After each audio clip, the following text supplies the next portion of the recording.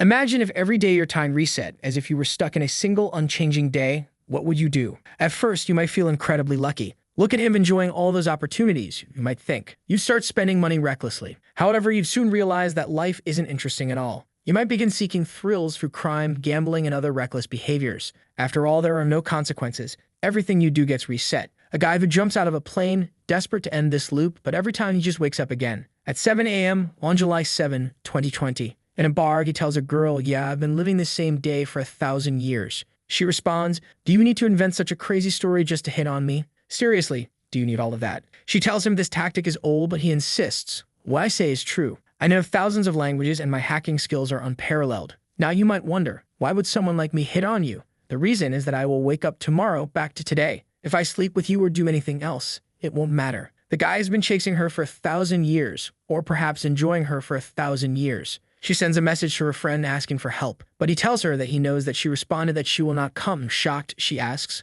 "How do you know she won't come?" He replies her ex-boyfriend just came back to her, so she has to stay with him. She accuses him of lying. He points to the clock and says, "In 9 minutes and 13 seconds, she'll call you." She stands up determined. "I hope so. If she doesn't, you're dead." Just then, a guy bumps into her and stares. He grabs her wrist, saying, "Hey, beauty, you just hurt me. Now you're gonna have to drink with me." She commands him to let go of her, but the guy pulls her closer saying, "Hey, don't be like that. Let's have some fun." That's when our protagonist, dressed in his dog pajamas, steps in and says, "Wait a second, you come here." The guy, confused and angry, retorts, "Hey, what the hell are you saying?" and throws his cigarette at him. But the protagonist just stands still and the cigarette misses. "What? He predicted my move," the guy thinks. He goes for a punch, shouting, "Bastard," but misses again. He dodged again. He takes one in the chin and goes flying. Our protagonist looks back just in time as another man shows up behind him, yelling, "Hey, how dare you touch my man? You're a dead man today." But the protagonist remains calm and says, "This is what your brother taught you."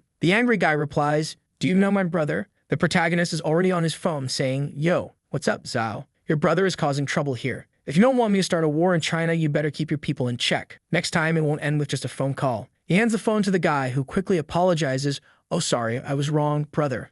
I won't repeat this." Suddenly, the crowd around them shouts, "Please apologize for your actions." The protagonist says, "I'm in a good mood today, so I won't bother you all." The girl, impressed, thinks, "Who's this guy?" Then her phone rings at the exact time he predicted and she thinks, "This is impossible." He tells her, "It's not impossible. Just come with me." Still skeptical, she follows him to the garage and asks, "Is this your car?" He replies, "Nope." "What? Are you stealing a car?" she asks. He shrugs, "It doesn't matter. Tomorrow we'll be back anyway." Intrigued, she decides to go with him. "You won't leave a drunk and hot woman go home alone, right?" she teases. He responds, "Sorry, I'm not interested in girls who need a ton of makeup." She gets angry. "What did you say?" Takes off her makeup and asks, "What about now?" He smirks, 9 out of 10. "Now I want to go to my place so I can prove to you that I'm not lying," he says. She reluctantly agrees, "Okay, but if you try anything, I will call the police." He laughs and drives home. The next day, he wakes up and alarm was crushed. She shows up and asks, "Hey, can you say that the day kept repeating? Now explain why it is July 8th. He looks at the clock, scared. "What?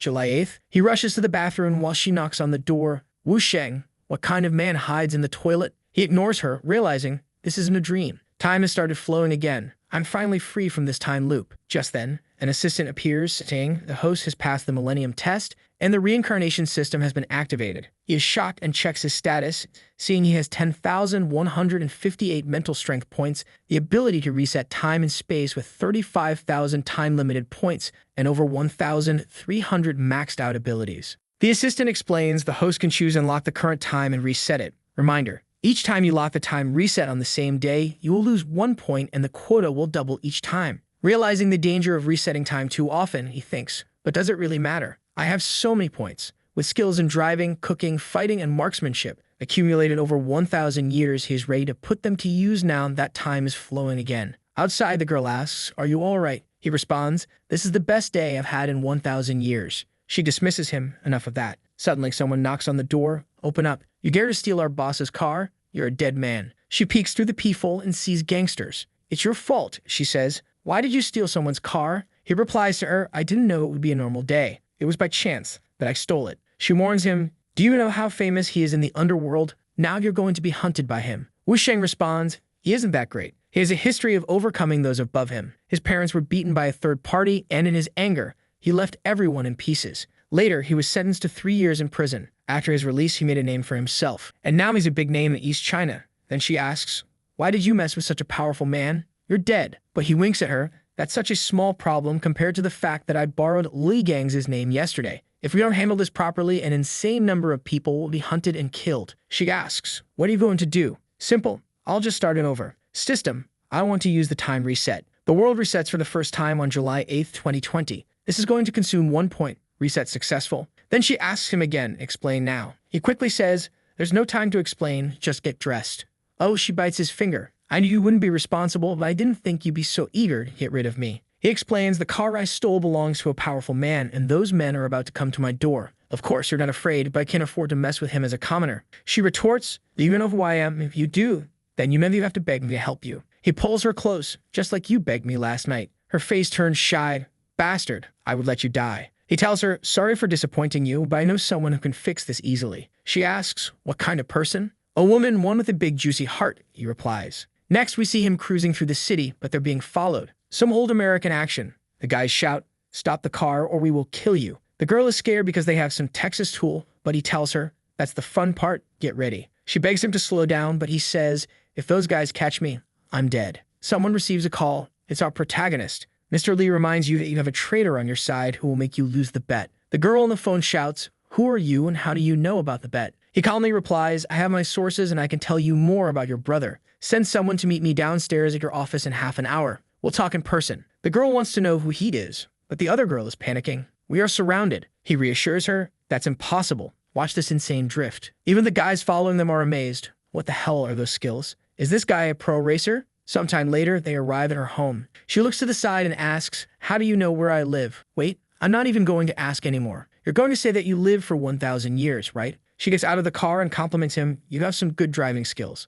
Where did you learn them?" He replies, "I practiced through life, but I died a lot of times to get this good, okay? Don't try to be like me. You only have one chance." She smiles shyly and says, "Stop lying. You have my number, but don't even think that I will call you, okay?" Vroom. He doesn't even let her finish speaking as he drives off. "This bastard made me look like a fool all night, and now he wants what? A phone call? I'm sure that was something arranged by my friend. Otherwise, he wouldn't know where I live. I'm going to ask her. You won't escape me." Half an hour later, we see Lai, a prominent entrepreneur in Donghai City with a complicated background. Her brother is a man who can destroy East China. Our protagonist arrives thinking, because she's a beautiful woman, I had a very deep, slicky relationship with her. He's already inside, and she tells the guy beside her, "You can go down first." She already has everything on him. "Wu Chen, you have a sister in high school named Yu Jiao with parents from simple background." He compliments her, "You're very good, finding so much information with only my phone number." She tears the paper and says, "You look ordinary, but if you know about the bet, that means you are not. Who are you?" He tells her that he's not a simple guy. Getting closer, he says, "I know a lot of things that you need to know, such as the traitor lurking around here. If you give me 10 million, I'll tell you." Her hand was under the desk as she asks, "Should I believe you?" Suddenly, she pulls out a Chicago toy and points it at him. "If you don't explain yourself, you're not getting out of here alive." He calmly goes into his pockets and takes out some ammunition. "Without this, how are you going to shoot?" "What the hell?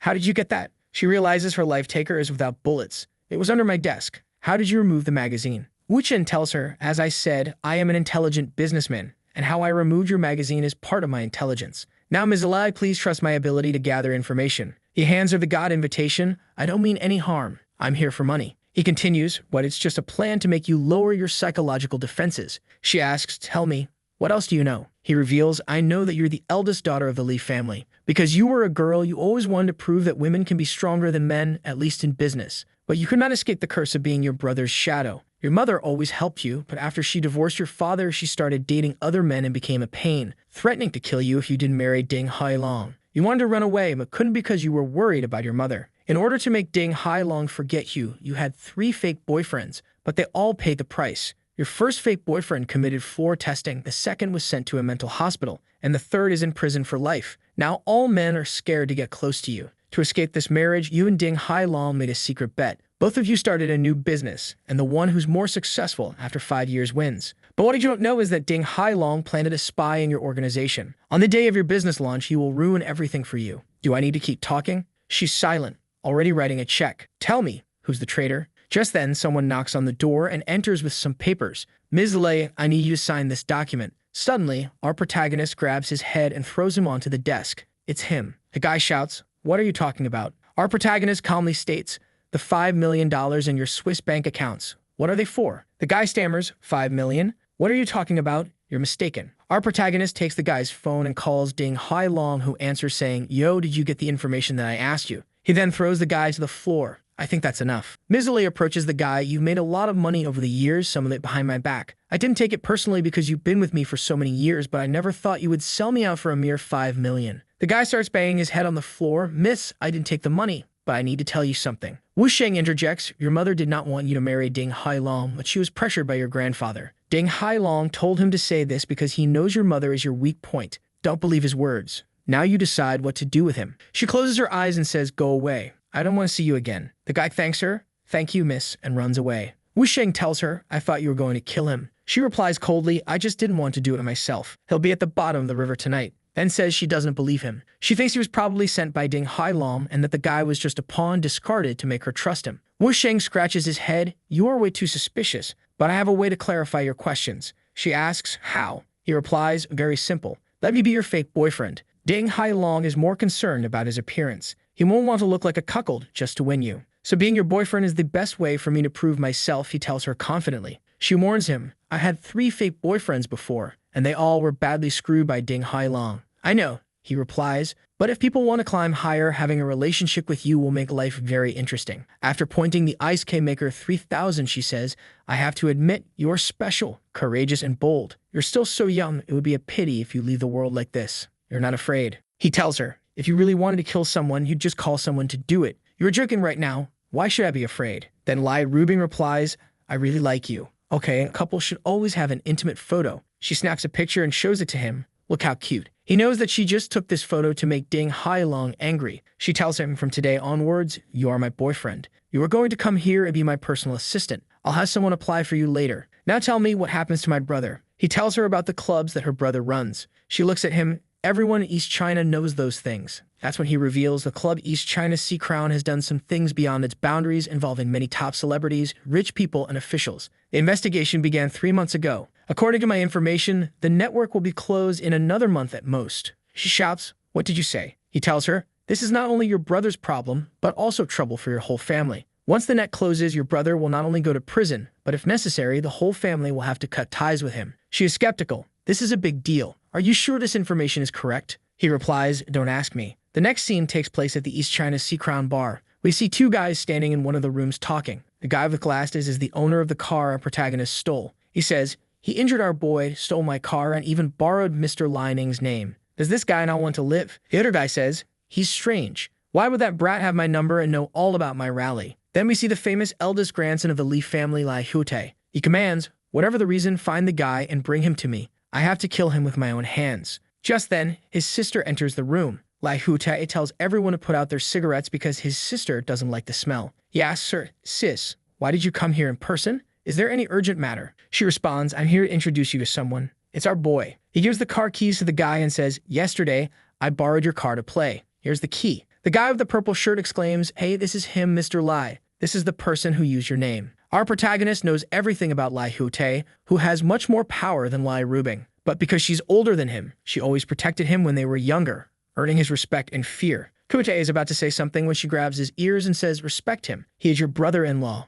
Brother-in-law? Everyone is shocked. No one believes it. Lai Hute protests, sis, are you playing the fake boyfriend trick again? Why did you pick such an ordinary guy? At least give me a reason for you to be with him. She starts to think and then glares at our protagonist. It's all your fault. I'm not feeling well these days. He whispers in her ear, aren't you adding too much drama? She retorts, what are you afraid that Ding Hailong will kill you? He says, I'm not afraid, but your brother seems to be stunned. Poor brother is speechless. He's thinking that his sister is pregnant and that this man is the father. Wait, is this all true? He doesn't look bad, but he isn't the most handsome. And also, my sister likes older men. Why is she going out with a man in his early 20s? Wait, does he want to deceive her? Sometimes love makes people blind. Love makes people's IQ go to 0. I need to save her from this man. He asks, how did you 2 meet? Our protagonist replies, 3 months ago, when your sister was recruiting interns at the university. She's confused, hey, I really did that, but how does he know it? Hute points, you've only known him for 3 months? Sister, in such a short time, did you really get to know this man?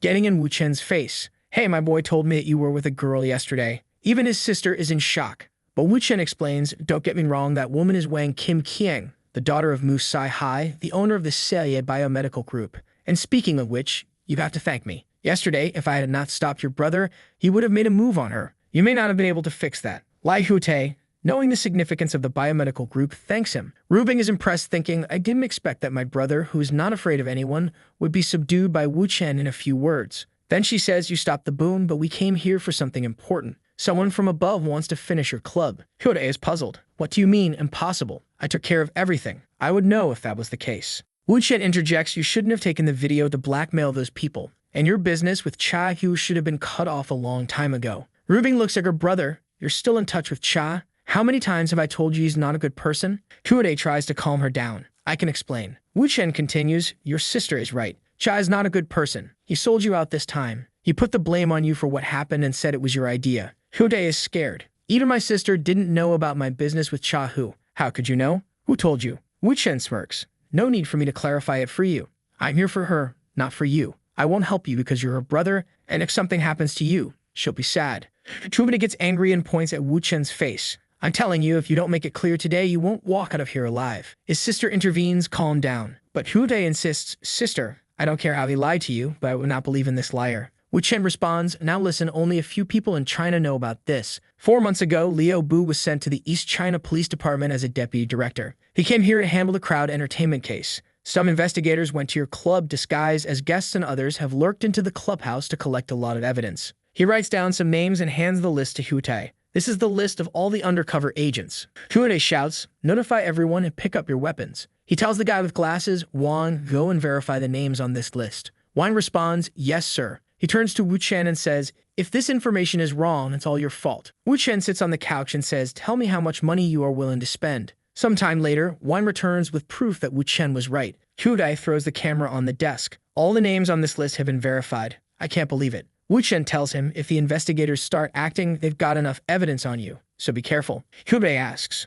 what do you want me to do then? Wu Chen replies, do you want to proceed with this and go to jail, or do you want to get through this safely? Do you got a solution? Wu Chen tells him, first you need to apologize to me and I will fix everything. Hyodae, realizing he has no choice, says, okay, I'm sorry. I was only afraid that you were cheating her. Wu Chen thinks, this guy needs to respect me. I'm part of his family now. Rubing intervenes, we are a family. What are you doing? Help him. Wu Chen responds, he doesn't see me as family. Hyodae, trying to regain control, says, of course I see you as family. Sorry. Wu Chen continues, just for the sake of your sister, I will give you an idea. First, you have to kill Cha Hu. He knows too much. If he's alive, nothing will work. Cha often goes to Villa 17 in the Lotus Pond Manor. He has some substances with his mistress there. If he dies of an overdose, no one will suspect you. Hyodae, sweating, says, yeah, great idea, brother. Wu Chen adds, second, now all the evidence is with Liu Bu. If you can just take it and destroy it, you'll be safe. Hyodae shouts, okay, I will get him. Wu Chen interrupts, are you dumb or crazy? He's too powerful for you to just get him. You need to go to Willow Street, 2nd Avenue, Unity 3, room 500 under the master bedroom closet. There's a hidden safe. The password is 571. The evidence is inside. To prevent leaks, that's the only evidence they have. You could just send someone to destroy it. Hyodae is amazed. Damn, bro. That's so detailed. You even know the password. Wu Chen doesn't stop. Third, you need to tell the old man about this matter, especially the business with Cha-hee. You must explain everything to him. After all, it's the Wei family we're talking about. The Wei and the Li family have been hostile for many years. That's why the Li family wants to join forces with the Ding family. Hyodae just says, oh, okay, I'll talk to him. Wu Chen adds, and the cherry on top, set the Crown Club on fire. Fire? Hyodae asks, just a little fire enough to appear in the news. That way you can justify shutting down and redecorating without anyone suspecting you. If you can do those 4 things, I guarantee you will be okay. Rubin grabs her brother's ears again. Did you understand what he said? Oh yes, sister. Stop. Don't worry, I got it. Just then, his cell phone rings. He picks up. What? How much did you lose? 2 billion? What? 2 billion? I'll go there. Wait for me. He looks at Wu Chen. Something happened. Brother, I have to go to the casino. Wait for me here. Wu Chen responds, it's Shang Wang Jun, right? Hyodae is surprised. How do you know, brother? The scene shifts to the casino where we see a guy named Shumzi playing. Someone just lost again. The blonde guy is all happy. Hey, I'm rich. Got a good hand today, boss. Lai Hyodae arrives. The blonde guy looks at him. I won a lot of money today, Mr. Lai. You won't mind, right? Hyodae, confident, responds, that's a little money. The Li family can still afford to lose much more. The blonde guy laughs. All the experts of this club took turns to play, but everyone lost to him. It seems that Mr. Lai has a little talent under him. Suddenly, Wu Chen says, how about playing 2 games with me? The blonde guy retorts, how come there's a youngster here instead? Mr. Lai, aren't you being too modest? Today, You have lost 200 million against me and you still want to keep going. That's embarrassing. Huode asks his sister, "Hey sister, what's going on? Does your husband know how to gamble?" She responds, "Oh, I'm not too sure. Gambling masters are good at guessing movements based on minimal expressions and habitual movements. This requires a great deal of experience in the game, something this youngster is unlikely to possess. Just by looking at his expression, I can accurately guess his cards." Ruben gets closer. "Hey, are you sure you can do this?" He tells her, "I can say without a doubt that I can defeat any casino in this world." "Okay, brother, let me see it." He doesn't look at his concealed card. The guy is like, "What? This is a habit." He shows an ace. "You go first. You have the bigger hand." He starts with 500,000. The guy calls 500,000. "And you, mister?" "I fold." Round 4, 500,000. "I fold." Round 8, "I fold." Round 15, round 21, "I win once again." Kube tells the blonde guy, "I think the guy you hired is running out of luck." The blonde guy is confident, "I think he might have a lucky break." He's thinking, "Rat, you think victory is at hand, but you don't know you've been caught in a trap." He remembers the guy playing with Wu Chen telling him, "I like to lose a few games at the beginning to observe my opponent's habits. You got nothing to worry about." But Hute is getting confident. We are already at round 30. Wu Chen goes 1 million. The guy notices Wu Chen didn't look at his concealed cards again and calls that round. He tells him, "Go on another million." The guy seems sure. "I know he has a bad hand. With a pair of kings, I'm sure I'm going to win. Since it's like this, I'm all in." Wu Chen doesn't even look at his cards. "I'm all in too." The guy with glasses interjects, "There's too little money on the table. Why don't we add another 100 million? The blonde guy likes it. Another 100 won't be enough to play. Make it 200 at least. Those black rap girls are carrying something big and not just the 200 million. Wu Chen tells the guy, "I raised the bet by 100 million. What about you?" Wu Chen asks, pointing to his card. The guy knows, based on his observations, that Wu Chen only points to his hidden card when it's a really good one. In other words, there's a high probability that this card is an ace, he thinks. "You know what? I fold. You are too eager, Mr. Yu. If you had followed my advice, you would have 50 million more." Lai Rubing laughs. "Everyone knows your bottom card is an ace." Wu Chen picks the card and reveals, "Nope. My bottom card is a 2 of hearts." The guy gets angry. "Oh, you tricked me." Wu Chen retorts, "Don't blame me. It was your fault." The guy with glasses is thinking, "Don't be smug. I'd grasp yet another one of your habits." Round 31. The guy's a 9 of diamonds. Unless his concealed card is the 9 of spades, there's no way he can beat me, he thinks. He tells Wu Chen, "This is a good hand for both you and me. How about we finish everything with this hand? My 200 million all in." Wu Chen just says, "Interesting. I call." Rubing is concerned. "Isn't a bet of 200 million too risky?" Hudai reassures her, "He's been lucky so far, so I think there's no problem." The guy with glasses and the blonde guy are confident. The blonde guy smirks, "Young man, the most important thing in gambling is not to lose your mind. If you can't control your mind, you won't get far. Do you think you are the god of gambling, betting so much without looking at the hidden card properly?" He flips his 9 of diamonds. "This 200 million is already mine," he declares. Everyone thinks it's over. The blonde guy taunts, "Mr. Lai, you have a big family. You won't mind if you lose such a small amount of money, right?" Wu Shen just says, "Are you done? If you are, see for yourself." He flips the card. Everyone is shocked. The guy with glasses shouts, "No way, 9 of spades. That's impossible. How did you do that?" Wu Chen calmly explains, "Did you really think that I didn't look at the cards? I've been secretly looking at my cards since the start of the game. Guess why? To make you think that you know something about what I'm doing. You're not a good player. You're just too cocky. You didn't really think you could figure out how I play with just a few hands. Are my habitual moves really habits? Did you even think for a second that I was trying to fool you? From the beginning, this game was under my control and you were the prey." Hute is elated. "Yeah, Mr. Shan, the money you used was all borrowed, right? I think now you're in big trouble." The blonde guy is bewildered. "How did this happen?" Wu Chen says, "Who asked you to leave, Mr. Shan?" The blonde guy protests, "Mr. Lai, I'm not allowed to leave after losing. Is this how you treat your guests?" Kude asks Wu Chen, "Why can't they go?" Wu Chen replies, "I'll explain later. You have a knife? Lend it to me." Kude asks, "Do you know how to use one?" Wu Chen demonstrates some moves. "What do you think?" He goes to the guy, picks his hand, and reveals, "Oh no, he was carrying an ace. You asked for a card check before the 15th game and took the opportunity to steal this ace of spades. You really thought that I didn't see it. I didn't expose you because I hadn't won yet." Kumine gets angry. "How dare you cheat in front of me?" Even the blonde guy doesn't know what's happening. The guy with glasses tries to calm things down. It's a misunderstanding. Wu Chen, not backing down, says, "You broke the rules. You know what happens, right?" He applies steel medicine to the guy's hand. Wu Chen asks the blonde guy, "Mr. Shan, what do you think?" The blonde guy quickly distances himself. "He has nothing to do with me. He cheated by himself. I didn't tell him to do anything." Wu Chen hands the knife back to Hute. "I will leave now. The rest is up to you. But remember, don't do anything inside the clubhouse." As they walk out, Rubing asks Wu Chen, "Does it feel good to do a light tap on someone's hand?" Calmly, he answers, "Not at all," and keeps walking. She's puzzled. How can you be so calm after doing all of that? This person wouldn't kill someone, right? In the car, Rubing's legs catch Wu Chen's attention. She tells him, I didn't expect you to be such a good gambler. He replies, thanks, but don't forget to pay my bills, all right? She tells him, you only think of money? He notices something and looks to the side. She asks, what's the matter? He just tells her, a car has been following us. She informs the driver and tells him to get rid of it. It seems to be the bet guy who likes to send people to follow her, Wu Chen observes. But he knows that she's not the target. He is. He grabs her hands. Don't be afraid. I'll take care of everything. She's a bit shy, thinking, he's using this to hit on me. Later she asks, you're probably hungry. Because of what you did today, I will give you something good to put your mouth on. They go to a restaurant to order something. If you thought anything else you were done, my G. He tells her, there are a lot of people that know you here. Aren't you afraid that they would think of me as a competitor? She replies, I want more people to know about you. That's when Mr. Hundeli shows up. Hi, Mr. Lai. Are you here to eat? She answers, yes, my boyfriend said he wanted to eat Cantonese food, so I brought him here. She then turns to Wu Chen. Wu Chen, this is Mr. Hun from the Longsheng Innovation Group. The guy goes for a handshake. It's a pleasure to meet you, boy. You're a good-looking man. A perfect match for Ms. Lei. Wu Chen responds, thank you, brother. You are very kind. The guy looks at his wrist and leaves. She was going to explain about that guy to Wu Chen when he told her, no need for introductions. I know him better than you. She tells him, all right, you're the best businessman around. But he tells her, I don't think that everyone here wants to be friends with you. She replies, I know I have a lot of rivals, especially women, but it would be silly to think of them as enemies. Just then, another woman shows up, and what are they feeding these girls? They're all getting healthy and with a good blood work for sure. Mr. Lai, since when do you have a boyfriend, though? Of course, Wu Chen knows who she is. After 1,000 years in China, he knows everyone. Liu Kaihu, formerly known as Liu Zhuang, 32 years old. With the help of her husband, she set up Yunshu Fashion, the business competitor of Rubing. Liu Kaihu teases, you're 27 years old, Rubing. This young man looks like he's in his early 20s.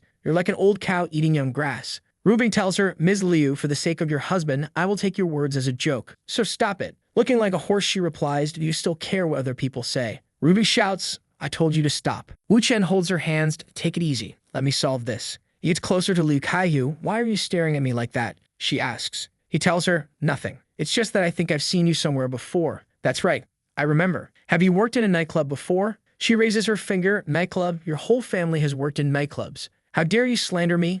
Do you know who I am? He calmly replies, that's not slander. You know that you cannot change your past with some facial surgeries. She's scared, thinking, how does this guy know that I've worked in nightclubs and had plastic surgery? It was 10 years ago. No one should know about it. Ruby stands up. You even have this kind of information. Your intelligence network is better than I thought. Wu Shen tells her, it's too early to start falling in love with me. The best part is yet to come. At that moment, a man shows up. Kai Shu, what is this mess?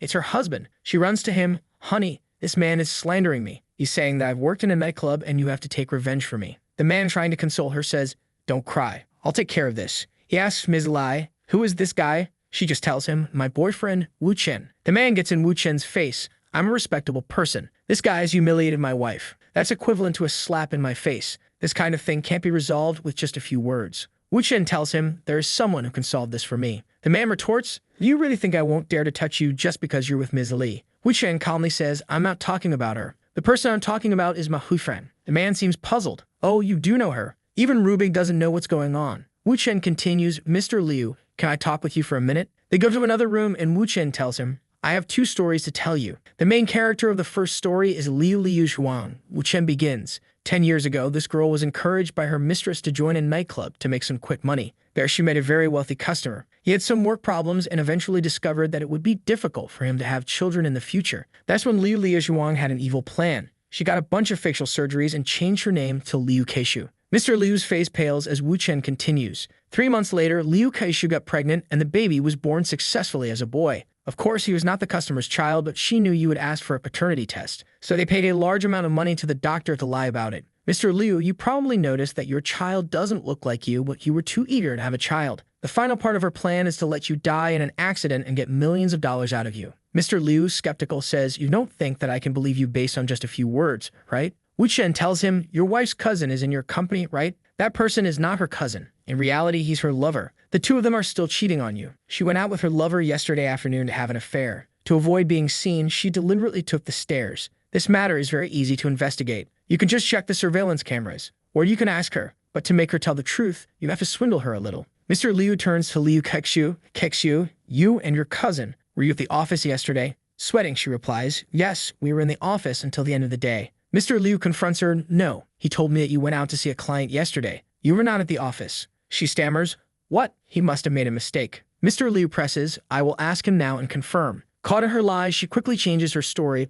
Oh, I remember. We did go out yesterday afternoon to talk to a client, but we came back at 2 p.m., no, 3 p.m., and then we were in the office talking about promotion. I'm just not sure. Why are you asking me this all of a sudden? Don't you love me and your son anymore? Booby slaps her face. Shut up. Do you really think that I don't know about the scandal between you two? Now leave. I'll deal with you later. Turning to Wu Chen, Mr. Liu says, sorry to do this in front of you two. Rubing tells him, that's fine. Mr. Liu looks defeated. I just wanted to have a child. I didn't think that I'd be used for that. I'd accepted my fate.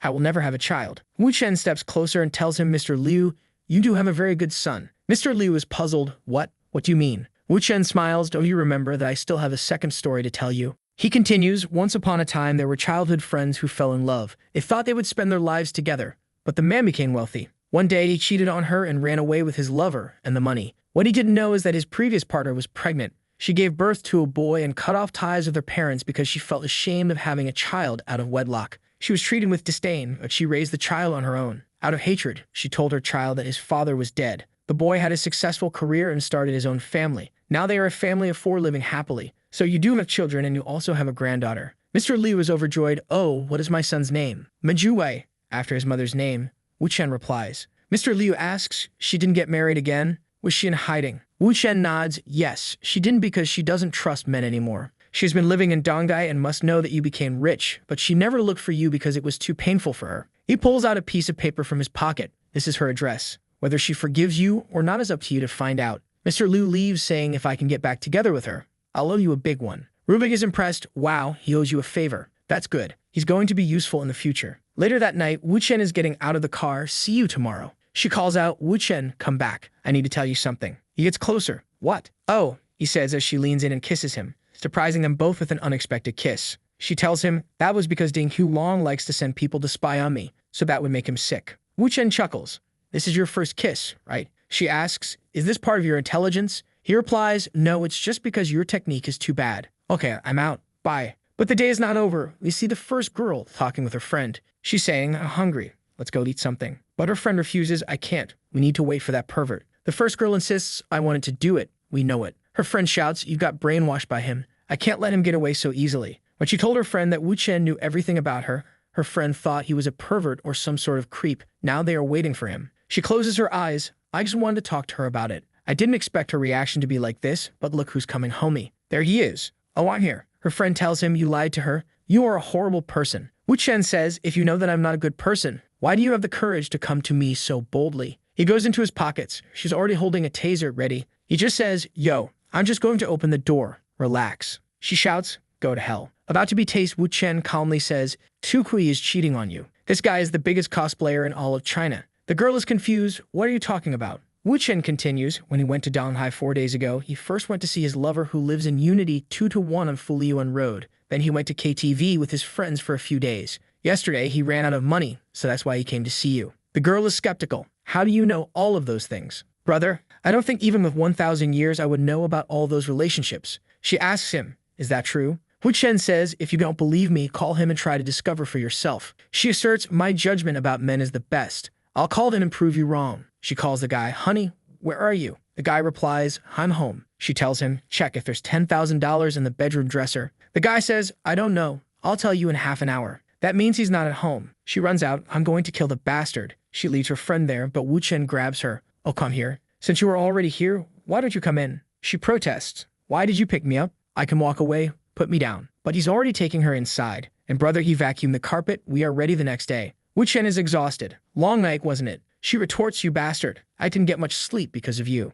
He throws something to her. That's my phone number. If you ever want to meet, just don't wait at my house. He walks through the city, but notices someone following him. He calls a number and asks, you sent someone to follow me for a day? I'm going to my training. Come to find me. Next, he's practicing his fighting skills. He has mastered all the fighting techniques, but his physical fitness still isn't good enough. Since he offended Ding Hulong and doesn't know what kind of troubles he will encounter in the future. That's when Wang shows up. Wu Chen says, he is here. Before, Wang Zhenyuan was just a second-rate guy, but with the help of connections, he gained power and expanded his influence. In just a few years, Wang became one of the bosses controlling 90% of the entertainment industry in East China. Wang tells him, "Yo, Mr. Wu, I have something to explain to you, all right? You must have misunderstood things. I sent someone to follow you to ensure your safety. There were no ill intentions." Wu Chen replies, "Lai Rute doesn't know that you are sending people to follow me and Rubing. You know he is very protective of his sister. If he finds out, you're screwed." Wang starts sweating. Wu Chen reassures him, "Relax, if I wanted to tell him, I wouldn't have called you." Wang then asks, "So what do you want?"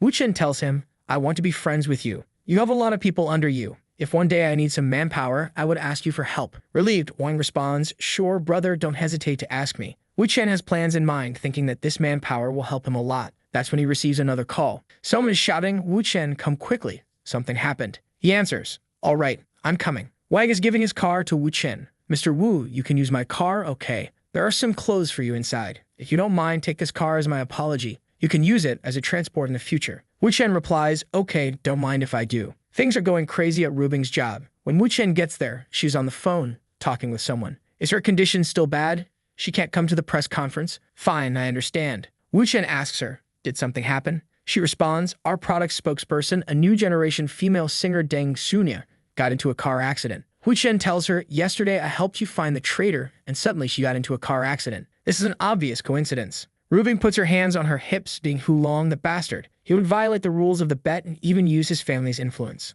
Wu Chen interjects, "Boss Lai, do you want my help? I can find a new spokesperson for you." She challenges him, "Okay, we're in need of a spokesperson. Do you got someone in mind?" He confidently replies, "National first-class actress Tao Manning, the one who got the 100 host prize. She's qualified." Rubing is skeptical. "A popular movie star like Tao Manning would never meet me, let alone be our product spokesperson. I know you're trying to help, but you shouldn't just bluff." He proposes, "Since you don't believe me, how about we make a bet? If I can make her show up in your office tomorrow morning and sign a contract with you, will you believe me?" Tao Manning is known for sweeping awards at major film festivals and being the first Chinese actress to enter the ranks of international film stars. Rubing responds, "Right now she's filming abroad and even has some makeup endorsements on her back. I don't think you can do that." Wu Chen insists, "I'd already told you if you don't believe me, let's make a bet." She asks, "What's the bet that will make you shut up and leave me alone?" He replies, "If I lose, I will give you 20 million. But if I win, you will pay me the $20 million.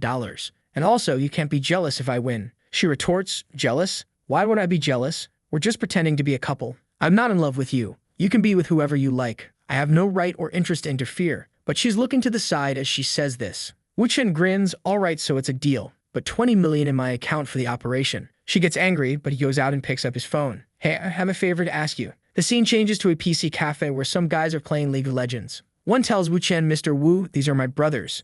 They are really good at gaming. But what do you want them for?" Wu Chen tells them, "Turn on the PC and play the game Legendary City Lord. Go to the third area that opened at 5 o'clock and use King of Hageman as your character name prefix. After entering, wait for me in the square of the new player area." He's already recharging a bunch of coins. "Wait for me, I will be building the clan." 4 hours later, they are already killing level 120 Minotaurs. Everyone has the best items. Damn, it's so fun to play the game with so many coins. It's awesome. They kill another boss. One of them says to Wu Chen, "King of Hageman is the biggest one in this new server, but we have to spend more than 8 million on new equipment." Wu Chen replies, "There are no more casual players on the server. Those who don't spend have already quit the game. Only the King of Hageman and the Dragon Slaughter in the world remain. So now it's time for the second step of the plan." He makes an announcement. The leader of the King of Hageman has started the Battle of the City Lord. Be prepared. All of them raise their weapons. Let's gather at the main city square and prepare for a battle with the Dragon Slaughter. Sometime later, everyone is in the city square fighting when someone shows up next to Wu Chen. "I can't believe you spent so much money. You must be a big fan too." It's the leader of the Dragon Slaughter clan, level 9999. He tells Wu Chen, "Our guilds now have similar strength. It's not clear who will lose or win." Wu Chen confidently replies, "No, the winner will be decided soon." The guy asks, "Are you so confident?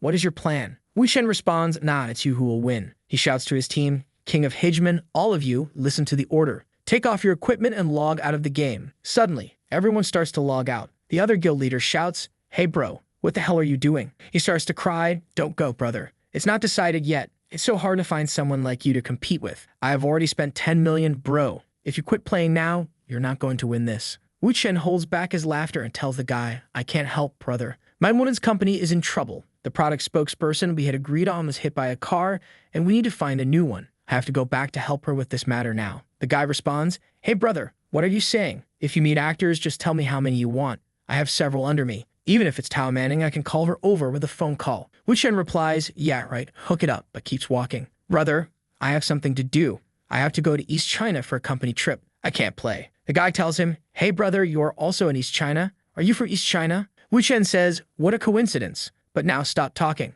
I have to go. He logs off and the guy says, no brother. As tyrant ruler, Chang logs off. He gets a message from the guy on his phone. Yo brother, I spent 10 million on this game. So I just asked for the owner of the server. Your number. The game is off for now. Let's continue playing after we're done with work. Okay brother, we have the same surname and we are both in East China. Do I look for you or do you look for me? Of course, Wu Chen knew that he would act this way, so he tells the guy, sure bro, but my woman is in a hurry. So if you have a plan, that would be good. He tells the gamers to log out if they have nothing else to do. The guy from the game sends him an address. Sometime later, he arrives at the place. The fat guy is Lei Shang, 42 years old, and his family owns the Hongfa industry. Lei Shang asks Wu Chen, are you tyrant ruler Chang? Our boy replies, yes, my name is Wu Chen. Lei Shang asks, do you know who I am? The protagonist retorts, of course, second son of the Lei family. Lei Shang pours a drink and asks, tell me, what family are you from? Why are you so cautious? Are you afraid that your brother is going to kill you? Wu Chen thinks, I know this guy. His family assets exceed 60 billion and his father is a 70-year-old chairman, semi-retired. Lei Shang asks again, what family are you from?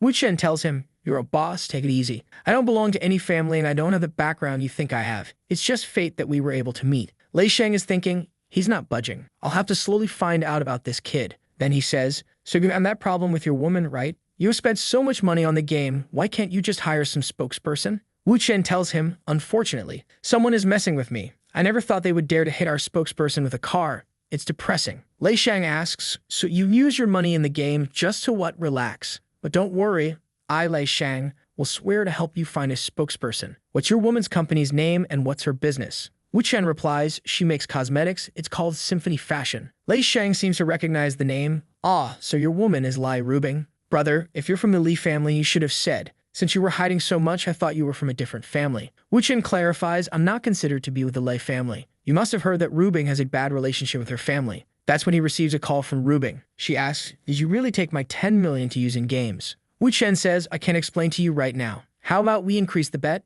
If you lose, you are going to kneel in front of me while begging for mercy. She's angry and replies, you're just delaying. The guy on the other side is like, God, are you talking with Lai Rubing? He's thinking, holy shit, Lai Rubing kneeling? Who is this kid? Does he have an army? Wu Chen tells him, don't bother, brother. It's just a couple things you know. She's being slightly temperamental. We made a bet. It got quite big. Lei Shang gets interested. Come on, brother, drink some tea. What is the bet? Do you mind telling me? Wu Chen explains, someone is messing with her company. I want to help, but she's not letting me. You know, she just wants to protect me. Boss, you know who Ding Hulong is, right? Lei Shang says, bro, everyone knows about him. So the spokesperson problem is related to Ding Hulong. Wu Chen confirms she's afraid that Ding Hulong knows me and will attack me. Although I understand she's doing it for my sake, what do you think? I'm a dignified man and I know that Ding Hulong is aiming for my woman. Lei Shang replies, I see. This situation is more complicated than I thought. But don't worry, brother, with our combined efforts, we can handle Ding Hulong. Let's figure out a strategy to get through this together. Wu Chen shouts, do you think I would just be a coward and hide? If I don't do anything about it, can I even call myself a man? Lei Shang slaps the table. Brother, you're right. You're absolutely right. Replace this tea with wine. I understand you. If you are a man, you can't be a coward. F that Ding Hulong. Keep going. You need to help her. Wu Chen explains, we made a bet. She gave me full power over the company's new product launch. If the press conference goes off without a hitch, then I win. But if something goes wrong, then she wins. If I lose, I have to listen to her and everything, and I will have to restrain myself and live like a pretty boy. Lei Shang smiles. Brother, if that's the case, I can help you. It's just a spokesperson anyways. I will immediately help you. Then we see a girl with a healthy figure receiving a call. Of course is Lei Shang calling her. Take a vacation, come to East China. Say hello to the director for me, it's urgent, all right? I've got an endorsement for you. It's a cosmetics business, don't be afraid. Just come back, okay, bye. Wu Chen is amazed. Damn man, you really did it. Lei Shang responds, yes. The receipt was as planned. It was smoother than I expected, but it's a Tao Mening contract, so it won't be a small fee. Wu Chen thinks I was planning to tell you about Lei Yu's affairs as an exchange, but you were a friend. I just met you and you didn't hesitate to offend Ding Hulong. In that way, I won't treat you unfairly. Lei Shang gets closer and says, we were destined to meet, brother. I'm just older by a few years. So brother, you can call me Shang. Wu Chen replies, brother, maybe we are more destined than you think. Lei Shang, intrigued, asks, brother, are you saying that this is fate? Wu Chen hands him a text message. Read the text message. Find the owner of this number and get him. He will tell you the truth about what happened with your car accident 10 years ago. But you have to be quick. If you are slow, he might go overseas. Lei Shang recalls 10 years ago, a truck crashed into my car at a road junction. I was lucky and survived, but my wife died in front of me. I was in ICU for 3 months, during which my private investigator brought some clues. The driver was a worker for my brother, but he disappeared right after that. And because I didn't have any direct evidence, I had to accept the old man's words. For 10 years, I have pretended to act like a stupid, cynical rich kid, waiting for the day that I would find the truth. Sometime later, a guy enters the room. Boss, the identity has been confirmed and the address has been found. Lei Shang tells Wu Chen, brother, I'll go first, but I owe you this one. Just ask me if you need anything. You are my brother. Wu Chen thinks 2 days into my new life and I've got 2 more brothers. But things now are done. I have to get my 20 million first and my moist kneeling apology. He calls Rubing, but she doesn't answer and just sends a text message. I'm in a meeting. He knows she's probably mad. The next day, he's driving his car when he sees a girl beside him. Yo,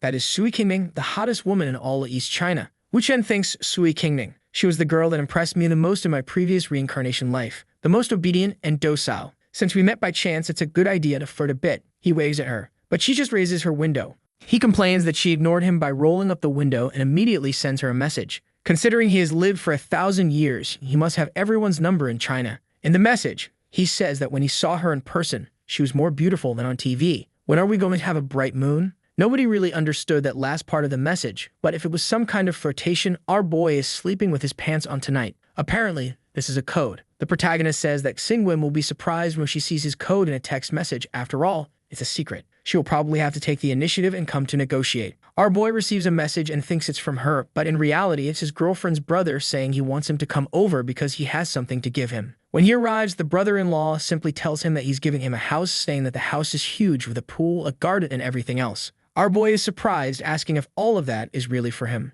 Liu Hongtai then says, you helped me a lot yesterday, not to mention that my sister is pregnant and she can't live without you in that old house. Think of this as an early wedding gift. He continues, asking if our boy has his credit card with him because he is going to finalize the purchase right now. The protagonist just stands there, looking dumbfounded and sweating. The next morning, look who's arriving at our boy's girlfriend's company. Look if it isn't the super actress, demonetizer of channels. The receptionist asks, what's your name? She replies, my name is Tao. The receptionist checks the records and says there is no one registered with that name to speak with the president. She then asks Tao to wait while she double-checks the records. Meanwhile, a meeting is taking place with the boss, saying that the conference is in 13 days and they still haven't found anyone. Irritated, she continues saying that they are paid way more than anyone else in the same profession, and yet all they do is eat and sleep. All of this is happening just because she ignored our boy, and she doesn't even know that the woman has already arrived.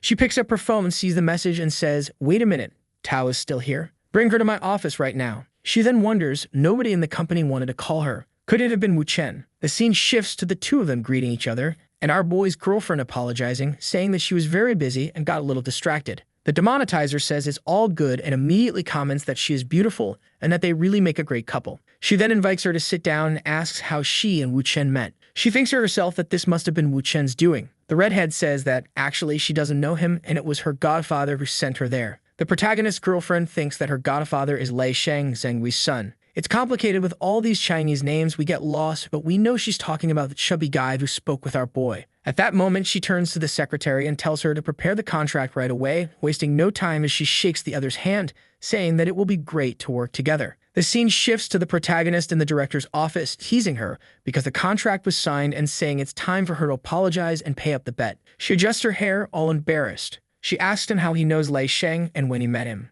Our boy, all Jivichad, says that she's asking too many questions and emphasizes that a magician never reveals his tricks. Then he says, now stop changing the subject and come here to apologize. The girl stands up and takes off her coat, already taking off her heels. Whoa, what kind of apology is this? She kneels and says, I, Liu Hubing, apologize. Our boy, looking down at her, notes that she actually kneeled. However, being the nice guy he is, the protagonist immediately tells her she can get up so she doesn't hurt her little me. As soon as she stands up, her brother is already calling her, saying that someone is investigating our protagonist. She quickly asks him who is investigating him. He reveals that it's the woman from the South Family's Gold Services, the one who rolled down the window, and our protagonist sent the secret code. We still don't know anything about it, but we do know it's secret. Our wonderful director immediately asks the protagonist why the South family is investigating him. But our boy just says it's none of her business and asks her not to get involved. Damn, the guy isn't playing around. She tells him to stop pretending to be all mysterious and asks if he's acting this way to make her attracted to him. Mocking, she asks if he's already in love with her.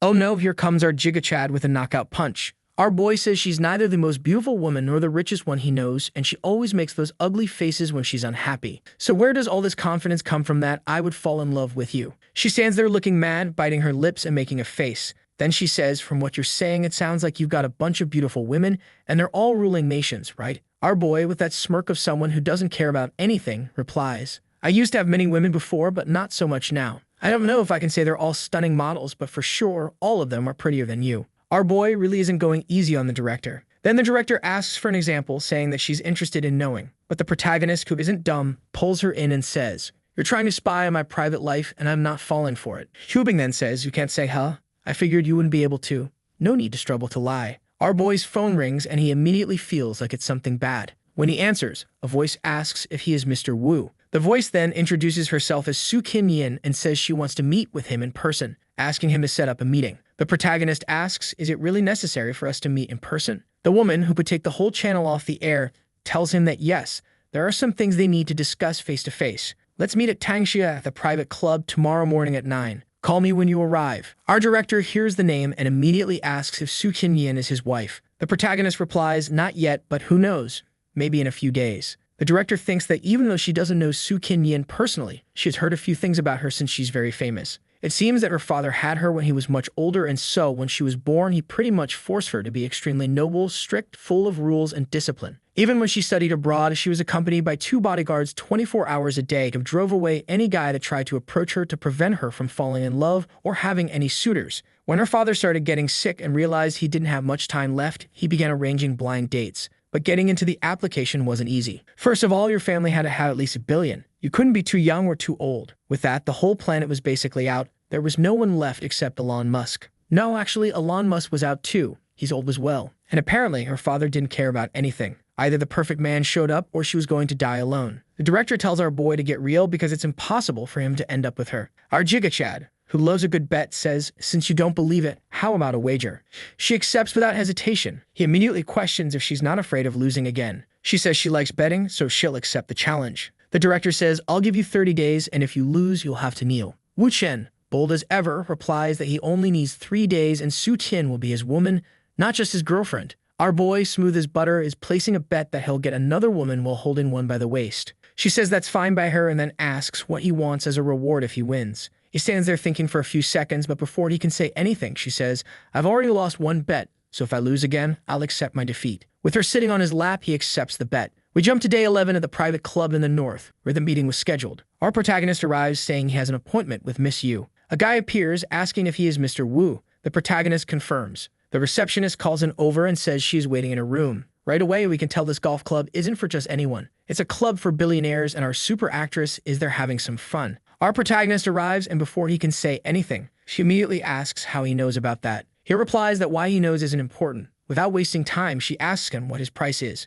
Wu Chen, confused, says, what do you mean, my price? You think I came here to threaten you? The demonetizer says that if he refuses the money, it will only make it harder for her to believe him. He then says that if she's that scared, she should have just brought more bodyguards and killed him, buried him right there, and he'd be silenced forever. Without hesitation, she says she's not like Liu Hubing and doesn't do things like that. He's her boyfriend, so killing him would be too risky. Our boy, who isn't dumb, immediately asks if she wants something that will make her feel safe, like some kind of evidence. At that moment, he grabs her elbow, as if teaching her how to play a certain game. She asks, what are you doing? And tells him to back off. But our boy says he's just teaching her and tells her not to overthink it. Then he says, now that I have the evidence, why are you still so hesitant? However, she starts thinking, he's Liu Hubing's boyfriend. If she sees him here like this, hears that he was holding me from behind and teaching me how to play, he's going to die. Does he have no fear of her? This lunatic is going to wake up tomorrow floating in the river. Her brilliant plan is to let him do whatever he wants with her and see just how far Liu Hubing will allow him to go. I think our protagonist might actually enjoy this plan a little.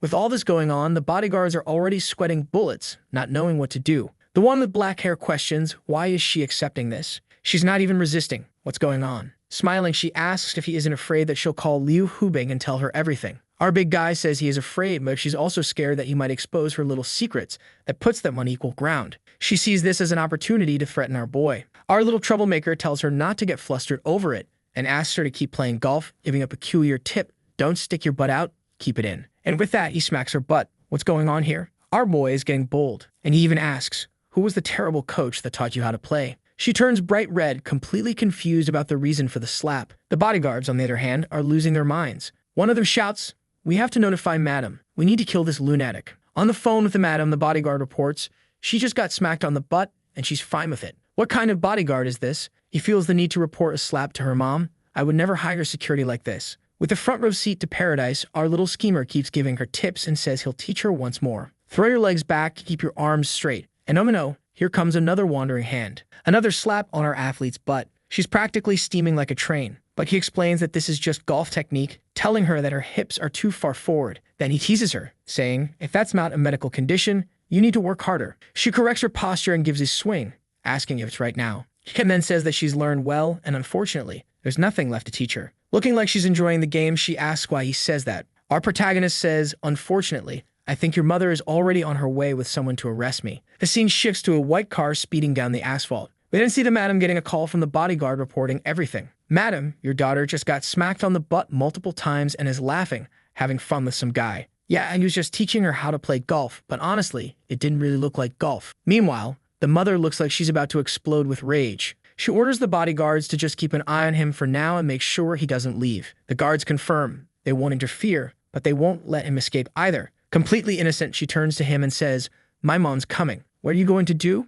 Our little rascal says, first I need to escape. Do you want to escape with me? With a confused expression, she asks, escape with you. Our boy plays hardball and immediately asks, do you want to keep living like this? While she hesitates, the protagonist grabs her hand and says, don't think too much. Let's go. And just like that, they start running. The guards, of course, start chasing them, but it's too late. They jump into our boy's Ferrari, and just like that, the guy turns into Toretto, level 1000 driving skills. The best bodyguards in the world immediately call the madam to report that the psychopath has escaped. Meanwhile, our protagonist is speeding down the road, tearing up the asphalt. He asked our athlete if she's scared. She says no, but her face says otherwise. And wow, the artist really went all out. She's quite well endowed. She's sweating bullets and getting a call from her mother. The protagonist tells her you can try being yourself for once in your life. Nervously, she answers the phone, and her mother immediately demands, who's with you? Hesitant, she replies, a friend. Screaming, her mother asks, when did you meet this friend? Who is he? You don't even know him. Is he even good enough for you?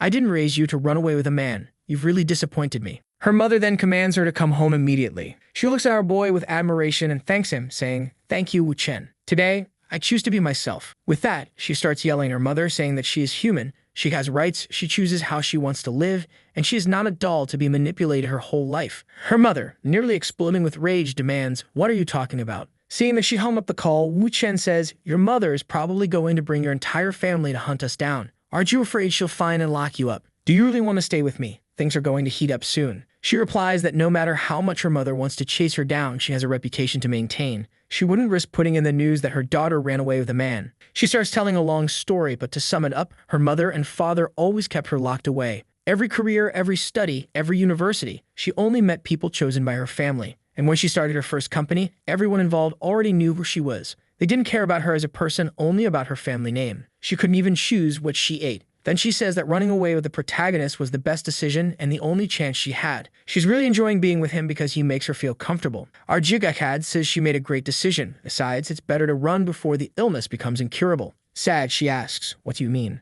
Aren't you Liu Hubing's boyfriend? Aren't you afraid she'll find us? As she says this, she's already unbuckling her seatbelt, grabbing our boy, and going in for that dramatic Mexican soap opera kiss. What's this? That was easier than with the director. 1,000 years on Earth really does something to a man. Without losing his Giga Chad composure, our boy asks if she doesn't see that he's driving and if she wants to die while kissing and biting him. Su Qing tries to explain that it's because she wants, but he cuts her off. Be quiet, Su Qing. Sit down. That's an order. Flustered, she quietly says, okay, and sits back in her seat. With that sly smirk, he thinks, Su Qing, this little secret attribute of yours is quite interesting. I remember it well. Then meet a frame where the artist clearly put in some extra effort. We noticed. Our protagonist remembers that in one of his past lives when he was with her, he got a hold of her PC and discovered she had some rather peculiar tastes. I won't explain too much, just going to read a little snippet of one of her posts. This strange feeling of wanting to be ordered and dominated. Pain makes me feel physically good. Okay, we'll stop here. You guys get the idea, right? Back to the car, our boy is thinking that it's great she has this little quirk. He then tells her to sit properly and fasten her seatbelt. The athlete with peculiar interests asks where he wants to go.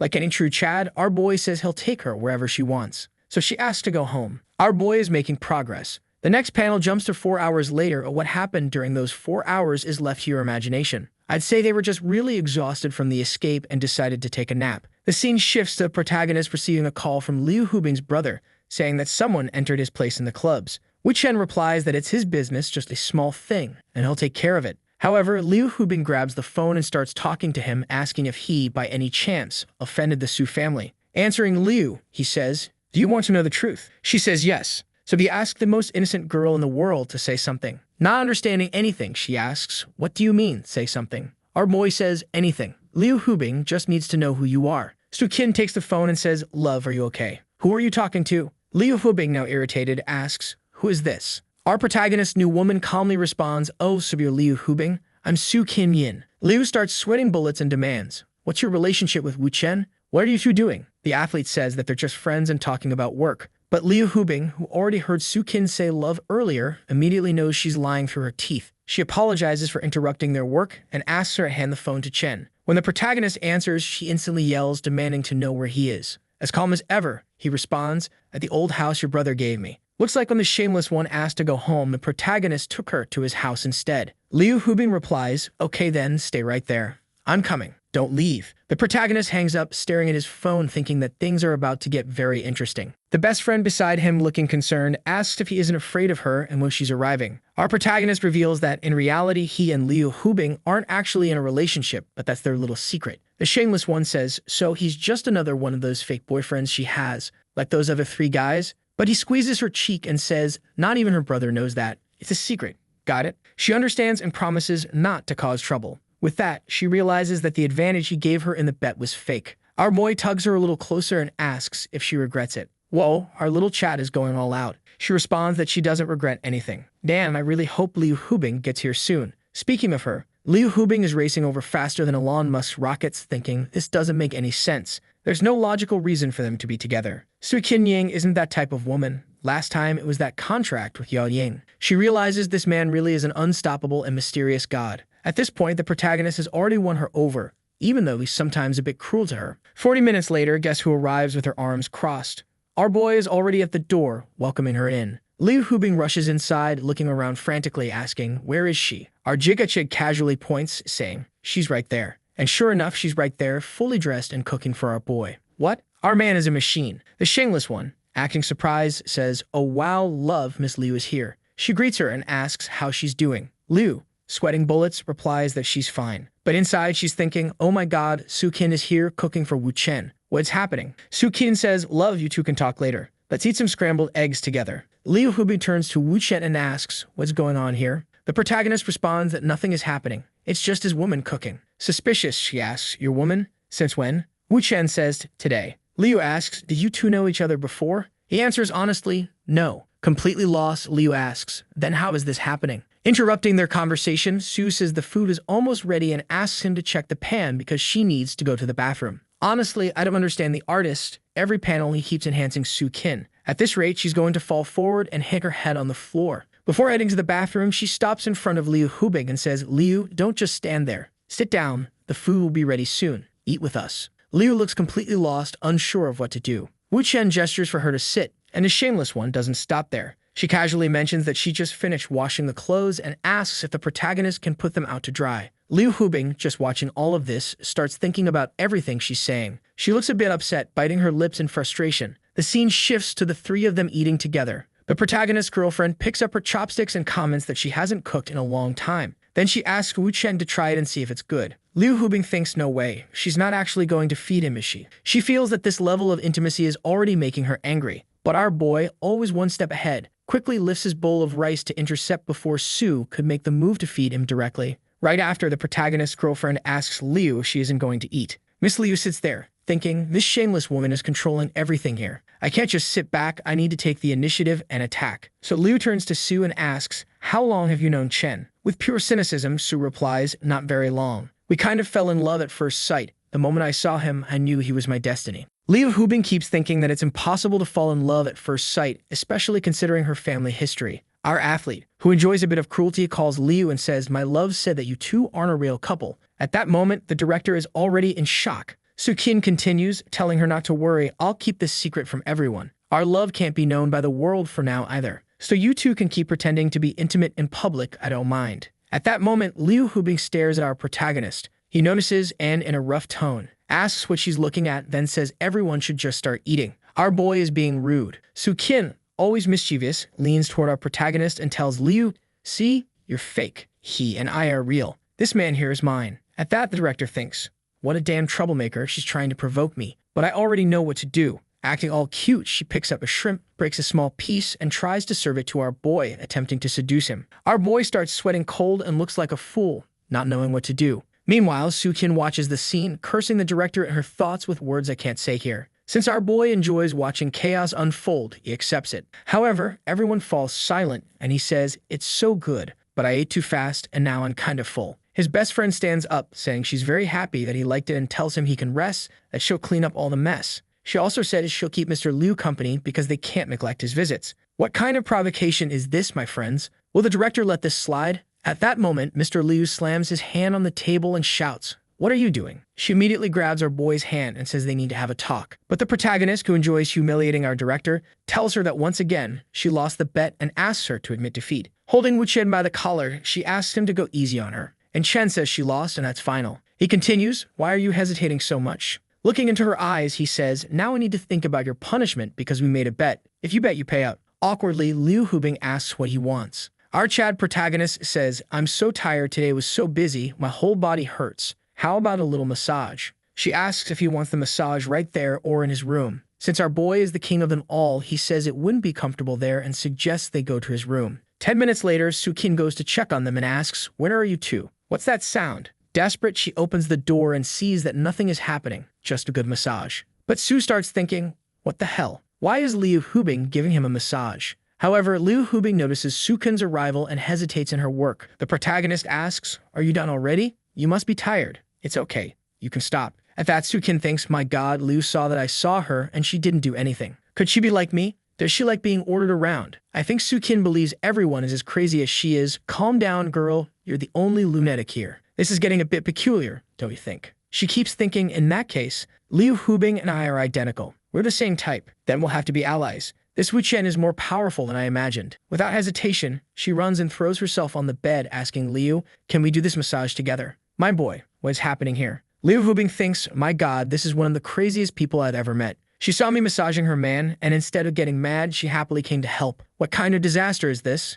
And she's even smiling at me. And she starts questioning what Wu Chen did to her. How can she act like this, considering her public image and the way she was raised? Su-kin looks at our director and asks why she's just standing there. Let's start massaging already. The protagonist tells Su-kin to stop the massage and go downstairs to take her medicine. She thanks him for remembering and says she'll go get it. Liu Hubing, watching this situation, thinks that Su-kin really is crazy. Wu Chen gives an order and she obeys. And she keeps questioning, this can't be. She had a good upbringing, so what's the reason? She turns to the protagonist and asks, aren't you going to explain anything, Wu Chen? Our boy, smiling, says, how about you give me a little billion, and I'll tell you the truth. Realizing that Wu Chen won't say anything, she asks if that's why the Su family is investigating them. Because of her? The protagonist explains that they weren't really investigating much before, but now that she ran away from home with him, that might actually be the reason. So Liu asks, what are you going to do? Marry her and join her family? The protagonist says, do you really think I'm the kind of guy who joins a family? Leah responds, then are you going to break up with her? Do you think the Su family will just let you escape that easily? Our boy says, why would I break up with her if I can handle the Su family so easily? Irritated, the director says, handle the Su family?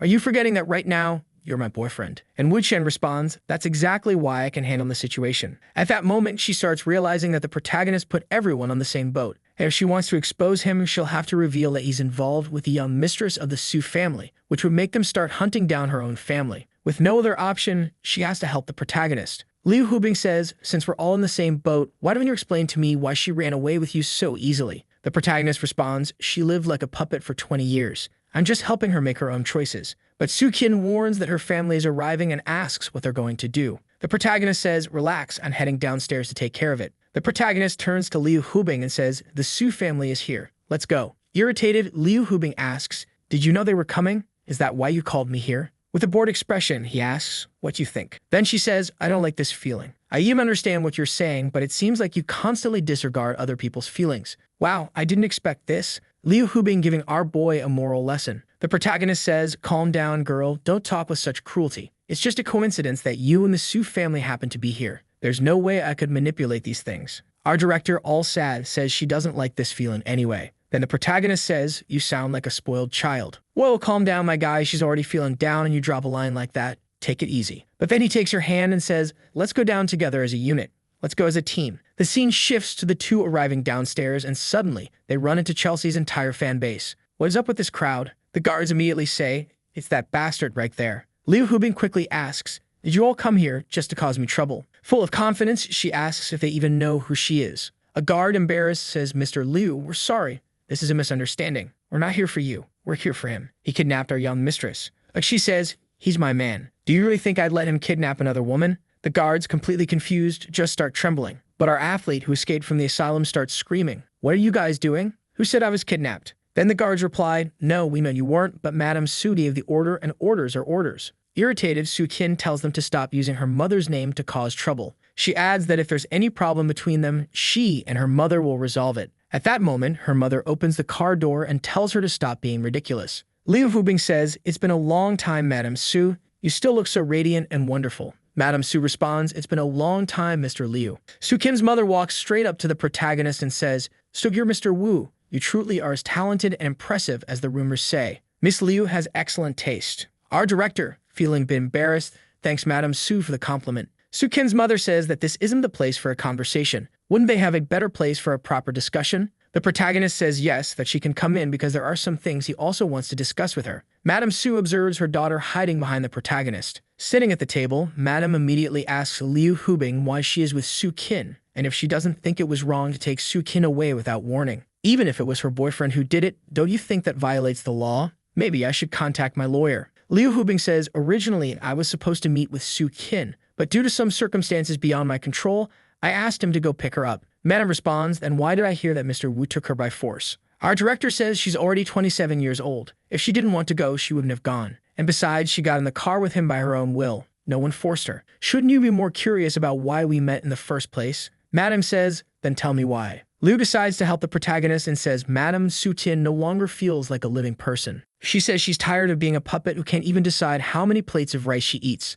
That's why she reached out to me, saying she wanted to be an independent woman like me. Madame gets super irritated and says, what are you talking about, you lunatic? Liu Hubing says she only met with Su Qin because she asked for help. Then she pulls a bag from her pocket and says to Madame, do you even know what this is? Medicine that I bought for your daughter. Madame says, but it's just medicine. What's the big deal? The director says, see, your daughter is so restricted that she can't even go to a pharmacy to buy her own medicine. Don't you think that's wrong at 27 years old? Su Qin thinks, well, since this is going to be the story, let's play this game. The protagonist, sitting back, sipping his tea calmly, just thinks. As expected from Liu Hubing, full of eloquence and logic. Liu continues, after we picked her up, the first thing she wanted to do was buy medicine, just to show how lonely she feels. But what about next time? What if no one is around her? Aren't you worried about that? Silence takes over the room until Madame Su finally speaks. Are you saying I should be thanking you, Miss Liu Hubing? Liu says, I did this for my friend. No need to thank me. The protagonist, sensing the perfect moment to strike, decides it's time to throw some fuel on the fire. He suddenly shouts, Madame Su, Liu Hubing and I worked all day just to do this. We're already exhausted from this. Liu Hubing thinks, what the hell is this lunatic doing? Why is he shouting all of a sudden? Is he trying to wrap this up quickly? Alright then, let's get this over with and take down this old woman fast. She turns to the protagonist and says, my dear, she's my great friend. Don't say such things. The protagonist, continuing his Oscar-worthy performance, says, haven't you already done enough for her? You helped Su Qin so much, even though you were afraid of getting into trouble with her entire family. And look at what's happening now. Her family still came here to mistreat you. Don't you see that they don't appreciate your help? My love, I already feel sorry for you. Enough of this. Ladies and gentlemen, I now announce the winner of the Oscar, and it's our protagonist, Wu Chen. What a magnificent performance. Playing along, Liu immediately hugs our boy and says, my love, it's okay. Please calm down. Then she gives him a little kiss and says, there's no need to be mad. She's my friend. Everything will be fine. Even Su Qin is surprised and thinks if I didn't know this was all just an act, I would have fallen for it. Even her mother starts wondering, should I be thanking them? Then she says, Mr. Liu, I understand your intentions. I'm sorry. She turns to Su Qin and says, as a mother, I never wanted to hurt you. From now on, I will allow you to make your own choices. You really are lucky to have made friends with a woman like Miss Liu. Liu, smiling, says, Su Qin is truly exceptional. Everyone likes her. Madame Su stands up and says, it's getting late, Miss Liu. We won't bother you anymore. She turns to Su Qin and says, it's all your mother's fault for being too strict with you. Don't pressure yourself too much. You can stay and talk a bit more with Miss Liu Hubing tonight. Just come to the company tomorrow morning. With that, she closes the door and leaves. At that moment, everyone lets out a sigh of relief, and the protagonist, with that mission accomplished look, knows that the first part of the act is over. Liu Hubing watches Madame Su leaving and says, Su Qin, your mother left without even leaving a bodyguard to watch you. Su Qin immediately grabs the protagonist and says, my husband, you were so angry just now. You look so scary. Like the Oscar-winning actor he is, he says, I was just pretending. And with that comment, the director already gets annoyed. Liu Hubing tells them both to stop. Meanwhile, our protagonist pulls out his phone and says, it's time to do some business. Which should I call first? Liu Hubing tries to snatch his phone and asks, what are you doing? Are you crazy? Wu Shen says, you think I'm causing trouble? Relax. Our director says, can you stop joking around all the time? Everything's already settled. Madame Su probably won't be following us anymore, and you'll be able to meet with Su Qin whenever you want. What more do you want? He turns to Su Qin and asks, do you want to keep meeting in secret in the future? It's almost like we're having an affair. I don't know if you like it that way, but I don't. If you're really going to be with me, I have an obligation not to put you in a difficult position. I don't want you to have to choose between love and family. Liu Hubing just watches, thinking, what are these two doing? The protagonist places his hand on Su's shoulder and says, come here, I'm going to make a call now. The plan is to put you at the top of the Su family's power, and you'll become the CEO of Jinfu as quickly as possible. With that, you'll be able to do and say whatever you want, not just in the company, but also at home. This will also prevent your mother from trying to control you even more. And when your father sees you in this position, he'll be even prouder of you. So tell me, do you want to go along with this plan? She hesitates a little but accepts our boy's plan.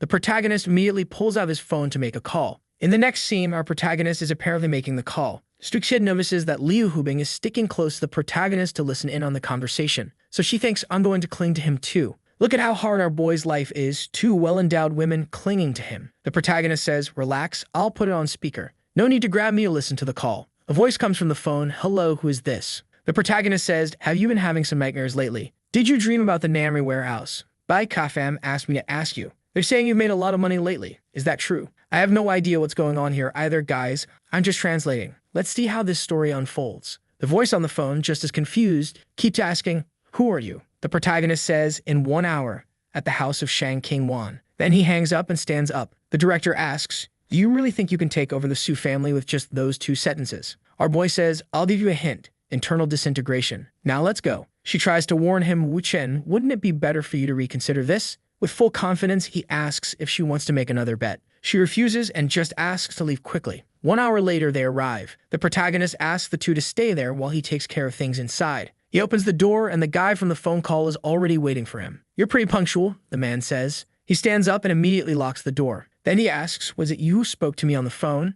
The guy's name is Yao Honglin, and he owns 3.8% of the shares. The protagonist says, that's me. Then Yao Honglin asks, where's Bai Kaifeng? How much money did he give you? And what exactly are you planning to do? You little punk, just because you know a little about some of my mistresses, you think you can threaten me. If you're really smart, just tell me where Bai Kaifeng is and I'll give you way more money. Our boy, sipping his tea, says, relax, my friend, we'll talk about money later. I know you're the kind of guy who kills and burns the evidence. The guy tells him to stop making false accusations. But the protagonist says, then that money buried in Barren Hill. Don't you think that with today's technology, some of those old cold cases could be solved? The guy, now furious, says, so you came here to try and extort money from me? What's the deal minus 50 million? But the protagonist says, don't be so impatient. I heard your business isn't doing so well to the point where you had to falsify some accounts to cover up the losses. What was the name of that mistress of yours who helped you with that? Yao, now even more confused and furious, starts blurting out 2 billion. No, 3 billion. If you asked for more than that, there's no way. At that moment, the 2 crazy girls barge in through the door. Surprised, the guy says, Miss Su?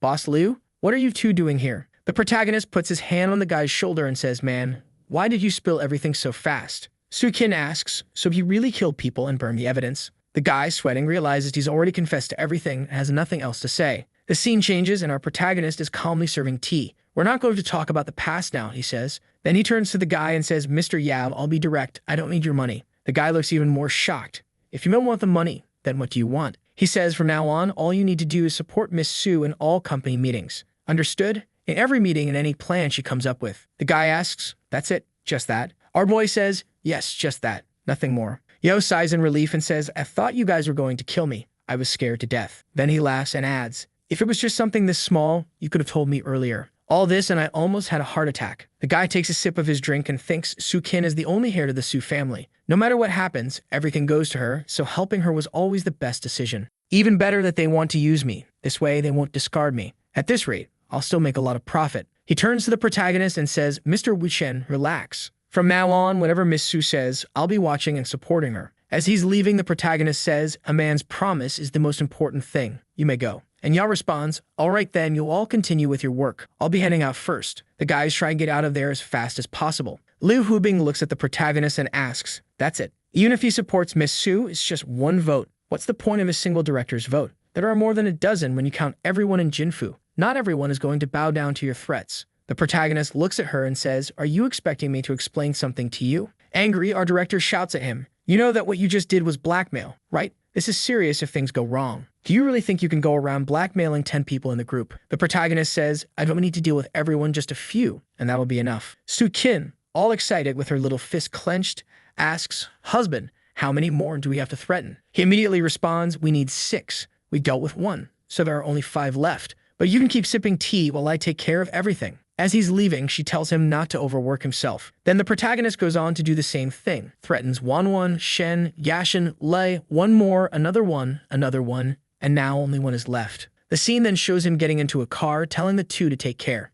And once again, Liu Hubing says, even if you manage to blackmail 6 directors, you haven't even reached 2/3 of the seats. So how exactly are you planning to control the entire board? The protagonist says, some things are too complicated to explain. It's easier to just wait for tomorrow's results. Su-kin immediately clings to him and says, whatever my husband says is right. I'll listen to him. Oh no, here comes the bombshell from the protagonist. He turns to Liu Hubing and says, I have a few things to explain to Su-kin today. Would it be okay for us to stay at your place? Yes, you heard that right. He just asked to use Liu's house to be with Su-kin. Is this even allowed? But our director refuses his request. So he asks, then why am I even here? With no choice, she accepts even though she clearly doesn't want to. Liu Hubing tells Su-kin to go take a shower first. At that moment, our boy immediately grabs the director's hand and asks why she sent Su-kin first. Our director, playing like a champion, just tells him to shut up and kiss her on the balcony. The protagonist grabs her thighs and pulls off a full-blown cinematic kiss. Then he starts thinking, why is she doing this? No way, I know her too well. Why did she send Su-kin to take a shower? She must have a reason. He looks to the side and thinks she's probably waiting for some paparazzi to take a picture so that guy Jin Hamlong, who we haven't even seen yet,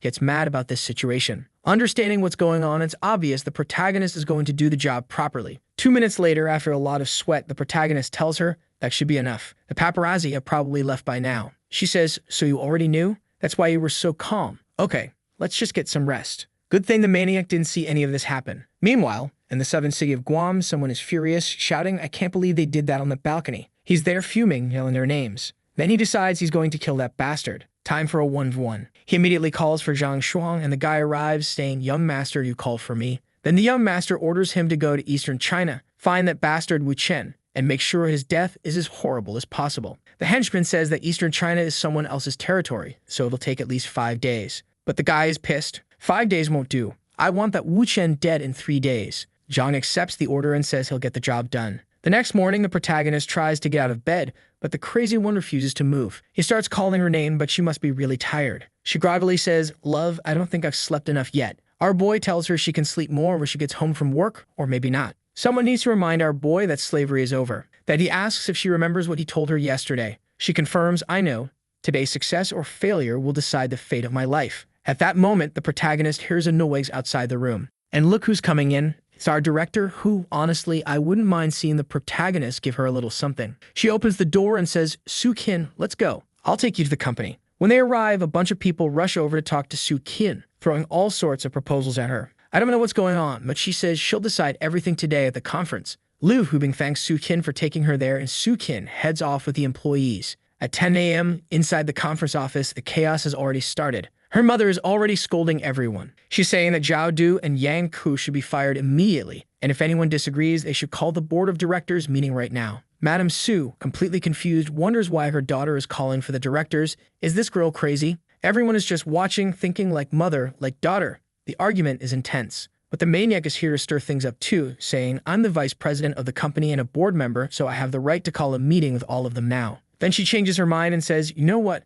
I'm the vice president, so there's no need to call anyone. Just fire both of them now. When this meeting is over, I'll inform HR and have them removed. Her mother slams the table angrily and asks, why are they being fired? What's the reason? And worse, if this gets out in the news, it'll seriously impact the company's reputation. We can't afford the consequences. But our protagonist had already anticipated this happening and had told her, when she starts arguing about the layoffs, just say you're firing them because of this and handed her something. Our crazy girl says there's a reason for their dismissal. 5 years ago, one morning there was a major robbery in one of the companies in eastern China. It was strange because it had one of the best security systems. And after that store was robbed, our company has been questioned ever since. Since that incident, our stocks have dropped by over 40 billion. Me to fire these two to show the world that our company is back and is taking responsibility for all the damage caused. And the only way to do that is by firing the head of the security department. Then her mother says, all right, you can fire Xiao Du, but why are you firing Yang Ku as well? Are you just using him as a scapegoat too, to take the blame off the company? Her daughter says he doesn't even work for the company anymore, so why would he take the blame? Her mother asks, what are you saying? Stu Kian says, he's just your personal bodyguard. I've never even seen him do any work here. Or am I wrong? Her mother realizes that this isn't about control anymore. Su Kin is just openly rebelling now. She slams the table again and says she wants a board meeting tomorrow. The scene shifts to our director's company. She's asking the protagonist, what are you doing here?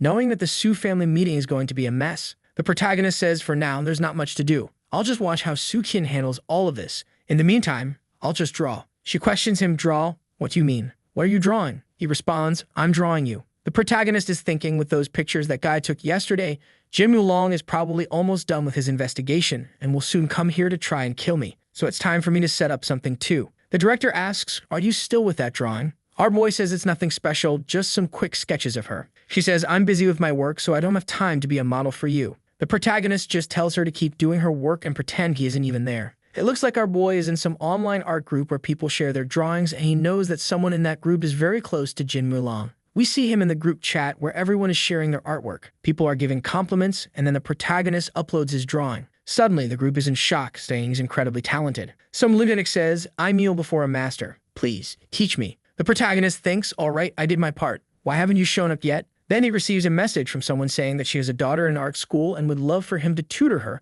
because she saw his drawing and thinks he's very talented. The protagonist recognizes the username of this woman. She's someone close to Jin Mulong. Not only that, but she studied with Jin Mulong, and among all the women he has around him, she's the most special one to him. At this point, I already know our unstoppable boy is going to target her too. I would not want to be the enemy of this protagonist. And apparently, this woman has a daughter with Jin Mulong that no one knows about. And now the girl is 14 years old, which means he's talking to the mother of Jin Mulong's illegitimate child. The mother is asking him to evaluate her daughter's drawing. The protagonist looks at the drawing, but we don't even get to see what he saw. Then he says that she has more talent than most of the people in that group. The mother thinks, that's great. It looks like my persistence paid off. My daughter really is talented. Then she asks what the teacher does and if he's in Shanghai. The protagonist thinking, this is way too easy. Then the mother offers the protagonist 2,000 yuan to help her daughter improve her art skills. He thanks her for the offer but leaves his response vague without answering. She asks if there's a problem and what's wrong. Then he says, since we had this fateful encounter, let's discuss the details later.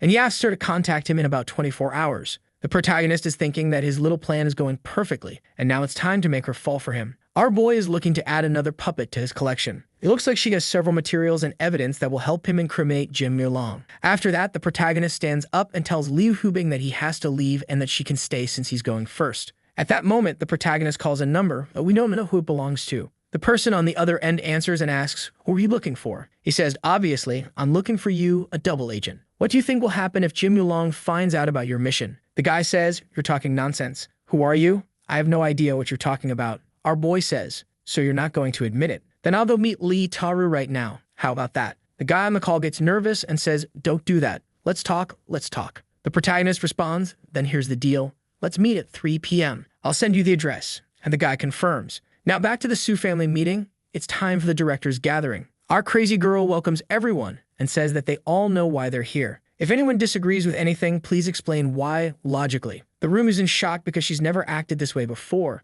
but of course it's all part of the protagonist's plan. Her mother claps her hands and says, not bad, not bad. You really impressed your mother today. But obviously none of this is feasible. It just isn't. There's no way. Zolder has been with the company for over 10 years. He started as a factory security guard and worked his way up to senior officer. Not to mention that he has always been hardworking and professional, rarely making any mistakes. If we fire such an exemplary employee, all the other employees will turn against the company. The directors nod in agreement, saying she makes sense. Her mother, now more confident, thinks that if Su Kin doesn't have a solid argument, she's done for. She continues, and if you fire this guy, he'll likely attract media attention. If the media starts hovering around the company and sees this termination, it could even impact stock values. Now everyone starts agreeing with her. But our protagonist, crazy girl, says, this kind of discussion isn't going to lead anywhere anyway. So let's do this.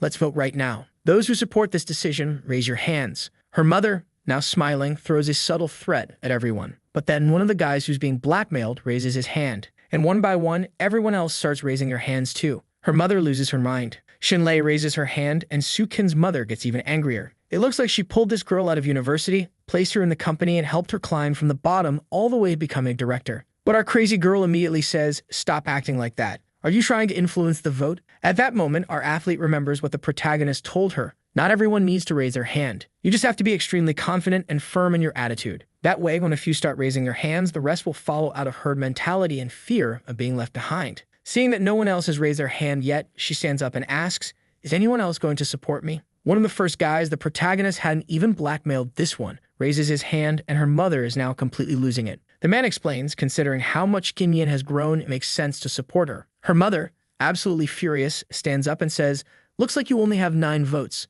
That's still not the majority. I'd want to see who has the guts to cause me trouble. Based on how the board of directors works, she still needs one more vote. People look hesitant, and she has a little flashback of the protagonist telling her the key isn't controlling the board of directors, but making your mother give up. Now it's time for the final move to secure victory. She turns to her mother and says, are you sure you want to do this? Her mother glares at her and says, I will do as I please. I'm your mother. Do you think I don't control you anymore? But our girl continues, you may not support me, but you are the president's wife and everyone here listens to you. If this is in my best interest, the best interest of the family, and the best interest of the company, then what exactly are you doing today? How long are you going to let the other families laugh at us? Her mother starts thinking, if I don't let my daughter's plan succeed now, the company will probably split into 2 factions, and that will affect the entire family, as the division will likely lead to internal disputes that will hurt business as a whole. Considering how low the stock prices already are, bankruptcy is even a possibility. Her mother, filled with rage, stands up and storms out of the room, questioning what has happened to this family. Sukin asks one more time, who else supports me? With the director out of the room, everyone raises their hands in agreement.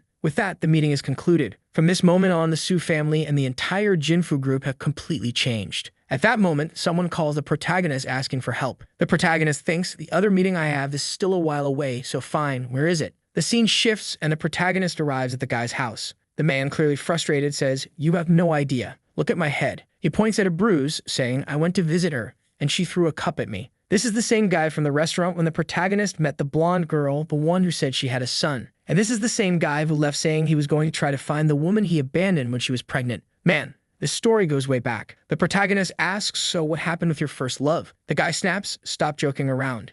You have no idea. She threw a teacup at my head and kicked me out. Do you have any idea what I need to do for her to accept me? Our boy, as always, tells him, relax.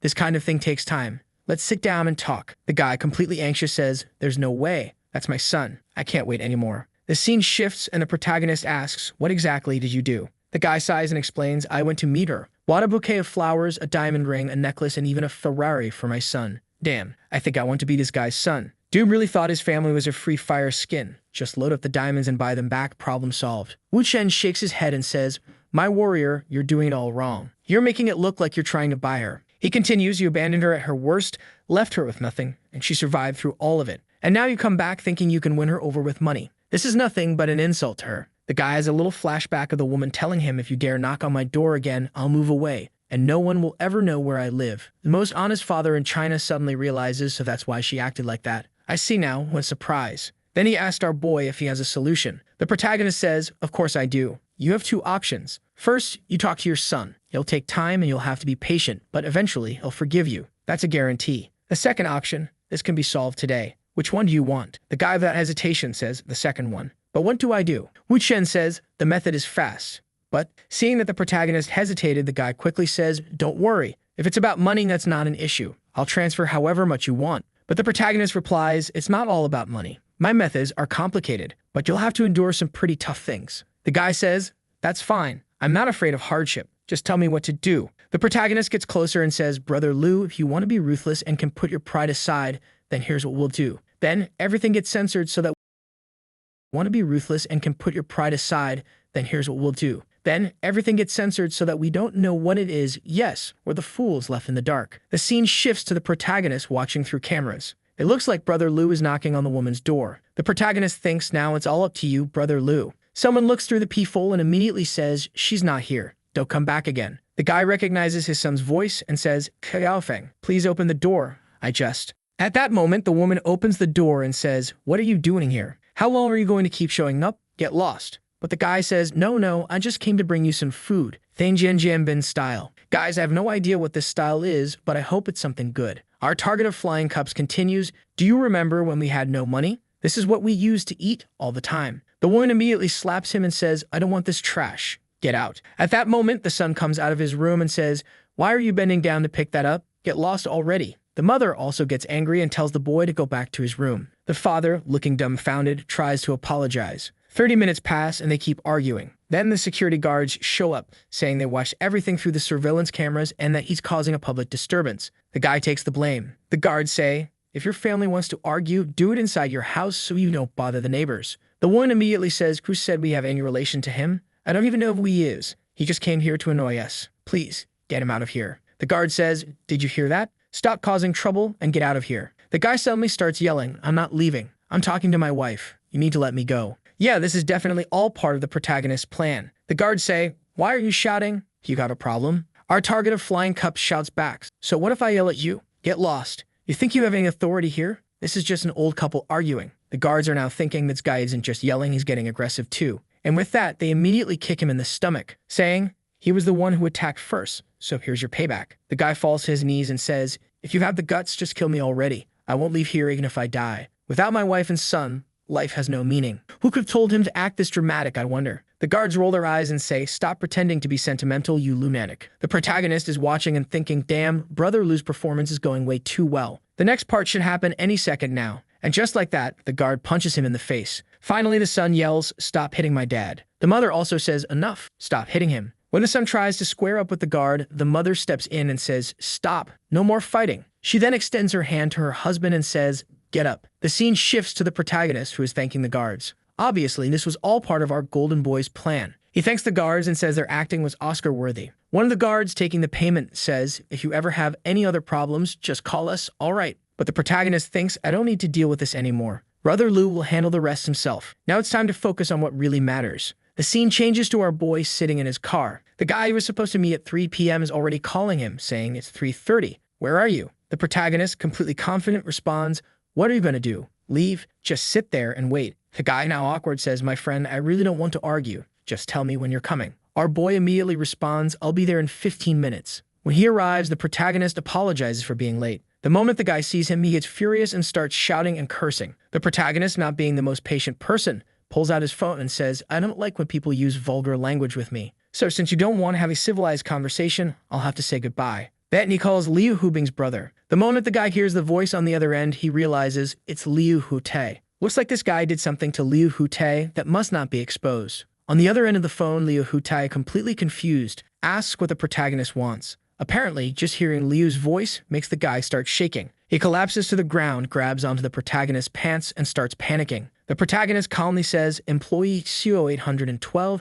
this person is under your command, right? Then he turns to the guy, smirking, and asks, now, can we have a proper conversation? The man speaks, yes, bro, you are my brother. More than that, you are my uncle. Let's go upstairs now and talk about whatever you want. Lu Hubei's brother is still on the phone, freaking out, waiting for the protagonist to speak with him. Wu Chen answers and says, sorry, you have some business to deal with your sister. Then Lai Hute responds, yeah, I have something to take care of here. Wu Chen comments, if you have anything going on, just tell me. I'll help you right now. At this moment, the protagonist thinks the timing is perfect. He's going to need the influence of a certain Lu Guanyin to make things easier. And Hute agrees.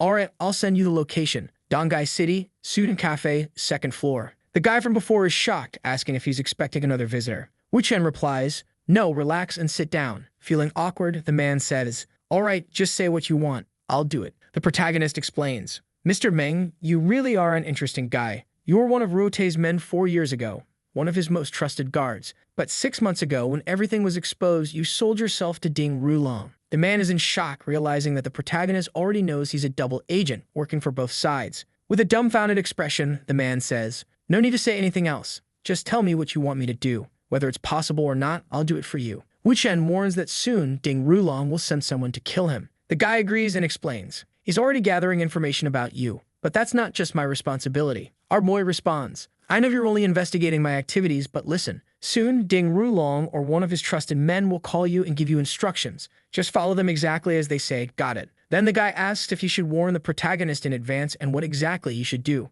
Our boy, all confident, sipping his tea, says, just do what they tell you. Don't inform Liu Ruotai or anyone else.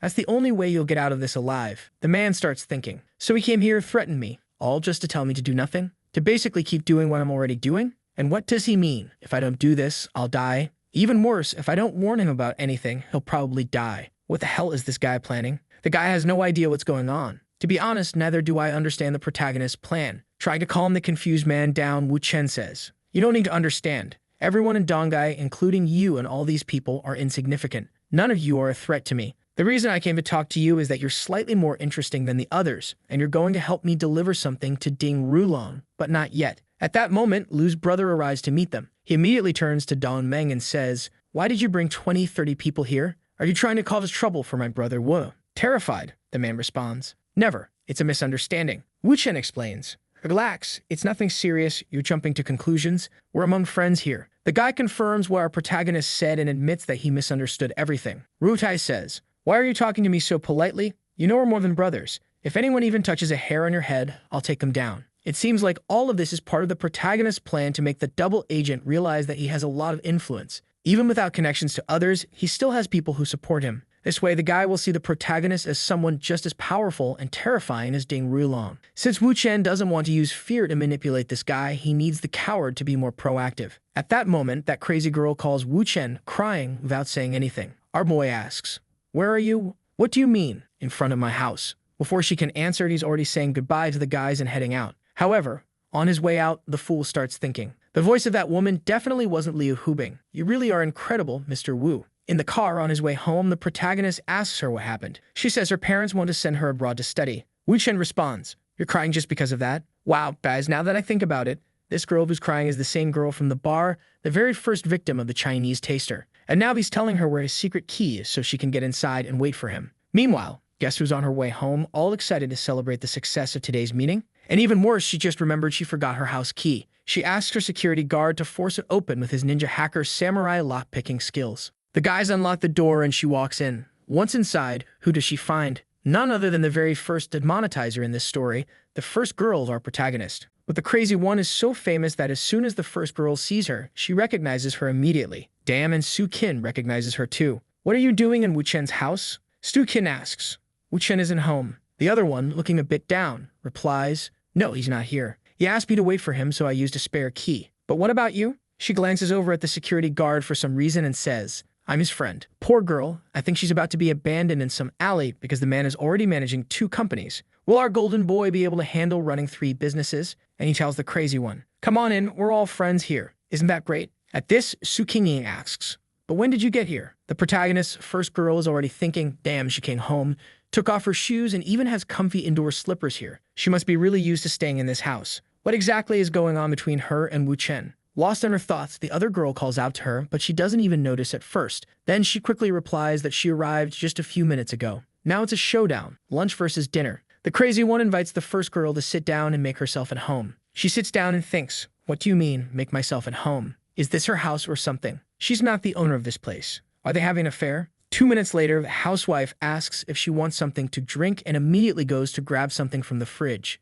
At that moment, the first girl realizes the other one knows exactly where the drinks are and is completely at ease. They must have been living together for a while. With the patience of a monk but the urgency of someone desperate, she asks, are you in some kind of intimate relationship with Wu Chen? But the crazy one responds with another question. And what about you? The protagonist's first girl is completely lost. This girl didn't even answer her question, just threw another one back at her. However, considering her background, being from the elite of the most beautiful China ever, and the fact that she didn't deny it, something is definitely going on. That realization shocks her. Meanwhile, the crazy one, who only acts naive when she's with Wu Chen, is thinking, it seems like she was completely thrown off by that question, huh? Looks like she's not a threat at all. She turns to the first girl and asks, when did you and Wu Chen have a thing? The first girl, feeling awkward and a bit nervous, replies, a few days ago. The crazy one says, so it was before me? Then I should call you sister. Right. What do you mean sister? The first girl responds. The crazy one tells her they'll get along just fine and asks her to relax. Meanwhile, the protagonist is stuck in traffic.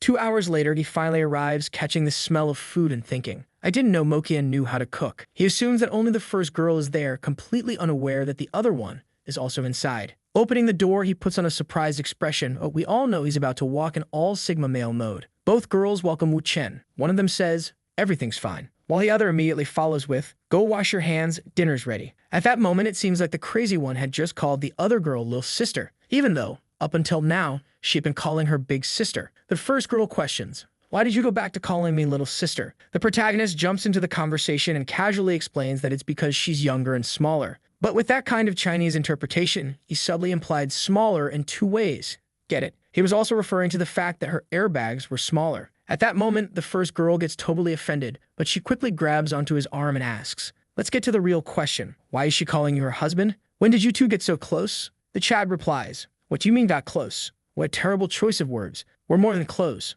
Still persistent, she insists, "Stop playing around and just tell me already." That's when the crazy one steps in between them. "Stop arguing and go wash your hands before the food gets cold." The other girl kept insisting on this whole younger sister and older sister thing, clearly upset about being called young again. Then we see the dinner scene. Soon the businessman asked, "How was the meeting?" He already had a pretty good idea of the outcome since the plan was flawless, but he was still curious to hear what actually happened. She answered, "It went exactly as my husband predicted. You could say it was a perfect hit without a single difference." The first girl, looking like a lost puppy, immediately said, "Wu Chen, I don't mind you two making out in front of me, but are you really not going to tell me anything?" The boy replied, Didn't my wife already answer you? Why don't you try guessing then?" She shot back, "So you're really not going to tell me? Fine, then I'm not going home tonight." We all know that a bed wouldn't be able to handle the weight of 3 people that night. The protagonist quickly commented, "You're not? Well, we do have an extra room." The first girl, who had been acting all bold, asked if the crazy one was going to leave. The crazy one immediately replied, "No, I'm not leaving either. Looks like she had an evil plan." "That's what you're saying now? Don't blame me later," the protagonist warned. Later, when it was time for some sleep, everyone was already in their pajamas. The crazy one said, "You can sleep over there for now. We have to wake up early tomorrow and head to the office. Let's all just rest." The other girl responded, "Okay." Now the first girl, feeling a little bolder, ran to their bed, sat down, and declared, "I want to sleep here." The crazy one, who wasn't even into these kinds of shenanigans, replied, "Fine by me," and sat down next to her. The protagonist, full of confidence, crossed his arms and said, "All right then, let's all sleep together." Thankfully, he had bought a big enough bed to fit 3 people. The first girl, who had no idea what kind of madness she was getting herself into, even blushed. But the next morning, everyone woke up peacefully. No one knew what had actually happened. Everyone was fully dressed and everything seemed fine. Even the translator left an angry note saying that bastard is enjoying all of life's blessings at once. The first girl commented, "Wow, last night was so exhausting. I just want to sleep a little longer." With that comment, everyone could only conclude that the guy was a machine. Right after that, Wu Chen received a phone call. Someone on the other end said, "Come to the company now." He asked what happened. The person answered, "My father is coming to the company." So he questioned, "What's the rush?" Guess who it was? It was the director telling him, "Come quickly. I won't ask again. If we mess up this time, everything we've been working for will be lost." Wu replied, "All right, I'm on my way." Apparently, it took the boy 40 minutes to arrive. When he got there, she barely had time to put her dress on and asked Wu to zip it up for her, urging him to hurry because they were already late. And so the two walked in hand. The boy looked like a striker heading into the 3rd round. When they arrived, the protagonist's girlfriend's brother, Liu, was already speaking. "Big bro, you're only showing up now. My father's been waiting for you here for a while. Where's your respect?" Wu Chen's girl questioned her father, asking why he had arrived unannounced. She expressed that they weren't prepared for his visit. However, her father's expression didn't show any happiness. He responded by questioning the need for a warning. "Do I need to give notice just to see you face to face?" She, feeling uneasy, simply wanted to understand the reason for his sudden visit, stating that he usually didn't act this way. Then the father started criticizing her, claiming she didn't know how to take care of her younger brother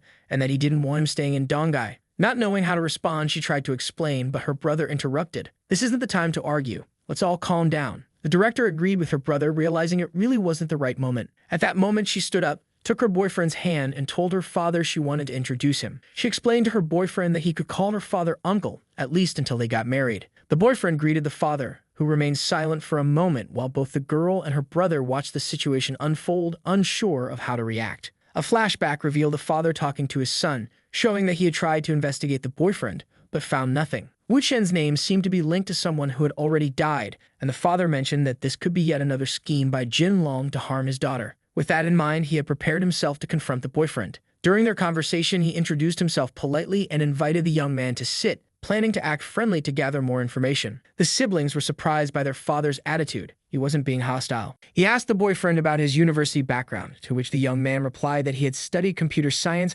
highlighting his strong academic performance. The father complimented him but remained skeptical, suspecting that his answers were perfectly aligned with what little they had managed to find about him. This meant the boyfriend needed to adapt his approach as things weren't flowing as expected. Then the father asked about his hobbies. Wu Chen playfully responded that he had many, so it would be easier to ask which ones he didn't have. It listed calligraphy, art, music, kickboxing, cars, and weapons. The father was shocked upon hearing that he liked weapons and immediately questioned why. The young woman thought her boyfriend had made a mistake, considering that her family already had a shaky reputation. She wondered how her father would ever believe that someone from a family like hers had any reason to know about firearms. However, Wu Chen explained that when he was younger, he had always been interested in weapon design, and while studying computer science, he had the opportunity to create 3D models of firearms. The father then turned to Lai Huite and asked if he had a gun on him. Caught off guard, the young man confirmed that he did and handed over a Glock to the father. The father then questioned Wu Chen about the gun, and demonstrating his expertise, the young man began explaining its details. Type 94, designed to replace the Type 54, developed and produced in '94, hence the name. Also, due to the reduced rotation block, it has lower recoil. The father, who had served in the military, observed closely, analyzing every word. Meanwhile, Wu Chen wondered if the man was trying to be impressed by his knowledge of firearms. The father continued reflecting on the boyfriend's intentions, still not entirely sure what was going on. As for the director, she seemed completely oblivious to everything happening around her. Wu Chen, already setting up for the grand finale, lifted the gun and said, "If I'm not wrong, judging by the weight right now, there should be about 6 bullets inside." And he was spot on, 6 bullets. The director was in shock, thinking, that bastard, to determine the exact number of bullets in a gun, just by holding it means he's handled one many times before. How the hell is he exposing himself like this? The father, hearing this, started to reflect. He got caught up in his own words. He's probably been lying this whole time. He said he didn't know much about guns, that he had never handled one before, and now he's guessing bullet weight. He's obviously trying to appear extraordinary so that I'll accept him as my daughter's boyfriend, but at the same time, he could bring disaster to Dongai. And now this has become a bigger problem. Why is Hubing trying to put a special forces guy at her side? At that moment, he started thinking that his daughter might already be preparing to be taken over. After all these thoughts, he finally spoke to the protagonist. Him.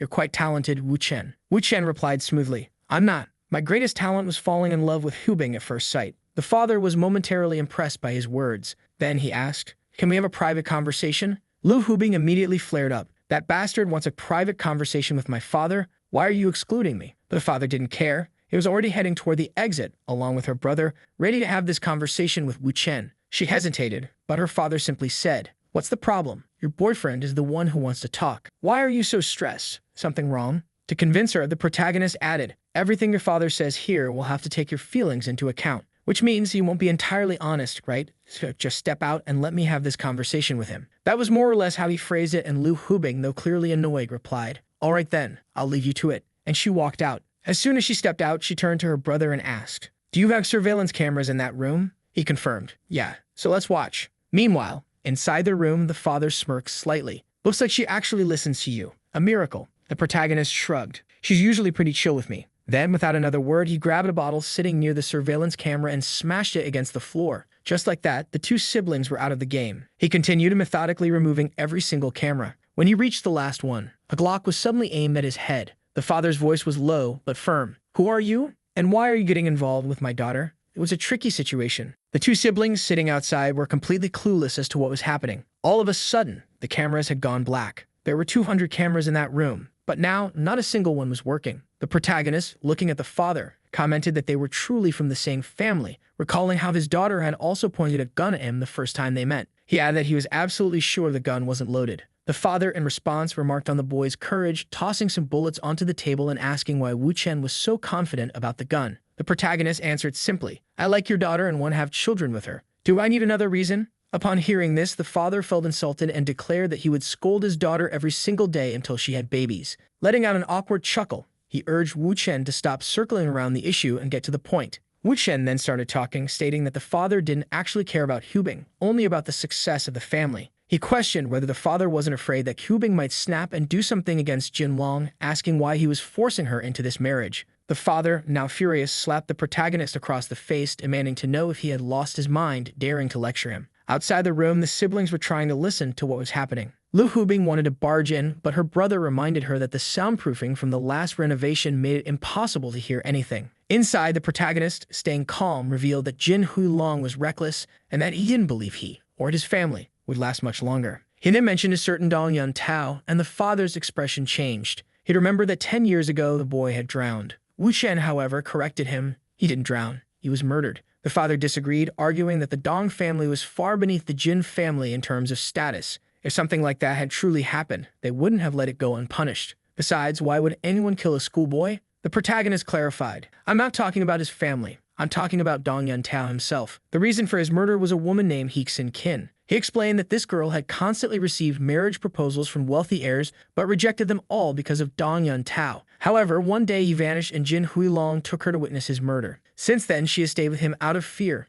knowing that if she ever spoke about what happened, she would be killed too." The protagonist then dropped the real bombshell. "I have contact with her, and she is ready to testify against Jin Huilong." The father, now completely shocked, asked Wu Chen what exactly he was planning. Wu Chen calmly reassured him, "Don't worry, I know exactly what I'm doing." The father started to think carefully. Whether they liked it or not, their family was allied with the Jin family. If a problem erupted, they would technically be expected to take Jin's side. Besides, the Jin family had only been growing stronger over the years. Starting a war with them wasn't a good idea. Then Wu Chen brought up a crucial point. As long as she doesn't marry him, the alliance isn't fully secured yet. At that moment, the father began to suspect that Wu Chen had been sent by a rival family to disrupt the Jin family's alliance with his own. Meanwhile, outside, the director was already holding a drill in her hands, planning to drill into the wall to install a listening device. Her brother warned, "Even if the room is soundproof, they'll hear that thing spinning against the wall." She snapped back, "Then figure out another way for me to listen in. I need to know what they're talking about in there." Back inside, Wu Chen continued explaining his plan. He said that he was going to set up her brother, Lai Hute, with a girl who had just graduated from university, Dong Yao Q, from the Dong family. He wanted to arrange a fake marriage between them to get Hubing out of the entire mess.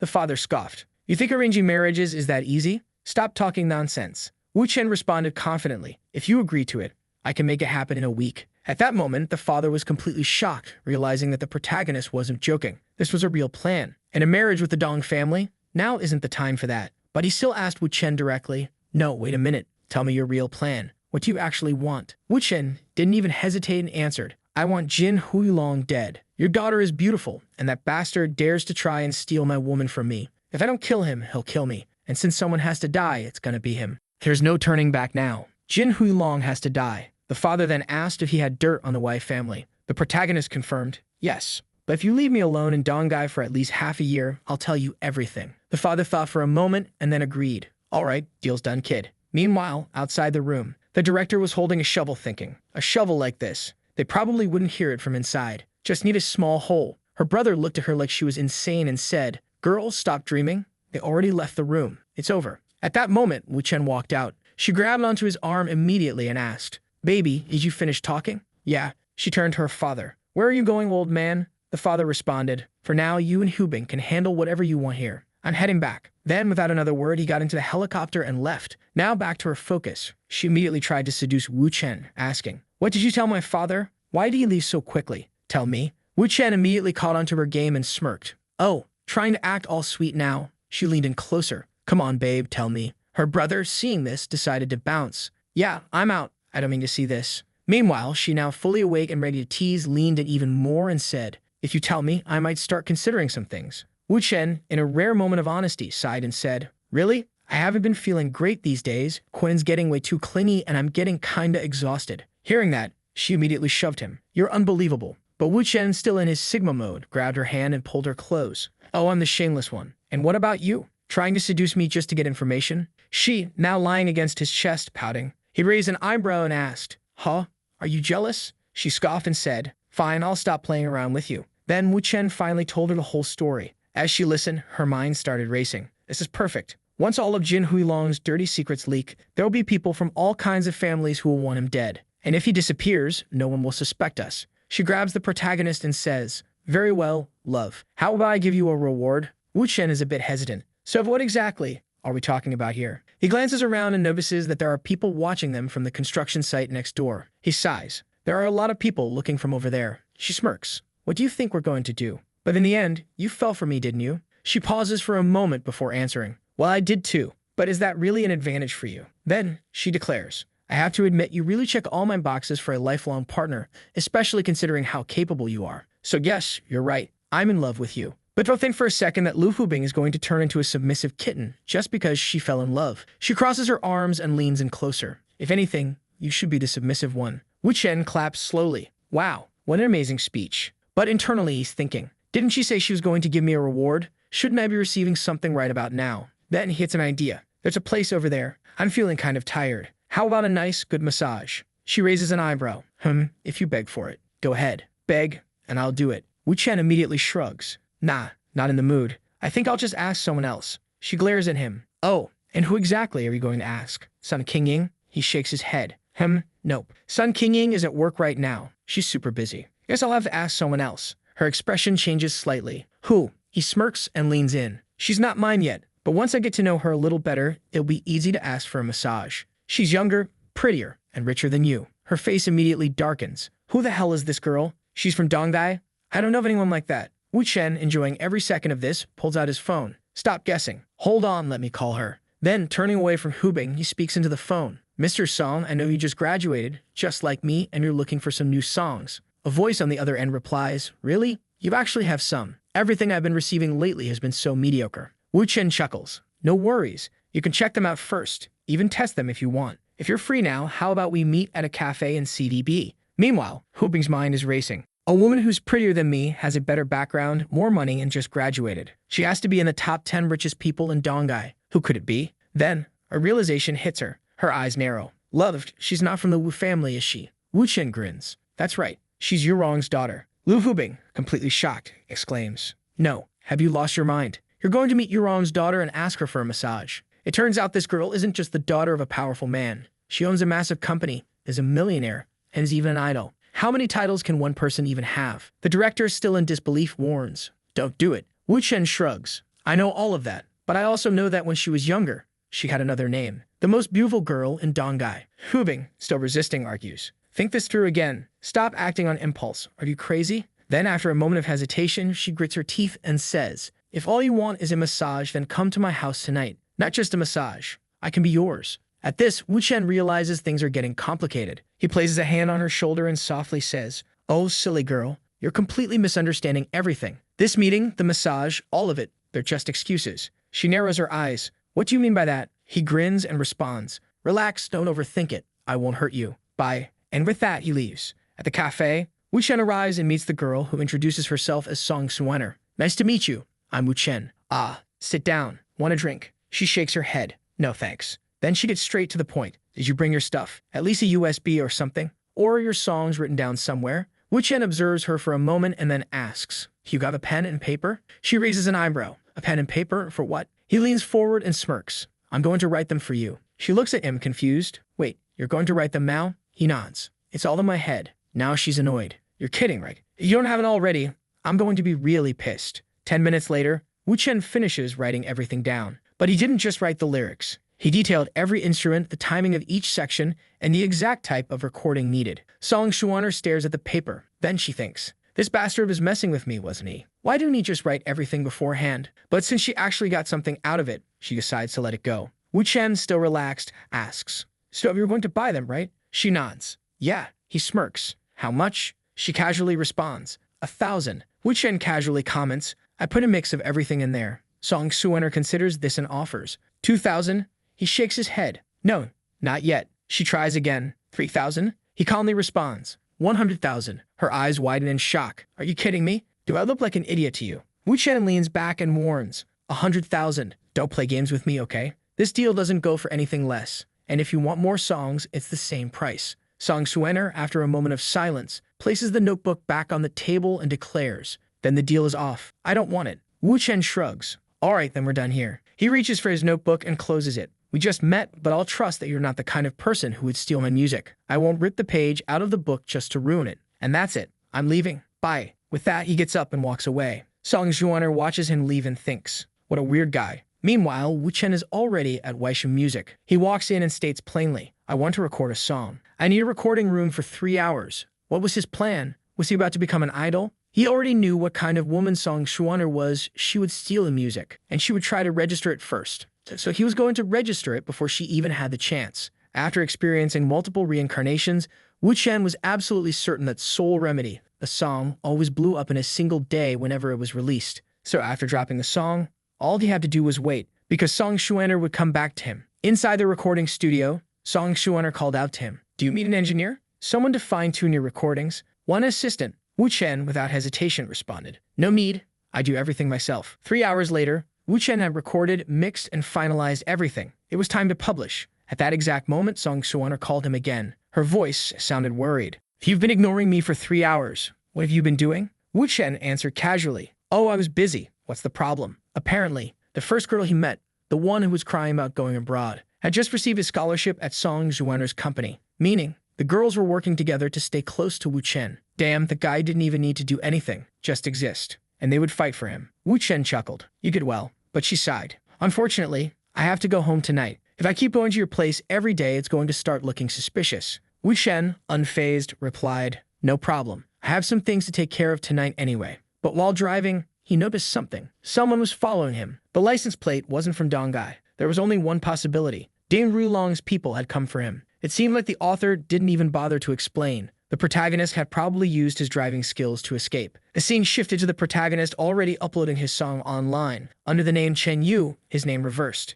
The idea was for the girl to notice that he had released the song and that it had exploded in popularity. The next day at 7 a.m., the protagonist went to his PC to check how his song was performing. However, as he looked around, he noticed something was off about his house. Everything was in different positions. The protagonist figured that there was probably already a camera or something watching him. And since they wanted to play, then let's play. The protagonist called a certain Lady Lai and said, "Hey, there's nothing going on over there. Don't you want to meet up today?" She replied that she was about to call them to talk about Sung Shuang and said, "I'll be at the company before 9. Already in the car, he reflected on the high probability of something happening, but everything was under control. Accelerating the car, he cut through the asphalt. The men surrounded him with 2 trucks and a car behind him, crushing and blowing up the protagonist's vehicle. He had already memorized all their license plates and woke up in bed on the same day thinking, "Now it's my turn to have some fun." He called Lai Huday and said, "Listen up, Jin Huilong's men are in town. There are 2 trucks with plates X, Y, and Z and an RV with plates A, B, and C. They're near my house and are going to make a move soon,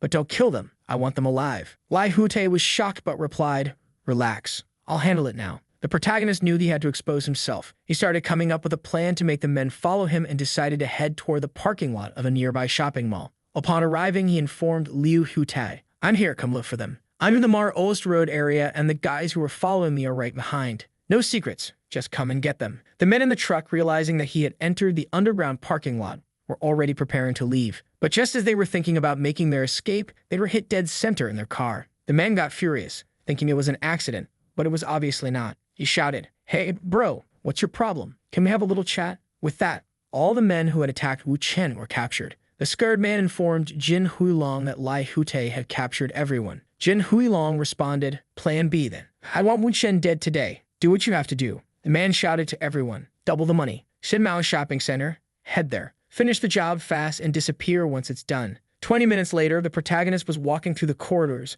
while someone spoke to him on the phone saying, "We captured them. Where are you?" He replied, "I'm at Sinmao Shopping Mall." "Why?" The person said, "Listen to me. Get to a crowded place." "I'm on my way." The protagonist replies, "Of course, my dear Lai." It seems like he's talking to the director. Noticing that one of the cameras has already been cut, he knows there are more people lurking nearby. And just as the elevator doors close, a man with a weapon appears, ready to attack. The protagonist, well-trained, doesn't hesitate. He grabs one attacker's wrist, delivering a punch to another's stomach. Both attackers come in with knives, but he dodges one and lands a solid punch on the other's face. The scene cuts. The director, worried, notices that he's not answering. The security guards inform her he's in the elevator. She, now anxious, asks, "What floor is the elevator on?" They respond, "It's at B1. Let's move." When the elevator doors open, a body is already on the ground. The protagonist, having defeated everyone, stands tall and imposing. The director, seeing him, gets emotional. He says, "Oh, my dear Lady Lai." She, surprised, replies, "Huh? What?" He continues, "Hold on, I'm all dirty. You'll get your clothes messy." She questions, "How do you still have the energy to talk?" "You need to get to the hospital right now." He counters, "Hospital for what?" She insists, "You're covered in blood. Where's the wound? Tell me." She grabs him, trying to find the injury. He teases, "Looks like you're taking advantage of my injuries just to touch me, huh? Since you're having fun, I guess I'll have fun too." And he starts squeezing her back. The protagonist doesn't stop. He just took down 50 goons and is still standing strong. She, now realizing the situation, says, "Wait a second. You fought off 6 armed guys by yourself and didn't get hurt." "Holy," he responds. "Yeah, but now my clothes are dirty. I need to take a shower, so I'm heading out. But first, I need to do something." He picks up the phone from one of the unconscious men and snaps a picture of all of them knocked out. Then he makes a call. "Laudel, where are you guys? Did you finish the job?" He adds, "I sent you a picture. Did you see it?" The person on the other end asks cautiously, "Who are you? Why are you using Laudel's phone?" Wu Chen, completely unfazed, replies, "Relax. I just sent the photo." The protagonist says, "Send this to Ding Rulong and tell him his final days are coming." He tosses the phone onto another guy's lap and adds, "I want this one alive, got it? Call an ambulance for him." Then, turning to the director, he says, "Hubing, I need to leave Dongai for 2 days. I'm heading south." She immediately asks, "Are you going to kill Ding Rulong? Please don't go." But the protagonist cuts her off with a kiss and whispers, "This isn't the place for kissing. Let's go home and do whatever we want." Meanwhile, 2 girls are listening to music on the computer. One of them exclaims, "Damn, this is the #1 song of the week." The other nods, "Yeah, I heard it too. It's blowing up. Over 4,000 comments and not a single negative one. Even professionals are praising it." One of them thinks, "Wait a minute. This is the song that guy was going to sell me. That bastard." Holding her phone, she mutters to herself, "Shit, I need to call this Wu Chen guy and confirm if this is real." But at that moment, the protagonist is in the shower. Who picks up his phone? The director. Thinking it's someone from Ding Rulong's side, she immediately demands, "Who is this? Do you want to die?" The girl on the other end is shocked. "Wait, hold on. Isn't this Wu Chen's phone? I just wanted to talk to him about a song." Hoping frowns. "A song? Hurry up and say what you want. I'll pass it on to him later."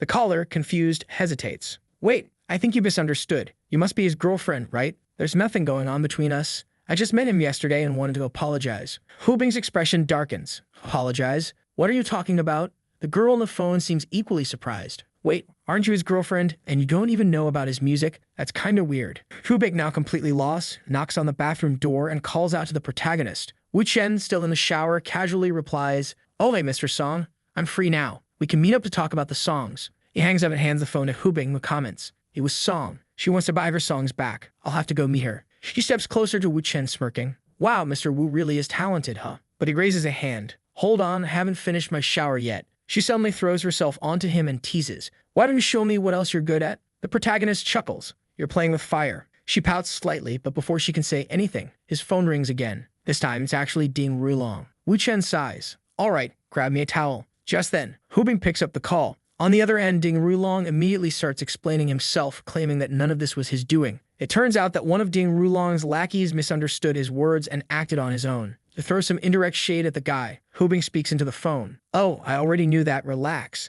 As if a bunch of weak and incompetent fools like them would actually work for you. They were completely useless. How could they possibly be men who follow the great Master Ding?" The protagonist, trying to capture the conversation on the call, casually says, "Who's that, babe? Is it that Ding Rulong guy?" She smirks and responds, "Yeah, it's that idiot." Oh my god, Jin Wulong is about to explode. Wu Chen smacks her thigh just loud enough for the guy on the other end to hear, and says, "What kind of language is that, babe? Watch your words." She pouts and plays along. "Ouch, don't hit so hard. Look, it's all red now." And the guy on the other end is hearing all of this. Just imagine his face right now. But they don't stop. Wu Chen, still enjoying himself, adds, "You know you made a mistake, right? Now, I'm gonna have to punish you." Hubing gasps dramatically. "I'm sorry, love. I won't say things like that anymore. No, punish me." At that moment, Ding Rulong completely loses it. He slams the phone down and kicks something hard. Hubing turns to Wu Chen and smirks. Well, he hummed up. That noise was probably his phone smashing against the floor. She tilts her head and wonders, "You think he'll die from that?" Wu Chen shrugs.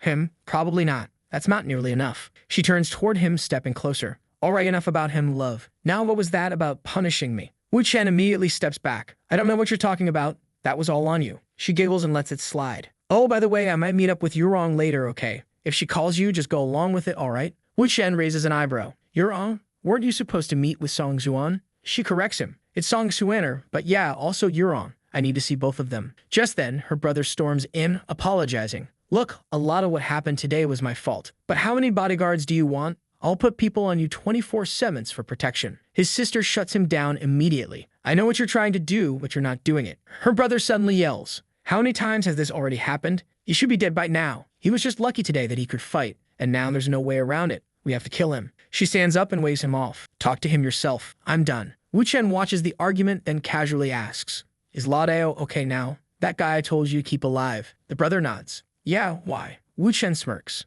"I need to have a little chat with him." The brother hesitates. "What are you planning to ask him?" Does he know something incriminating about Ding Rulong? Does he want him dead? Wu Chen nods. Of course. But here's the deal. You're coming with me to talk to Lado. But you have to promise your sister that you won't do anything stupid. Got it? He agrees. All right. If this helps take down Ding Rulong, then I'll listen to you. At that moment, the protagonist calls both of them over and informs them that he needs to leave because he has a business meeting. He is going to meet the music girl and someone is recording him from behind. Upon arriving, he greets Miss Song. Hello, Mr. Wu. He replies, Hey, Miss Song. She comments, Your family owns a small restaurant, right? He nods. Yeah, just a little ramen shop in a small town. The girl looks him over and casually remarks, Your girlfriend sounded like she was 40 years old on the phone. Are you her sugar baby? The reason you were trying to sell your song for so much was to get rid of her, right? That's why she didn't even know about the song, huh? What's the dish? Wu Chen stares at her, wondering if she's gone insane. But she keeps going. Why are you still smiling? This is unfair to you. You can't waste your talent on some older woman. My God, if you really want to make money, I'll help you. Look how successful your song Soul Remedy became. Now, so many companies will want to sign you. You'll definitely be a celebrity. The protagonist cuts her off. I'm not debuting and I'm not becoming a singer. Then he asks, Weren't you here to buy a song? She agrees and asks him to write another one for her. He sets the price at 10,000 and she accepts immediately. But then he adds, I also want 50% of the profits. The girl, unfazed, responds, No problem. As long as the song is at the same level as Soul Remedy, we have a deal. He asks for paper and a pen, saying that if the song doesn't blow up, he'll refund her money. Then he writes his song titled A Song for You. She lights up as she reads the lyrics. Suddenly, Wu Chen stands up, waves goodbye, and says, I have more things to take care of. Already in the car, he smirks to himself. Now that I've had the appetizer, it's time for the main course. And from the looks of it, someone is tailing him. The guys try to block his car, but he swerves expertly and escapes. The frustrated men call someone to report. We tried to stop him, but it didn't work. And worse, it seems like he knows you're looking for him, and he's heading to your company. The protagonist is already outside the building. A woman inside gives the order. Take him to the 13th floor. The men obey.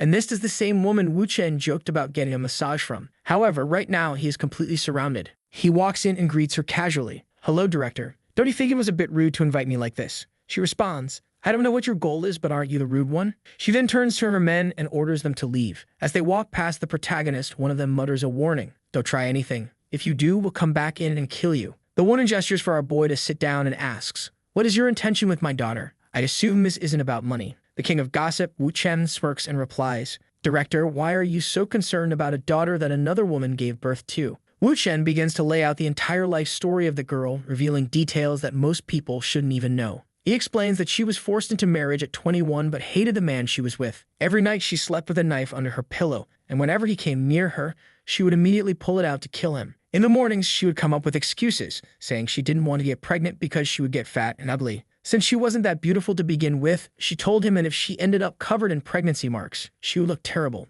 The man accepted her excuses, and over time, she convinced him to let another woman carry the child instead of her. What he never imagined was that after the child was born, she would deny everything she had promised. Not only that, but it seemed like she completely ruined his family, stole his company, and took everything for herself. Wu Chen exposed all of this, but she seemed completely unbothered. She simply replied, You know that Dong Chengding is dead, so if you got something else to say, just say it. But let me warn you, even though I didn't give birth to her, she has my blood. Wu Chen paused for a moment confused. How does that work? If you didn't give birth to her, she doesn't have your blood. But whatever. The protagonist continues, Stop assuming I want something with your daughter. You should have realized by now that my focus isn't on her. I have things to discuss with you. She flips her hair back and casually comments, Oh, you ambitious young men. Mysterious, huh? So can I know what kind of thoughts you have about me? Wu Chen sighs. It's complicated. It might even seem like it's coming out of nowhere, but Director Wu, you're always surrounded by bodyguards, so I had to use these methods just to meet you. She stands up and tilts her head. Complicated? How can a discussion between adults be complicated?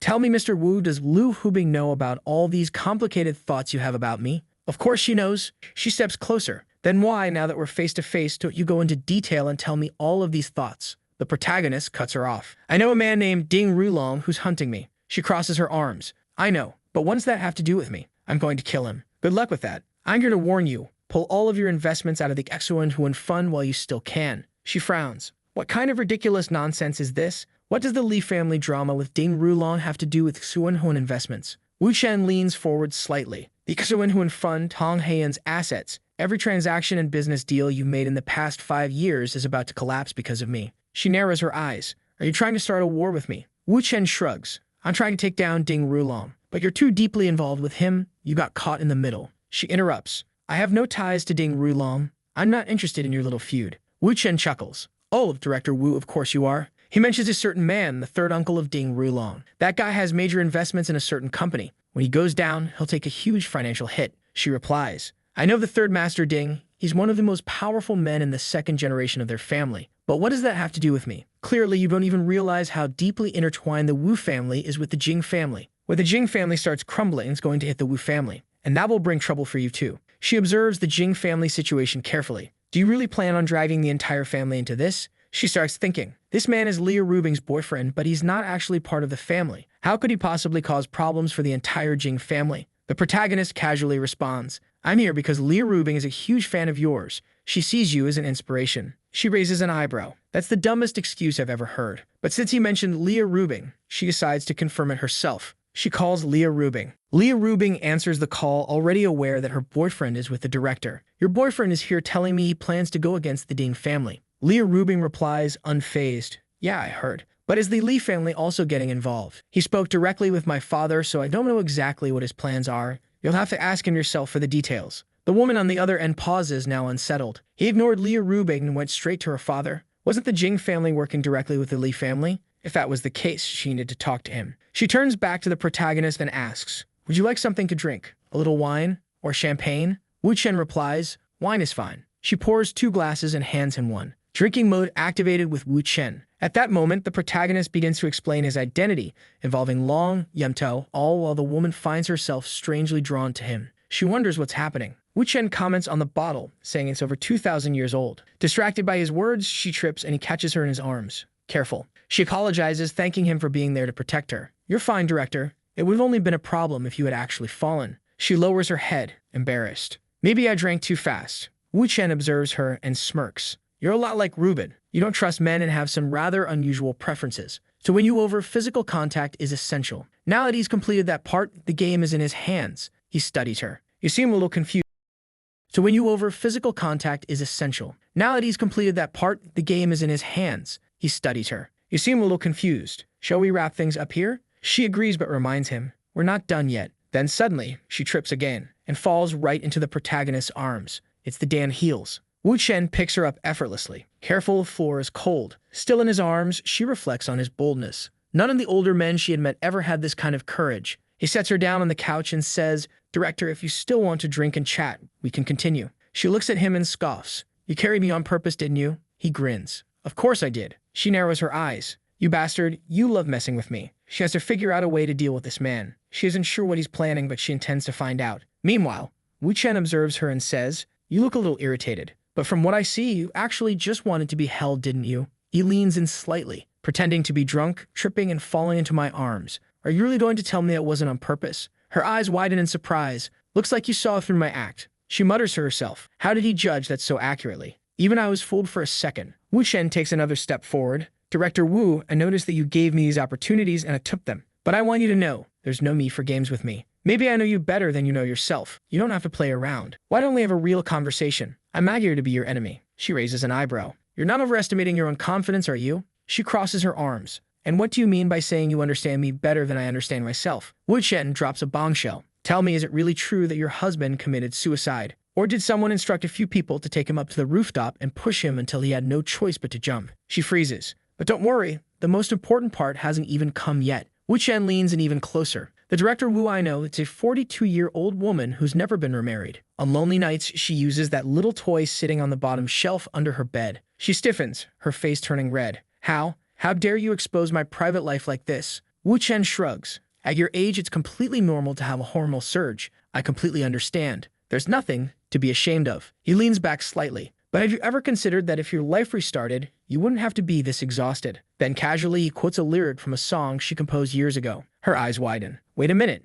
That sounds like something I wrote 12 years ago when I was drunk. I never released that song. The only person who knows about it is me. Wu Chen raises his glass. Want another drink? She stares at him, completely shocked. Who are you? Even though she acknowledged that Wu Chen had an insane past and was clearly an extremely powerful person, there was no way he could know all of this. What kind of power is this? This level of knowledge is beyond comprehension. It's too mysterious. It was already too late. The protagonist continued, exposing even more of her past actions. He mentioned that she had stolen a clothing line from the Song family at some point. He reaffirmed that he understood her better than she understood herself, but reassured her, "I'm not here to be your enemy." Now she was at a crossroads. Her logical mind had already calculated two possible choices. One, eliminate him now before anyone else could find out what he knew. Or two, develop a closer and more intimate relationship to take advantage of his abilities. However, there was a problem. Wu Chen was too mysterious. She had no idea where he came from or who he was connected to. Making him disappear wasn't an option. That only left one alternative. At the very least, he was young, not bad-looking, and had an attractive physique. She turned to him and said, "Since we're not going to be enemies, let's get back to the main topic. You really can't seem to stay away from the Ding family, can you?" Wu Chen responded calmly, "I'll explain my plans soon, and when I do, I hope you'll join me. If that happens, not only will you be safe, but your career will advance even further." She chuckled. "Mr. Wu's working so hard for Miss Lai Hubing, but just now you were treating me like a princess. Aren't you afraid she'll get jealous?" Wu Chen casually dropped a bomb on the table. "Su Qinyan is also my woman, and Leah Rubing doesn't care. She's not a small-minded woman." The director paused, now processing something else entirely. That would explain all the recent confusion among the board of directors at Jinfu. So this is what's really happening. If that's the case, then even if I do something, I won't be seen as some homewrecker in their relationship. Leah Rubing must have already made peace with this situation. She stretched out her leg and glanced at him. "I'm tired of drinking. Why don't you come over to my place for some tea? Maybe that'll refresh us." Wu Chen picked up her shoe and slid it onto her foot. "If you want tea, then let's go have tea." As they stepped out, she asked, "How much time do you have?" "Time? Plenty." He pulled her in and kissed her. "Stop trying to control the situation. This is something that should be initiated and handled by a man." Her expression was impossible to ignore. The tension escalated. Then something unexpected happened. Wu Chen picked her up and placed her on the bed. As he started unbuttoning his shirt, she murmured, "Go easy." And after a long, intense night, everything finally settled down. The next morning, he arrived home, and waiting for him was the very girl he had sold the songs to. "Mom, where are you? You scared me. You weren't answering your phone." The mother sat up in shock, immediately turning to Wu Chen. "Get out now. My daughter's back." Wu Chen darted out of sight, slipping under the bed. As the daughter looked around, she opened the bedroom door, only to find no one there. However, Wu Chen's shoes were left right by the entrance. That was proof that he was still around. Hiding beneath the bed, Wu Chen smirked. The girl misunderstood the situation, thinking she had a burglar in the house. Meanwhile, Wu Chen was just lying there smiling. Just then, her phone rang. It was Director Wu, and strangely enough, she had Wu Chen's phone. "Why do you have his phone?" "He left it next to me." The director frowned. "Yushin tried calling him this morning, but that's not what happened." "Then why is he there? Did you two meet up?" The girl casually answered, "Yeah, we're at my house." The director's voice changed. "Wait, the director spent the night at your place?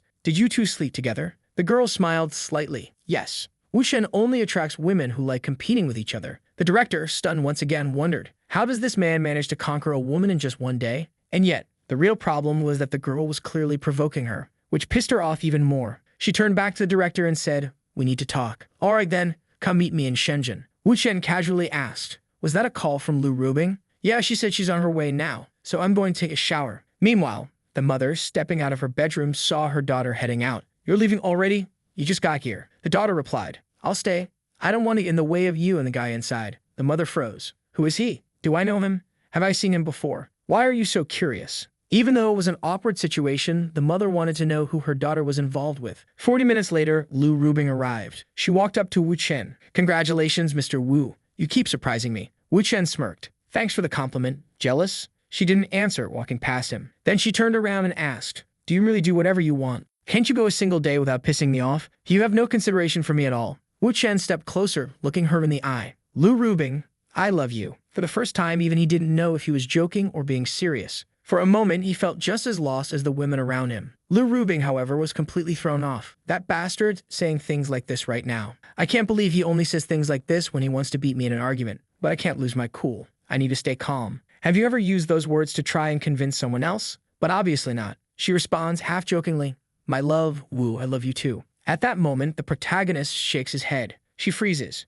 "And what if Su Qingyan sees you like this? She might think we're just a fake couple." "And what about the woman from today? If she sees this situation, do you really think you can handle it?" Wu Chen, completely unfazed, replies, "I'm not worried. None of them will say anything." She sighs, still a little irritated, but lets it go. Wu Chen walks away, telling her she can now have a private conversation with Director Wu. Just then, Director Wu arrives, still in her pajamas. "Since we have so much to discuss, why don't we get straight to the point?" "What do you mean by that?" "Needle?" "And apologize." But the new crazy girl simply lets out a soft grabs the director by the shoulder and plants a kiss on her forehead. The director's mind goes blank. What the hell is this Sung Yang doing kissing me? Meanwhile, Song pretends not to understand the situation at all. "Oh, I don't know. I don't really understand what you're saying. But in her mind, she knew exactly what she was doing. I completely understand your feelings, miss, but please just accept this little kiss and be content. She actually believed her kiss was so valuable that it was all that was needed. Then she looks at the director and says with a straight face, "My apologies, are you satisfied now?" The director, beyond irritated, couldn't believe the absurdity of the situation. Then Su Qingying, still in her chaotic mode, says, "It's such a shame you weren't here last night. If you had been, the three of us could have." The director's thoughts derailed. What the hell is she talking about? What kind of debauchery is this? Meanwhile, Su is licking her lips. "Miss, do you feel the sincerity of my apology? Or would you like me to apologize more?" The director, now completely done with this nonsense, snaps. "For the love of God, have some respect." She thinks to herself, it's not even worth arguing with someone like this. So she turns and says, "I have nothing more to say here. I'm leaving." Song, watching the exchange, realizes that letting things escalate into a fight would be a bad idea right now. She had been deliberately playing dumb to avoid an argument, giving a kiss instead of apologizing outright, avoiding confrontation, and ensuring she wouldn't be pushed away from Wu Chen. The protagonist had masterfully played 4D chess with a 200 IQ strategy. She left fully convinced that she was in love with Wu Chen. In the car, the director called Wu Chen. He answered, "Are you done talking?" She sighed. "Wu Chen, can't you find a single normal woman? Why are they all crazy?" He chuckled. "What happened?" She grumbled. Su Qingying was already weird, but this one, my God, she's completely out of her mind. Then she cut herself off. "You know what? Forget it. I don't even want to talk about her anymore." Wu Chen thought to himself that Yu Hong must have handled the situation well, and judging by Lu Rubing's frustration, she probably didn't want to deal with her anymore, which was perfect, because Yu Hong had realized that provoking Lu Rubing would be a mistake. Since Lu Rubing was still publicly his girlfriend, he couldn't just end things with her. The best option for Ru Yang was to avoid any direct fights with Lu Rubing. Back in the conversation, Ru Yang confidently said, "You should have a little more faith in me. I can handle things too." Just then, Lu Rubing's brother called Wu Chen. His voice was urgent. One of them escaped. He was talking about La Dao. Apparently, the man had taken a phone and asked for it to be sent to the hospital. When the brother entered the hospital room, he confronted the man inside. "You're acting crazy in my territory. How do you have the guts to try something against Yu Shen? Do you have a problem with me too? Tell me the truth. This is Ding Rulong's doing, isn't it? Who else would have sent you here to Dongai? What was your mission?" But the man didn't say a word. He just got angrier. The brother lost patience and yelled, "Oh, so you're playing dumb, huh, bastard? You think I won't pull this trigger right now?" One of the men in the back hurriedly said, "Boss, calm down. Yu Shen said not to kill him. We can't do this here." The brother took a deep breath, then lit a cigarette. Whatever. Let's just smoke and chill." Moments later, someone rushed into the room panicked. "Where's the patient? Where did he go?" Everyone turned back toward the hospital bed. It was empty. They rushed to the window and saw something odd. A drain pipe. The guy had climbed out of the window and slid down. Peculiar, to say the least. Liu Rubing's brother continued his conversation with Wu Chen, explaining the entire situation in detail. Since the guy was injured, they would definitely find him soon. Wu Chen casually commented, "Damn, you said all that without even taking a breath. What are you trying to hide from me?" He knew both Lai Hute and the old man who had escaped very well. And he also knew that whenever Liu Rute tried to explain things too quickly, it meant that things had gotten out of his control. Liu Rute hurriedly apologized, saying that wasn't the case and that they would resolve it. But Wu Chen reassured him, "Relax, I'll find the guy quickly." Then he hung up on Lai Hute, leaving him completely lost. Wu Chen changed his shirt, put on a cap, and got ready. Based on what he knew about Ding Rulong, there was only one place the man could be. That's exactly where he headed. He arrived at Chuan and Koff's 2nd Street, staring at the door. If he wasn't mistaken, this was the place. Ding Rulong had several safe houses in Dongai for his subordinates to escape to, but there was only one that had never been used, and the key was still there. Meanwhile, Lade was badly injured, still wearing a hospital gown, trying to flee. He would definitely have to change clothes before coming here, so there was a good chance that Wu Chen had arrived before him. Taking a quick look around, Wu Chen noticed that all the appliances were in place. Everything was neat, with no dust. It was clear that someone regularly cleaned the place. This was part of the strategy, to make the house seem occupied, rather than an abandoned, safe house only visited once a year. Wu Chen already knew where they hid everything. He pulled a cushion aside and found a briefcase. He entered the password without hesitation. Inside were equipment, documents, weapons, and much more. Looking at it all, he knew for sure that Ladeo would come here. This was where everything he needed was stored. Wu Chen called Liu Hute. Hute asked, "Did you find him?" Wu Chen responded, "Brother, send an ambulance to Ximon Street, the 2nd block. He's not here yet, but he will be." At that moment, someone entered the house. Finally, I'm safe. But as soon as he noticed a gun next to the sofa, he froze. There was someone else here. Seeing a shadow move, he immediately tried to attack. But Wu Chen grabbed his wrist, recognizing him. "What are you doing here?" The man had heard the rumors. Wu Chen had taken on 6 armed men by himself, and now, badly injured, there was no way he could fight. Wu Chen spoke calmly. "Relax. If I wanted to kill you, I would have done it in the elevator. By the way, I called an ambulance for you. You're not going to survive if you don't go to the hospital. Look at your injuries." The man hesitated. If Wu Chen wasn't trying to fight him, maybe he could still escape. "You really don't want to talk to me?" Then he revealed something shocking. "When I was 21, I faked my death in a car accident. I fooled the police and my family. I changed my name 4 times until I became Liu Yundo. No one knows my real identity. Not even the biggest organizations, not even the Golden Flower Group, not even the Jin family." Then his thoughts froze. How the hell does this kid know my real name? If Wu Chen knew that, then he probably knew about his family, his 2 sisters. And if that was true,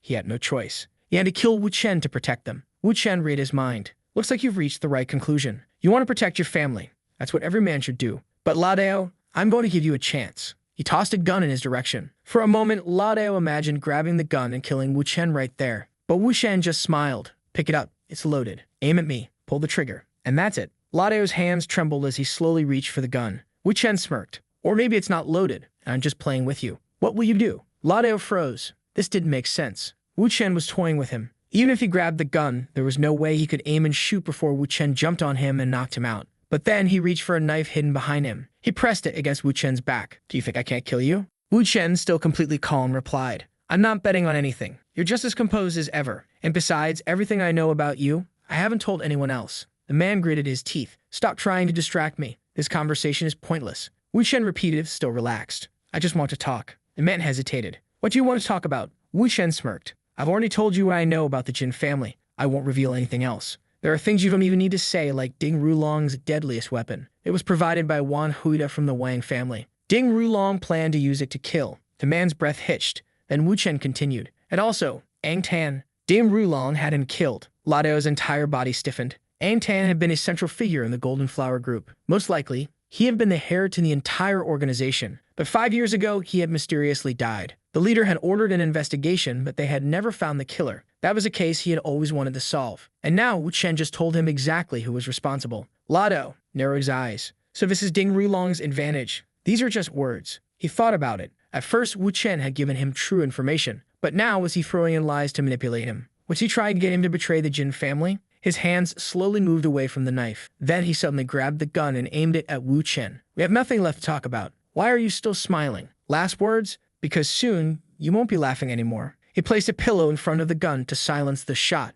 Then he pulled the trigger. "Goodbye." But Wu Chen dodged in an instant. The bullet missed. Ladeo's hands shook. You're not afraid." Wu Chen smirked. "I know you won't shoot me." The man exhales, thinking that in all of his years in the industry, he has never encountered someone like this. He says that since the protagonist is risking his life for this message, he will give him a chance and try to believe what he has to say about Wang Tan being killed by Jin Honglong. The protagonist responds that he speaks as if he is trying to deceive him. "You won't regret it. Rest assured, I'll show you evidence. Come here." The man asks if there is really any evidence of this. "Come, sit down. If you really want to know the truth, you'll need to tell a lie. If you can deceive this person, he will reveal the real story to you." The man looks confused, questioning what he means. "Call Sun Yongzhang and tell him you escaped." He'll ask what happened. You'll say that Leah Rubing arrived with some people and that you tried to escape, using her as a hostage, but you failed. Unfortunately, you injured Leah Rubing just to see how he reacts and then ask him about Wang Tan. The man agrees. At that moment, he tries to memorize the script and dials the number. The person on the other end answers immediately. "You escaped." That's good. He informs that he tried to take Leah Rubing and ended up injuring her. The other man replies that she wasn't hurt too badly, that it wasn't serious.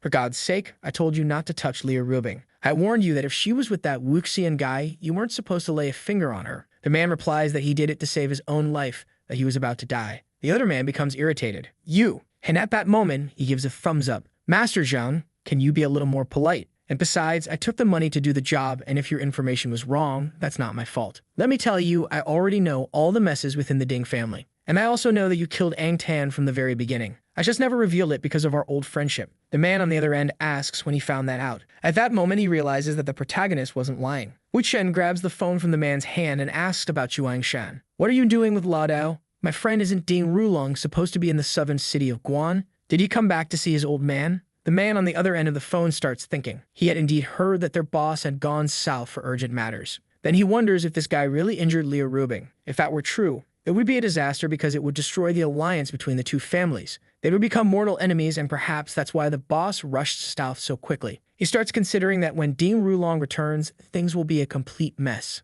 The protagonist wishes him good luck. Then he tells the man in front of him that Zhuang Chang doesn't intend to tell the family about Leah Rubing's injury, as that would trigger a series of problems. This means the man standing before the protagonist is free to eliminate Zhuang Chang. He reflects that if even Ang Tan, a trusted ally, was killed, then he, a mere outsider, could easily be the next target if he doesn't act. Fine, I'll kill Zhuang Chang for you, he tells the protagonist. However, as he stands up, he suddenly hears a loud noise outside and wonders if Shen is trying to pull something against him. Just then, the protagonist's ally opens the door and says, "Mr. Wu, go downstairs and wait for everyone. Don't let anyone come up here. No need for too many people. Be careful not to wake the residents." He then turns back to the man inside. "Ladao, let's continue." Someone on the other side of the line responds and he comments, "Did you see the message? Bring the brothers here," and captures Zhuang Chang. The man responds, "Captures Zhuang Chang, young master." But then he suddenly stops asking questions and simply nods in agreement. The protagonist explains, "You want to capture Zhuang Chang because you want to know if Ding Rulong really killed Wang Tan. Let me tell you, 5 years ago, Wang Tan brought some people to the outskirts of the city to discuss business. He wanted to work with Jin Hulong on a jade smuggling operation. But Jin Hulong wasn't interested in opening another illegal business and rejected him. Wang Tan didn't understand Jin Hulong's stance and felt humiliated. So he threatened Jin Hulong into cooperating, and that night Wang Tan disappeared. The man looks confused and the protagonist adds, "There, the mystery you've always wanted to solve is now answered. You can give me a present." The man tenses up as the protagonist casually grabs a phone and dials a number. "Ladao is in my hands. Han, $100,000 ransom fee. Why don't you consider it?" The man standing next to the protagonist looks lost. The voice on the other end asks, "Who are you?" "I'm Wu Chen. Never heard of me." "Ah, so you're Wu Chen. That means Ladao failed. Is he still alive?" "Yes, he's here, right in front of me," and the protagonist replies, $100 million? That's too much. You think I'm just going to give you all that?" The protagonist responds, "He came all the way here, tried to kill me, and got captured. All I'm asking for is money. I believe I'm being quite reasonable." The man remains silent for a moment before saying, "That guy's commission was 30 million, plus another 20 million at the end, totaling 50 million. That's all I can offer. Take the old man to the outskirts of the city and we'll make the exchange." The protagonist responds, "Wow, you really are a boss. Your attitude is different from the others. Can you handle Abdito's affairs? And don't you want to know who killed Wang Tan?" He calls a member of Wang Tan's family and says, "I'm lost here. The translator didn't explain anything to us." The man shows interest and the protagonist details the whole story. They argue, the protagonist makes a threat, and the man gets angry. In the end, the protagonist reveals his plan. "I don't want money. I want you to let Ulodeo work for me in the city. That way I'll take care of all the problems with Ding Rulong using this man. And from what I can tell, you want him dead too." The man agrees. "If everything you've said is true, I accept." He hands the phone to another man who answers, addressing him as General. "You heard everything." "I did. How did you fail?" "The 6 of us couldn't defeat him." "What? Is Shen threatening you?"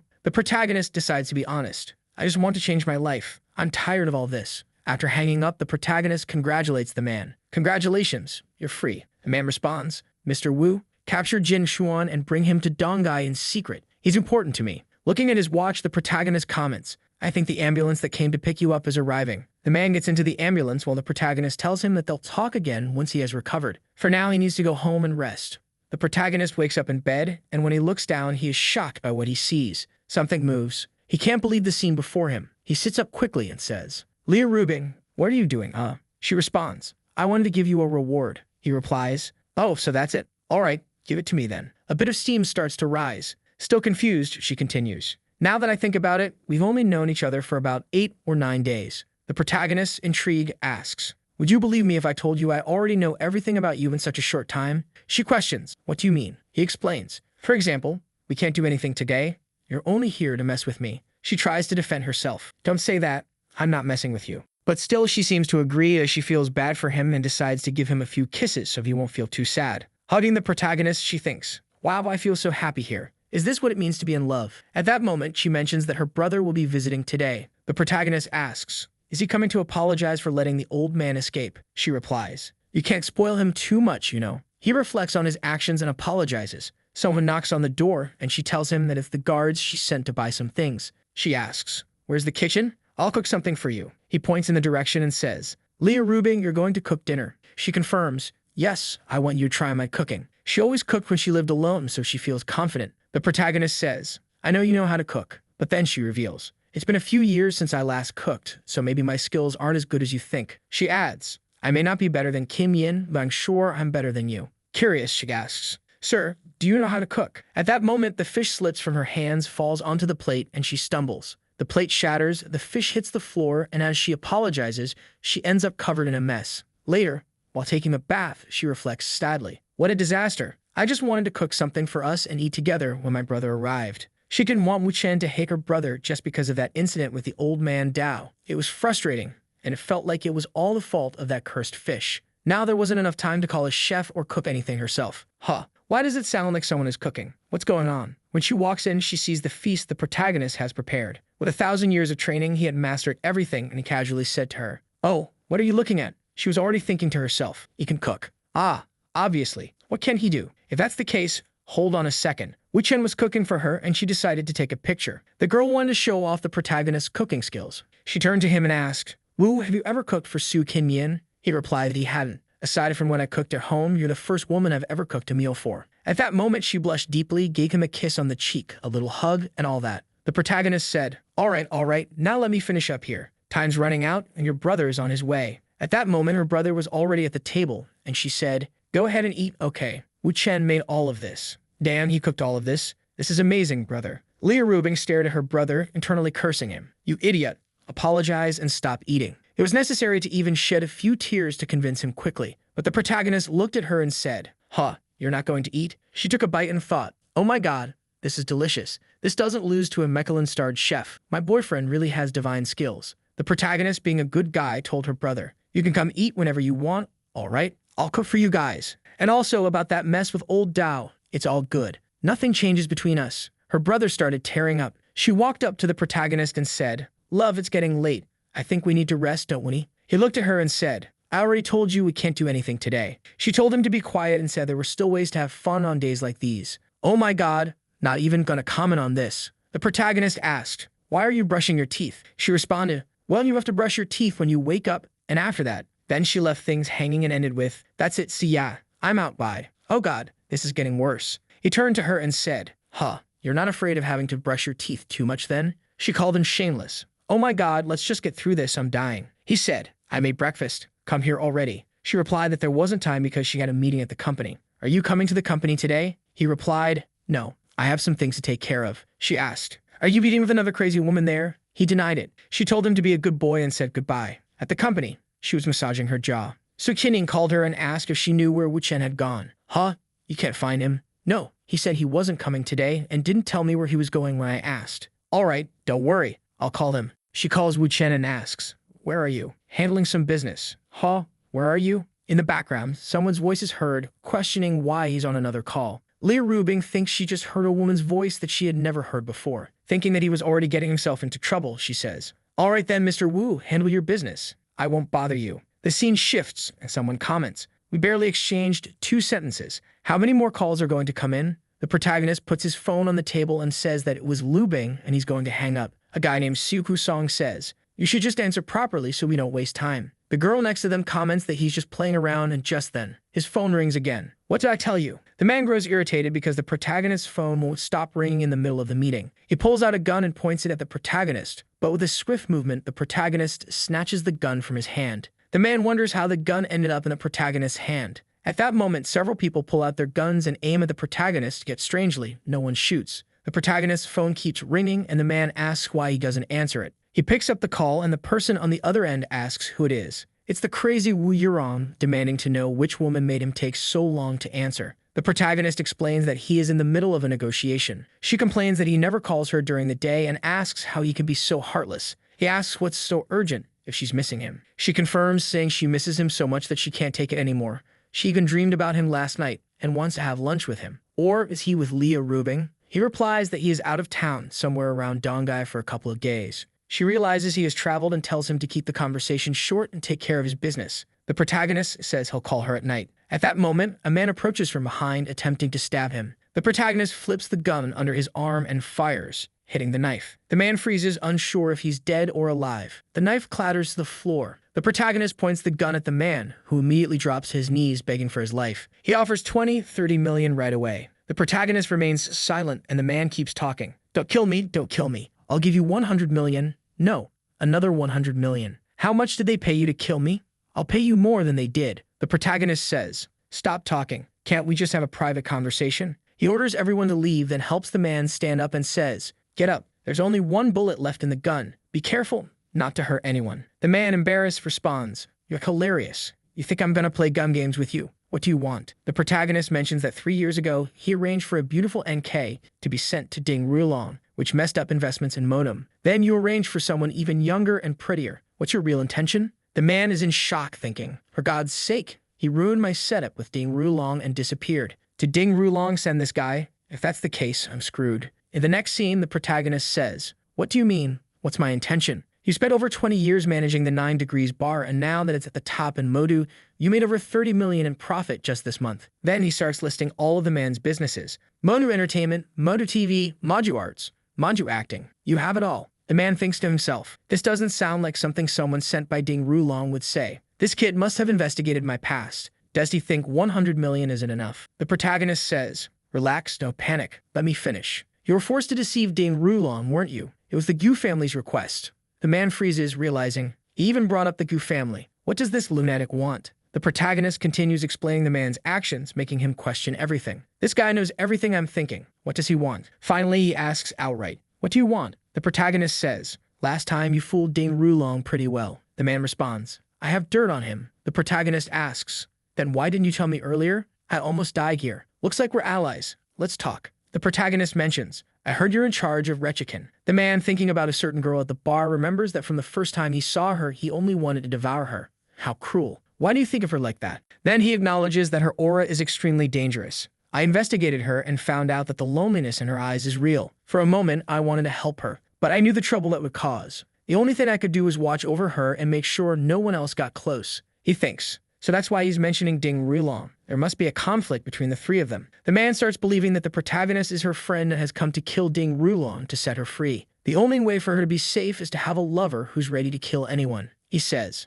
"I get it. You want me to make it happen for you. I'm sure you two will have a great time together." The protagonist responds, "What are you talking about? I want to take her to Dongai." The man reacts, "Monu isn't enough for you. You even want to decide where I take her?" The protagonist says, "No, I'm going to meet Shikin. I'm her daughter's tutor. All I want is for you not to tell Ding Rulong about this. I came here to warn you." The man questions, "Tutor? What do you mean? A home tutor? Didn't you say you were taking her to Dongai? When are you planning to do that?" He thinks to himself, Dongai is Lai Hute's territory and part of the Li family's domain. Could Lai Hute be interested in taking He Sing there? He was confused. Someone else was also confused, but they weren't there, which was a good thing. "So, what should I call you, my friend?" "Wu Chen." "All right, Mr. Wu Chen, let me make a call." "Okay, go ahead." The man answers the call. "Hey, Brother Mao, what's going on? Your guys called me saying there's a professional assassin there. I'm already on my way." "Brother, relax. Let me just ask you one thing. Do you know Wu Chen from Dongai?" "Wu Chen? Why are you asking about him?" "Because he's sitting in my office right now." "Oh, him?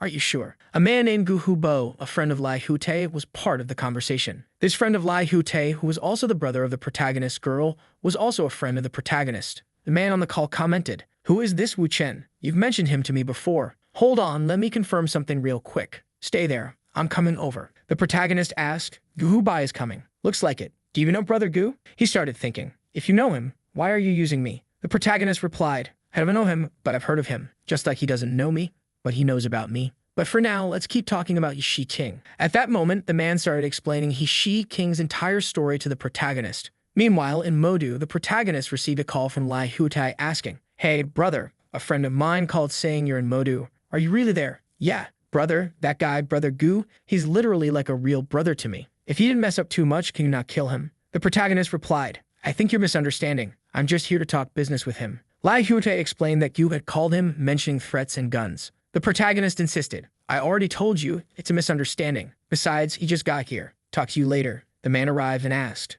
"Are you Wu Chen from Dongai?" The protagonist handed him the phone. He answers, speaking to Lai Hute, "Brother Gu, he's my brother-in-law. Okay, please be respectful to him." The man grew irritated. "And what if I don't want to be respectful?" His brother, sensing the tension, pleaded, "Don't provoke him too much. Just talk it out, please." Thinking to himself, Lai Hute sounded shaken. Why is he so afraid of this brother-in-law? And Wu Chen, who is this guy? Lai Hute gave one last warning. "Brother, don't go against him. I'm warning you, and if you mess up, don't come crying to me later." The man, still confused, asked, "What's going on? Did he threaten you or something?" He explained that Wu Chen had single-handedly resolved all the Wei family's affairs and had informed them about all the issues happening. "You don't get it. He fixed everything." The man asked, Where did this guy even come from? What's his background? The problem is, no one knows where this lunatic came from. And on top of that, he even has a deal with my father, so I have no choice but to listen to him. The man, already sweating, said, "All right, fine." He approached the protagonist and said, "Hey, Mr. Wu, I've been hearing your name for a while now. Tai mentions you all the time. Why didn't you say you were coming to Modu? I would have sent someone to receive you." The elder at the bar, surprised, thought, Brother Gu is acting all friendly? What's going on? He's not even this polite to his own father. But Gu turned to the man and said, "Are you insane? You don't know who he is. Mr. Wu here is an extremely important guest." The man replied, "Yeah, sorry." He shook hands with the protagonist. "You just got here. Come on, let's have dinner. Come with the group." "All right, let's go." The man asked, "By the way, do you know about my older brother?" Thinking to himself, Lai Huotei must have warned him that his brother-in-law isn't human. He's probably trying to test the protagonist to see just how incredible he really is. The man exhales, thinking that in all of his years in the industry, he has never met someone like this. He asks, "Do you know about my older brother?" The protagonist, reflecting, responds, "Are you asking how to surpass your older brother? What do you think, Mr. Wu? You and your brother are both from the third generation and are both business geniuses. You even appeared in Forbes magazine. Your relationship is close and it's a healthy competition. However, most of your family's resources are being allocated to support him. Considering that, it will be complicated for you to surpass him." The man thinks. He said a lot, but it was just obvious stuff. Was Tai exaggerating? I'm starting to think this guy is different. The protagonist tells him, "It's not like you don't have a chance. It's more a matter of boldness." The man reflects on his words. Does he really mean that? Then he says to the protagonist, "If you know my relationship with my brother, your words were inappropriate. This isn't about my brother. It's just business. If you want to be richer and more successful than him, you'll have to." He stops talking. The man asks, "Have to what? You said you would have the courage to do it." "Do what?" The protagonist responds, "Can't you guess?" Ding Rulong, the man in question, is confused, thinking, he wants me to kill Ding Rulong. That way he will provoke a war between the Gu and Jin families while he enjoys his time with Liu Rubing, and the Gu family keeps feasting. When he got here, he clearly said he wanted to do business and make money. Does he really expect me to kill Ding Rulong? Wait, let me ask. He says, "What does Mr. Wu mean by doing business? I've been competing with him for years and I'm at a disadvantage." The protagonist replies, "I know about your competition with Ding Rulong, but your method won't work against him. That's why I'm asking for your boldness. The deal I'm offering, if you have the guts to take it, I guarantee this war will end and you'll leave your brother in the dust." The man thinks this is exaggerated, but since Tai even guaranteed it, he decides to bet on this man. "All right then, I'll do business with you." The man says, "Okay, hold on. Let me make a call." Someone answers, "Oh, naughty boy, why are you calling me? Do you miss me?" He responds, "Come to Modu." The woman says, "Now, you're just going to say a few words and leave me like this?" He says, "Yes, but for now, just come." She replies, "All right, I'm coming then." And she blows a kiss into the phone. The man thinks, wait, that wasn't Tay's sister's voice, was it? Hold on, isn't he Leah Rubing's boyfriend, and yet he's surrounded by women? No, forget it. These worldly matters don't matter. This man will help me surpass my brother. All right, let's go. Miss Hu arrives, and the man's already with her. Wait a second. He called, and it was Miss Hu on the phone. But I heard her calling him naughty boy and even blowing a kiss. Did I hear wrong? The man shakes his head, lost in thought. She walks in, throws herself at the protagonist, and once again calls him naughty boy. Why don't you just wrap up this negotiation already? I can't hold myself back anymore. Then she sees Gu and says, "Oh, long time no see, boss Gu." "Yeah, long time no see, Miss Hu." Gu, looking at the two of them, thinks, she's a goddess. No matter how much I look at them, this is way too suspicious. Let's see what kind of deal they have for me. The protagonist is already seated and says, since we're all on the same side, let's get straight to the point. Miss Han will pull all of her investments from the Ding family's businesses. An hour passes. Apparently, he explains his whole plan. The man reacts. "Stoke, your plan is meticulous. All right, I'll make a call and ask two people to bring some things over." "Hold on." The elder at the bar, sitting nearby, says, "Wow, have a seat, everyone. I'm going to have a smoke with Brother Gu." She looks at the protagonist and comments, "Wow, you brought a business partner without saying a word. How efficient." He looks at her and asks, "Did you not like it?" She traces her finger along the table and says, "My God. Oh, well, here we go. Let me just say this. How do you want me to thank you for this?" The protagonist responds, "What are you talking about? This is all part of the plan. We just got lucky to find him here." She stands up and says, "Stop lying. Did you do all this just for me?" She adjusts her chair, sliding closer to the protagonist. "Baby, are you trying to let Gu know about our relationship today?" This is all happening because the men stepped out for a cigarette, and now she's here kissing his neck. Then Gu walks back in and says, "Hey, I just made a call." But she immediately moves off his lap, and he thinks, I wasn't seeing things. She was really sitting on Wu Chen. Is this really the Wu Yurong I know? He had even heard from his father that all of his friends were crazy about her. Even his uncle said he would instantly get a divorce if she ever gave him a chance. How is this woman with this 20-year-old Wu Chen? There's no mistake, this man is extraordinary. Handling this liminic, now he understands what Hute was talking about. Everyone feels a bit awkward. He turns to them and says, "We've been here for a while now. We forgot to eat. Are you guys hungry? I'll ask them to bring some food for us." At that moment, Leah Rubin calls the protagonist. He puts it on speakerphone, thinking, "Damn it, this is Lai Hute's sister. You brought her here, and now you're putting it on speaker. What if she hears the other one? What'll I tell Tai if he asks anything?" Leah Rubin asks, "Are you still busy? Aren't you going to tell me what you're doing there, brother?" Hube already told me he knows, but you're not going to tell me. He replies, "I'm busy here. We'll talk later." She says, "Busy at this hour? You're with a woman, aren't you?" The lunatic leans in and asks, "Is that Miss Liu, love?" The man thinks,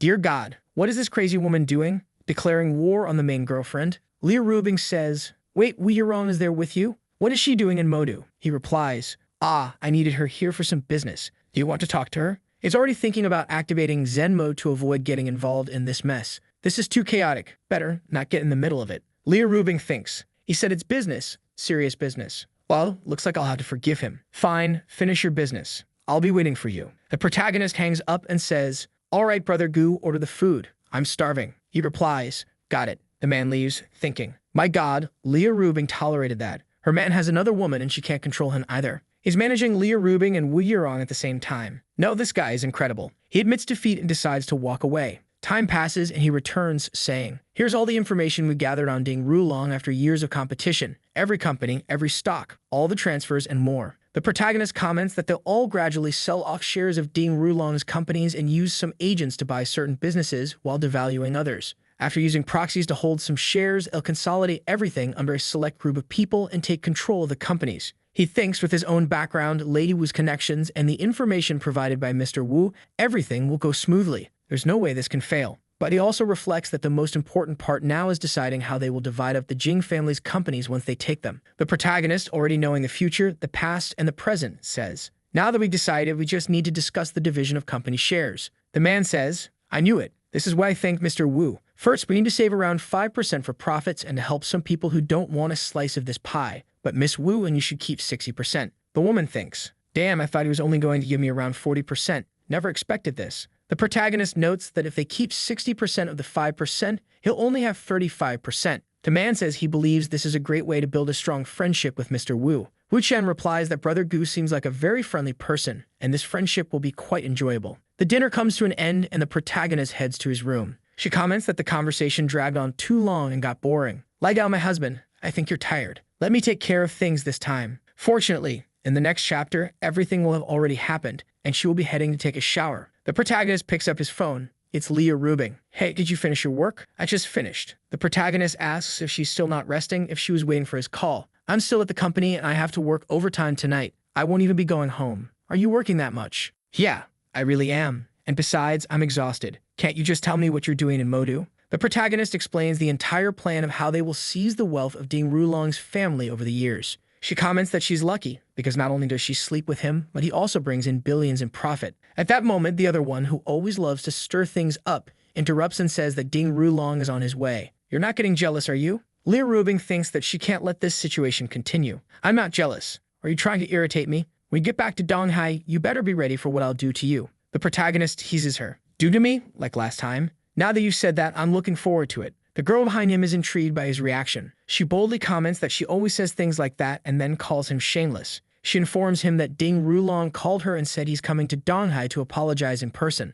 The protagonist asks if he gave a specific time. "No." "All right, I'll be back in Donghai in about 2 days." "Then fine, rest up. I need to get back to work." The girl asks the protagonist what he'll do now that Ding Rulong is heading to Donghai. Something very interesting. She questions what Leah Rubin said she'll do to him. That's also interesting. "Oh my God, what the hell are you two doing, you luminics?" She says that she also wants to know about this interesting business while pretending to faint dramatically. The next morning, the protagonist wakes up to find a message from her saying that she will be returning to Donghai and that he should take care of her properly. He thinks that this is perfect since it aligns with his need to meet Shi Qing. Damn, look at this troublemaker. At a residential park, as he steps out of the car, he sees a girl and immediately knows that she is the daughter he's supposed to tutor. Shi Qing. "Who are you? How do you know me?" Apparently, she ran away and her mother is looking for her. She begs the protagonist to stay quiet and hide her. Her mother arrives, asking if he has seen a girl about this height, her 14-year-old daughter who just ran off. The protagonist plays it cool, looking off to the side. The girl notices his movement and yanks the other one with her. "You little troublemaker, playing hide and seek." She thanks the protagonist. Relax, it's nothing. But are you two arguing over those drawings? Yes.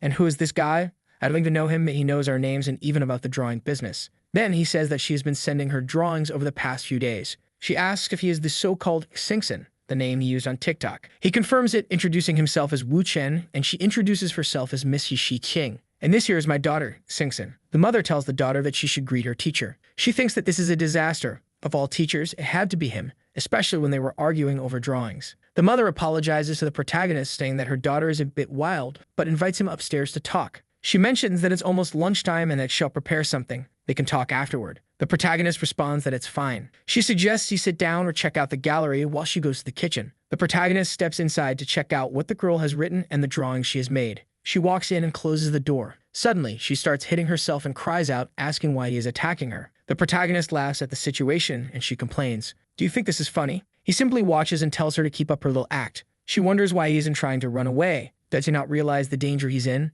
Determined, she exaggerates even more. Teacher, please, don't do this. The protagonist chuckles. Aren't you afraid? He replies that there's no reason to be afraid and that she's just acting weird. She says that her mother always takes her side in these situations. He counters that he doubts her mother would believe that a random stranger just attacked her. She insists that of course she would. You get me because I disrespected you. And she even claims that she's beautiful. All the boys in class are in love with her. She believes he is just like any other man. Besides, when it comes to situations like this, mothers always side with their daughters, so you have no chance. Just leave and give up on being a tutor. I'll let you escape. The protagonist states that he will not leave. Wu Chen never bows to threats. She responds that if that's the case, he should just wait. She calls for her mother, who arrives and asks what's wrong. She gives a little smirk, but the protagonist holds up his phone, showing that he recorded everything. The girl realizes that the recording is still running, meaning that he's capturing a compromising situation. Her mother asks what she wants. She responds that she just wanted to know if her mother could make some ribs for lunch. Her mother asks if that's all. She confirms that they are very hungry. Her mother leaves, saying she'll cook, but that her daughter must listen to the teacher. She sighs, looks at the protagonist, and says that he's disgusting for recording his students. He responds that she's even more disgusting for threatening teachers with false accusations. She asks how he knew to prepare himself. He says that he's always ready to deal with popular girls that all the boys adore. She gets embarrassed, realizing that she had said exactly that to him earlier. She warns him that he shouldn't try to cause trouble in the future, or her mother will hear everything on the recording and realize how mean he really is. She imagines how severe the punishment could be. Now thinking about the damn demonic teacher, she knows she has to do something to erase the recording. Since he still has it, she won't be able to rebel against him. So she pretends to be friendly. Okay, teacher, I won't do that anymore. The plan to set him up, her stomach wasn't feeling great. She asked if she could go to the bathroom. Her mother said yes. She was calling some guy named Shan Shan, claiming that someone was bullying her. The man on the other end asked who was bullying Sin Sin. Who could this guy be? She started thinking that this man could handle the protagonist and that he'd probably summon at least 100 guys to take him down. She imagined the protagonist being beaten up, apologizing, and promising never to be her teacher again. He would call a bunch of teenagers to jump the protagonist, which would turn into a huge mess. She wasn't even sure if he could defend himself. So she left the bathroom, excited to see how long that relaxed smile of his would last. At that moment, her mother entered the bathroom, already angry, saying, "Congratulations, Xin Xin. I thought you were going to listen to your teacher. Why are you running away and hiding in the bathroom? Your old tricks won't work this time." She tried to play it off, saying she had just gone to the bathroom. Her mother wasn't having it. "I don't want to hear it. You're staying here and learning how to draw before you go eat." So she walked up to the protagonist and said, "Fine, whatever, teacher, let's start." The protagonist taught everyone in a relaxed manner, explaining how each stroke should be drawn in a particular way. She, however, just observed, making occasional comments. He decided to pretend to be a good student for now, knowing that once the others arrived, the situation might escalate. The setup unfolds. Half an hour later, the girl announced that dinner was ready, and everyone went to eat. At that moment, she turned to her mother and said that she wanted the teacher to take her outside to learn how to draw real-life objects. Her mother tried to intervene, calling for the teacher, who agreed. Her daughter, clearly thrilled, had a plan in mind to lead the protagonist into a confrontation. Once outside, the girl told the teacher that she was Xin Xin and that they would continue drawing the court. Over there, a group was already waiting, and one of them commented that maybe she wasn't really here for a drawing lesson. The guys thought that they had finally caught the guy they had been waiting for. The girl distanced herself from the protagonist and greeted her friends. She approached one of them and asked why he had called so many people. It wasn't necessary. The man shouted at the protagonist, demanding to know how he dared to do something like that to Sister Xin Xin. He seemed outraged. The protagonist noticed that these guys were older than him. To do something like that to Sister Xin Xin. He seemed outraged. The protagonist noticed that these guys were older than him. The others mocked that the boy looked so scared that he couldn't even move. The man turned to the group and asked what they were waiting for. He incited them to attack right away. One of the guys looked at the girl and asked what she wanted to do, promising that her brother would take care of everything. She remained silent, not answering. A guy in the back suddenly recognized Wu Chen and became alarmed, realizing that they were about to attack none other than Mr. Wu. He knew his boss needed to be informed immediately. The girl playing dumb was called out by the man who criticized her for being too kind. Good people always get bullied. Then he turned to the protagonist and demanded that he kneel and apologize. The protagonist stared at him and asked if his family knew how amazing he was in the streets. The man was surprised, realizing that at least Wu Chen knew who he was. But even so, he still dared to act that way. The protagonist cut off the conversation and stated that the man was just pretending to care about a little girl when he was really just looking for a fight. The men were all there, and that guy thought he could handle everything. He was good at pretending, but the protagonist knew he needed to end this quickly. At that moment, Old Man Mao, who was in charge of the club, called him. He wondered why Mao was calling at that exact moment. "Wait a minute, my dad's on the phone. This is bad. He's the son of the man the protagonist had threatened at the club." The man turned to the protagonist and said that he had one more minute to apologize. "Just pick up the phone and say, 'What's up, Dad?' Kid, you've been causing me trouble every single day, and I swear I'm gonna break your legs." "What did you do?" "What are you talking about, Dad?" "What do you mean?" "I'm asking if you did something to Mr. Wu." "Who's that?" "You gathered a bunch of guys at the park to beat up someone you don't even know, and you're asking me why I'm mad. Did I really raise an idiot like you? You bastard, answer me. Did you do something?" "No, not yet." "Phew. Good. Listen up. Don't do anything. Don't you know Uncle Gu treats him almost like a father? Do you think you're better than him? Is Mr. Wu there with you?" "Yeah, he's here, Dad." "Give him the phone." He handed the phone to the protagonist. "My dad wants to talk to you." His friends were watching confused. "What's going on? Why did he just hand the phone over to that teacher?" The protagonist picked up the call. "Hey, big boss." The father, shocked, explained. "Mr. Wu, this is just a misunderstanding in the family. They can recognize you. Please don't take it the wrong way. They just failed to realize who you were. I apologize on their behalf. It's all good." "Ah, Mr. Wu, thank you so much for your kindness. When this idiot gets back, I'll make sure to discipline him. You don't need to worry." The protagonist handed the phone back to the son. "All right, all good. You still want to fight or what?" The boy hesitated. No need to fight anymore. I admit I was wrong. I had no idea our dads were friends.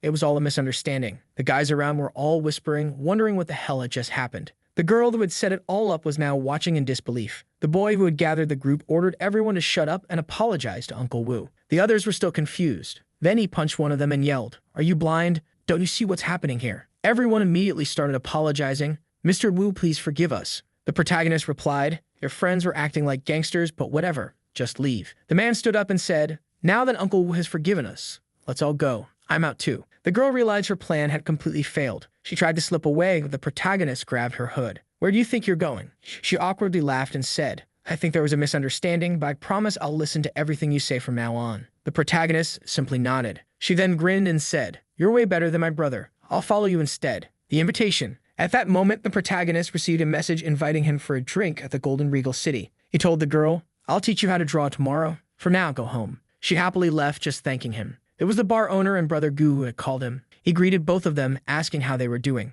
The bar owner pulled his son aside. In an impulsive act, the son slapped his own father. "I was just trying to explain what happened." His father continued hitting him, saying, "I won't let my useless son ruin my business." The protagonist realized he had been invited just to witness the punishment. He told Boss Ma that he didn't need to make a big deal out of a kid's mistake. The man sighed. "Mr. Wu, you're too kind. Thank you for not making a scene over this and letting him leave in peace." Then he offered the protagonist a way to relax. He handed him a hotel key card. The unexpected guest, upon arriving at the hotel, the protagonist thought he was a bit tired. But as he entered the room, he noticed someone inside. He recognized the gossiping guy right away and immediately knew that this girl wasn't meant for Ding Rulong. She walked up to him and asked, "Are you Mr. Wu?" She thought he looked young and handsome. Getting closer, she said, "You seem tired. Let me help you undress." She offered to show him where the bathroom was if he wanted to take a bath. He said he was fine. She asked, "Is the water temperature good for you, Mr. Wu?" He confirmed that it was perfect. She smiled. "I'll come in and help wash your back then." The protagonist looked at her and asked,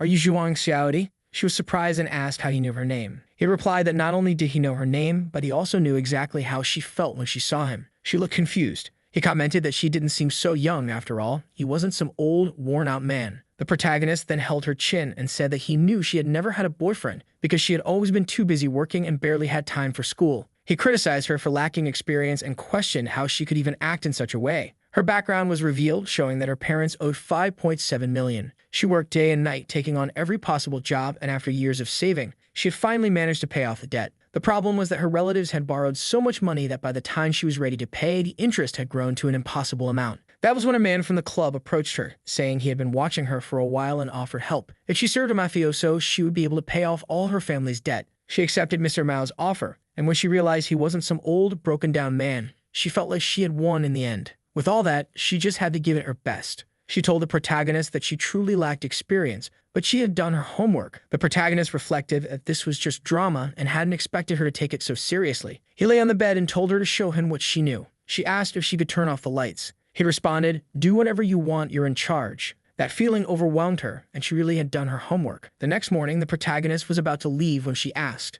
"Mr. Wu, are you leaving already?" He corrected her. "Don't call me that. Call me lover, boyfriend, or something like that." Then he asked if she wasn't exhausted from last night. He told her to rest well because he would return after his business was done. She felt happy, surprised by his gentleness. Then the protagonist went to meet Blue Hair. She asked why he didn't come to her house that day. Fingson still wanted him to teach her, but it had to be at her house. She understood that since he was from Donghai, he couldn't keep coming to Shanghai all the time. So she decided to rent a house in Donghai to spend the summer vacation there, meaning he would have to teach her how to draw. The protagonist looked at her and asked, "So you're going to Donghai? Aren't you afraid that Jin Wulong will find out you left the city and took your daughter without his permission?" Her expression changed. She hadn't heard the name Jin Wulong in a long time. She realized he knew something came here for her. The worst part was that she had been searching through online groups for information and wondered what the odds were that she had joined a group where the guy interested in her art was already interested in her personally. A bad feeling crept in. Was she being manipulated by someone? To calm her down, the protagonist told her not to worry too much. Jin Wulong didn't care about many things as long as she didn't take their daughter abroad. She paused. "Are you trying to get close to me?" The protagonist was caught off guard. She mentioned Dong Yun Tao and asked if they should talk about it. Now she was even more scared. He knew about this crucial turning point in her life. "Let's talk somewhere else," he suggested. At the hotel. It looked like he took her to a hotel, and she wondered why they were going there to discuss this. At the reception desk, he asked if there was a reservation. The receptionist said there wasn't. He asked if they had an executive suite available. She asked how many he wanted. Just one. Then, she asked for both of their IDs. She went to the elevator, pressing the button for the 16th floor. Inside the elevator, she turned to him and asked, "Why did you choose this place?" He replied calmly, "It's safe. The privacy here is the best. No one will bother us." She crossed her arms and criticized him. "Why do men always have these thoughts? Can't you just be a normal person?" He pulled her closer. "Once we're inside, we'll talk. Do you remember that the last chapter ended with him getting into the elevator with Xing?" She asked why they were going to that place, and he replied that it was better for privacy and no one would interrupt them. She then asked why men only think about those things and why he couldn't just be a normal person. However, he simply pulled her close by the waist and said they'd talk properly in the room. As soon as they entered, he told her to sit down and not just stand by the door. Then he asked why she was still crying. She said she thought he was a knight, but after that hug and those requests, he had clearly proven he was no different from the others. Wu Chen replied that he thought she was misunderstanding things and told her to apologize. She started taking off her coat and said she knew exactly what kind of apology he wanted. She was already lifting her skirt, saying that after what happened there, he shouldn't bother talking to her again. Wu Chen said her mind was too polluted. He hadn't even explained why he wanted to talk yet. Besides, what would her daughter think if she saw her doing something like that with her teacher? Xing was ready, though, already sliding down. She asked what he meant by saying it was a misunderstanding when he clearly grabbed her intentionally. Boy, things escalated quickly, and he admitted that the hug was indeed intentional. She smiled, saying he really was disgusting, as expected. He then revealed that the hug was deliberately meant to provoke Ding Rulong. She was startled and immediately pulled back. He told her to calm down, assuring her not to worry because Ding Rulong wasn't there for now. She tried to understand what he was aiming for, and he explained that when the guy checked the security cameras, he would see her entering the room with him, arm in arm. She sat down as he revealed that Ding Rulong was investigating him. It was certain Ding Rulong would see the footage and assume they had a deep relationship, but why would Wu Chen want that? Not to mention he was risking his own life for this, so she demanded he explain what he wanted. Then he asked if she knew the famous Lai Rubing. She said yes, and he told her that woman was his wife. She fell silent as he explained that Ding Rulong had gone crazy for Rubing, just as he had been crazy for her, and now he wanted to kill him. In this battle, only one of them would survive, and even Ding Rulong's entire family would have to perish. If she testified that Ding Rulong had indeed killed Dong Yuantao in the past, the entire war between families would begin. He had already reached an agreement with the Li family. As long as she agreed to go to Donghai with Sing Sin, he would plan everything else. He held out his hands and said she deserved a life of freedom. She hesitated for a moment, then smiled, saying she really always wanted him to die as quickly as possible. Suddenly, she pulled him close and asked why they should fake and create a misunderstanding when they could just make Ding Rulong a real cuckold. The girl came ready to play, saying it was better to do things for real to ensure everything worked.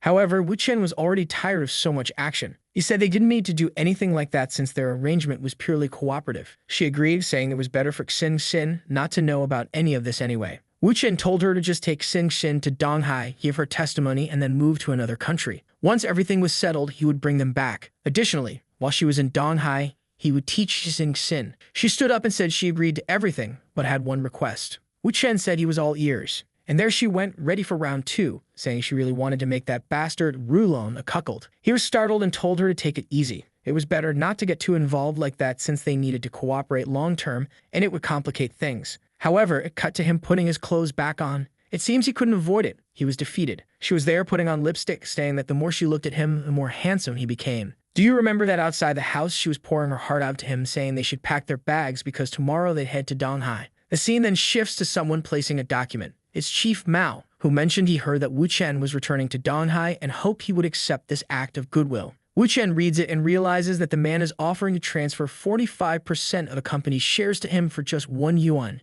essentially gifting him 200 million. The man explains he's happy that Wu Chen didn't take his son's actions to heart and truly wants to be a good friend. Wu Chen responds that they were already friends, but the issue is that Ding Rulong would be investigating him, and holding those shares might complicate things. Mao says that's fine, but suggests transferring the shares to someone else in Wu Chen's name. Wu Chen says that since Mao insists so much, it would be rude to refuse, and he'll send someone to collect them. The woman from last night starts questioning why this is being given to her. Her family has massive debts, but receiving so much money like this makes her certain something is off. Mao tells Zhuang to stop overthinking and just sign the papers because with Wu Chen around, there's no problem. She's still hesitant, trying to understand, but he reassures her again that the contract is legitimate. To be fair, simply saying there's no issue isn't the most convincing argument if there truly were any problems. However, Chief Mao was pleased. With this, he can finally be one of the people supporting Mr. Wu Chen. Zhuang then turns to Wu Chen and says she'll do her best in the future and work hard. She tells him to do some shopping, adding she'll call him later.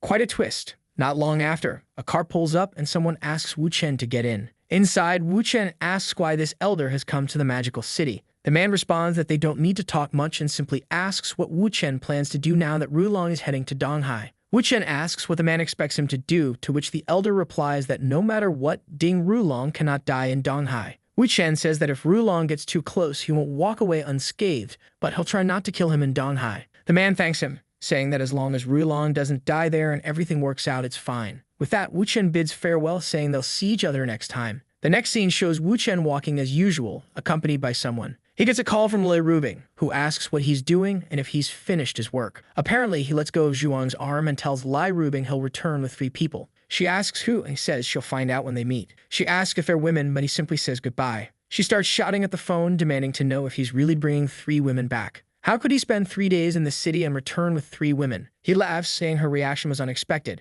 but she tells him to stop being so indecent because having so many women around will start affecting her reputation. Wu Chen, being the player he is, assures her not to worry and promises to do whatever she wants once he's back tomorrow. Then, lowering his voice, he tells her that since he said tomorrow, he means it. When the curious Zhuang asks if it was his wife calling, Wu Chen says no, it was his girlfriend. She mentions the person sounded upset, and he assures her there's no reason to worry. She wouldn't do anything to her while he's around. Later, Rubing, arms crossed, asks for introductions. Wu Chen introduces Rubing as his girlfriend, then introduces Zhuang and Xiaoji, who seems very shy. He also introduces He Xing and her daughter, Xing Xin. Rubing recognizes He King's name. She knows this is the only person who witnessed the murder of Hong Yuntao. That's a name that, in theory, only existed in the background of all of this, but Wu Chen brought her in person. If she's here, it means Wu Chen has already convinced her, and she'll testify against Rulong. Rubing immediately welcomes her, saying it's a pleasure to meet her. He Xing compliments Rubing, calling her beautiful and says the pleasure is mutual.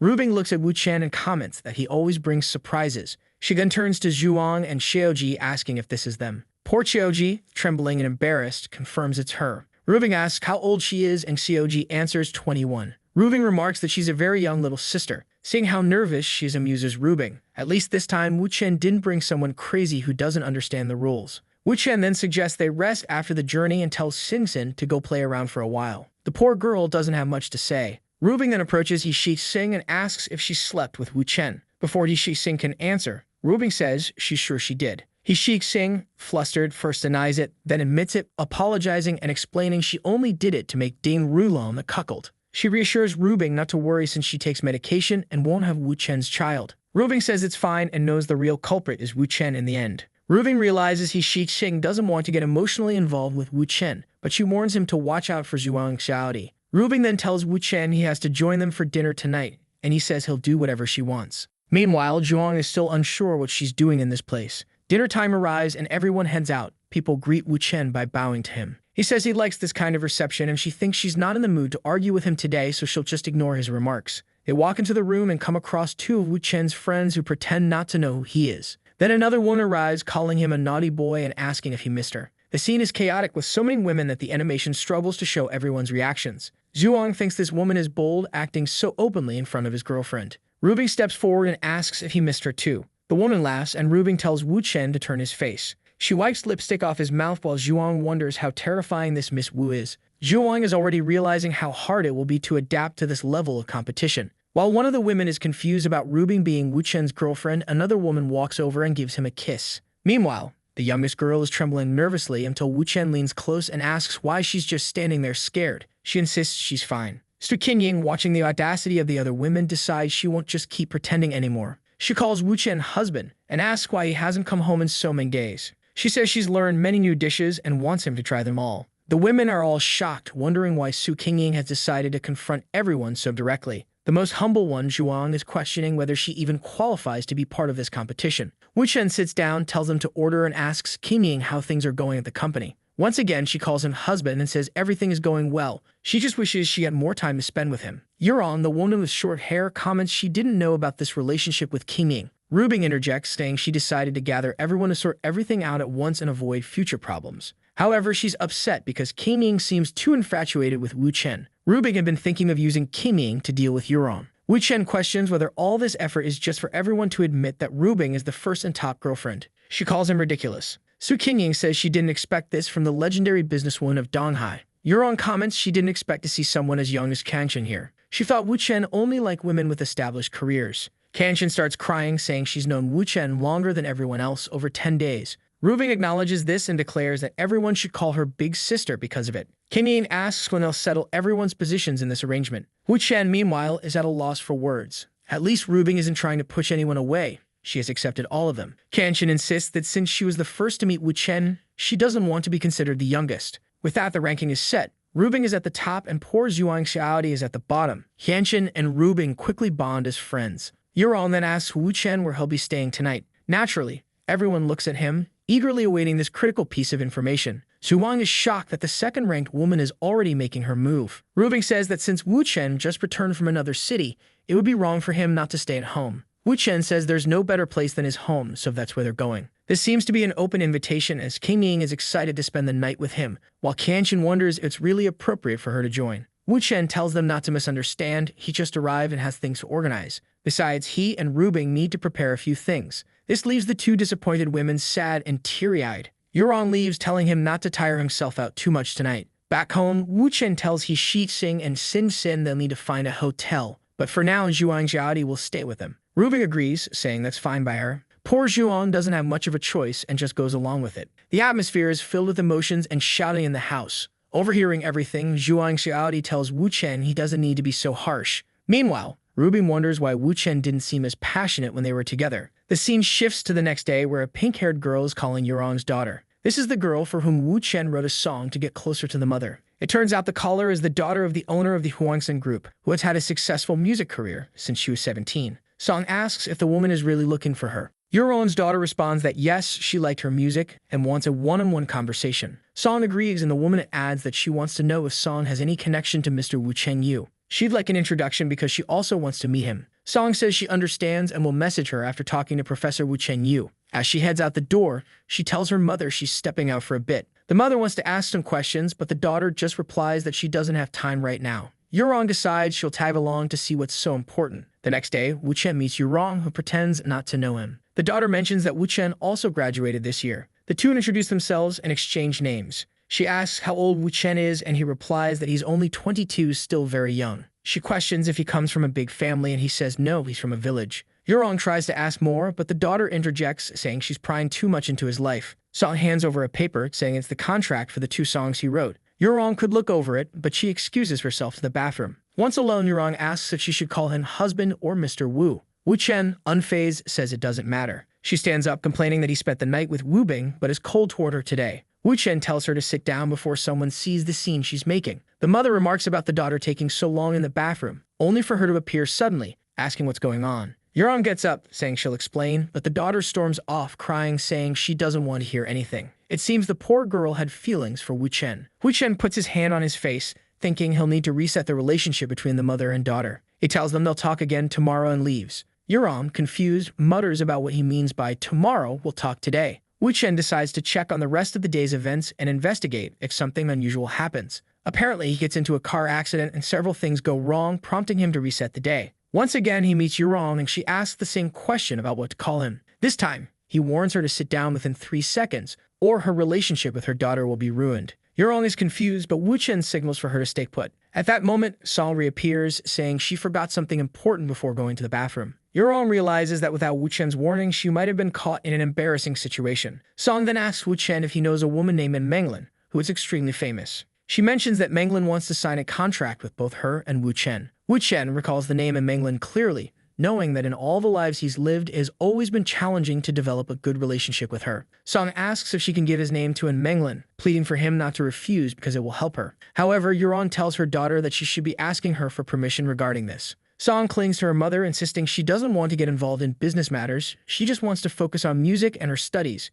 Yurong agrees but insists that everything must be clear. Song thanks her and tells Wu Chen it's now in his hands. He agrees that she can pass along his number, but emphasizes that he has no intention of becoming a singer. Song promises to call Menglin and leaves. Yurong asks Wu Chen if her daughter will suddenly reappear again. To deflect, Wu Chen says he only mentioned that because it wouldn't look good for her to throw herself at him in public. She laughs, calling him a fortune teller. He asks what prediction she wants, but she gets flustered and tells him to forget it. Wu Chen then gets up, telling her to let her daughter know that if she wants to discuss music, she can just send a message. He excuses himself, saying he has something important to do. Yurong reflects on how mysterious he is. The scene shifts to Li Wen's apartment, where Wu Chen arrives, asking where he is. Walking into the room, Wu Chen tells Jiang Chuan he won't escape or die without his permission. Jiang Chuan, on the verge of exploding with anger, recalls how he once took his own life, forcing Wu Chen to reset time to save him. Jiang Chuan wonders how this kid knows he was planning to take his own life. Wu Chen tells him that Ding Rulong and Lai Hutai want him dead, so the best option is to cooperate with Wu Chen.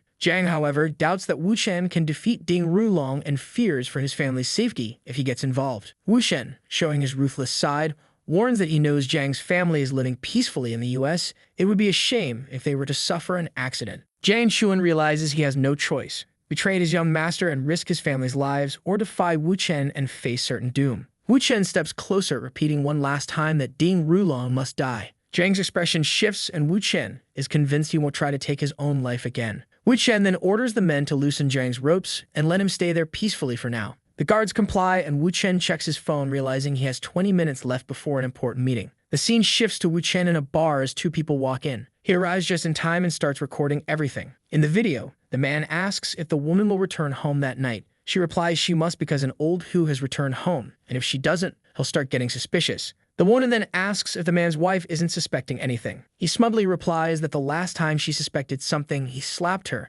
and now she behaves. The woman asks if anyone suspects her, but he reassures her and tells her to just eat the banana so they can head to the hotel. Wu Chen is pleased to have captured this secret meeting on video. He then calls Zhuang, asking for her company to handle some matters at the Zhizhen mansion. The scene shifts to Tao Maning, a famous actress known for her beauty, who fits the typical standards of the story. She tells Wu Chen that her godfather is on a call and will be down soon. Zhuang, meanwhile, is questioning why another rich and noble woman has appeared and is amazed at how strong Wu Chen's social circle is. Teva serves Wu Chen a healthy cup of tea. Upstairs, Lei Shang, the chubby godfather, finishes his call. Seeing Wu Chen, Lei Shang is delighted and asks who the beautiful woman is. Wu Chen introduces Zhuang, and Lei Shang suggests they have a chat while the women get to know each other. A little later, Wu Chen informs Lei Shang that Ding Rulong will try to gain the support of the Hong Fa group. That's why he has come to talk to Lei Shang as well. Wu Chen reveals the video he recorded, saying it could help Lei Shang make the right decision. Curious, Lei Shang asks to see it, and upon watching, he exclaims that this video has saved his life. The man in the video is an employee at Lei Shang's company.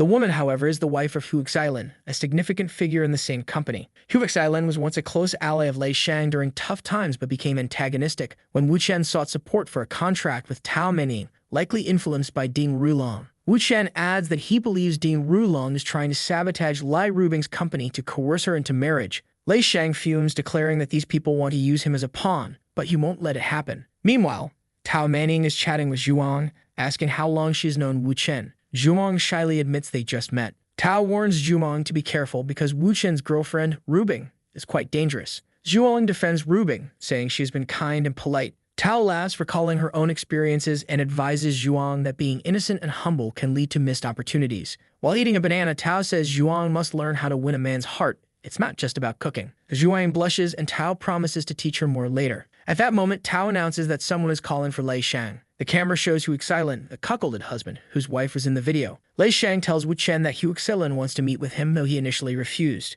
Lei Shang asks what they should do with the video. Wu Chen suggests showing it to him. Lei Shang is hesitant, but Wu Chen assures him it's fine since they aren't directly involved. Wu Chen also notes that Hu Xilan has had his share of affairs. He explains that Hu Xilan and his wife signed a prenuptial agreement where infidelity by either party forfeits all rights. Wu Chen's deep knowledge of even marriage contracts impresses Lei Shang. Lei Shang remarks that a video like this is worth at least 1.5 billion of valuable leverage. Wu Chen advises Lei Shang not to reveal that Wu Chen provided the video. If Hu Xilan becomes a strong ally, Lei Shang's chances of inheriting the company increase significantly. Lei Shang acknowledges the tactic as borderline blackmail but agrees to handle it diplomatically, presenting it as friendly advice. Lei Shang thanks Wu Chen and tells his staff to let Hu Xilan in. As Hu Xilan enters, he notices there are other guests and offers to wait downstairs. However, Lei Shang insists it's fine and introduces Wu Chen as his brother. Hu Xilan and Wu Chen exchange pleasantries. Hu Xilan comments on the ongoing dispute between Lei Shang and his brother. Lei Shang brushes it off, saying it's something he had anticipated. Hu Xilan begins discussing Tao Menning's contract with Lai Rubing's company.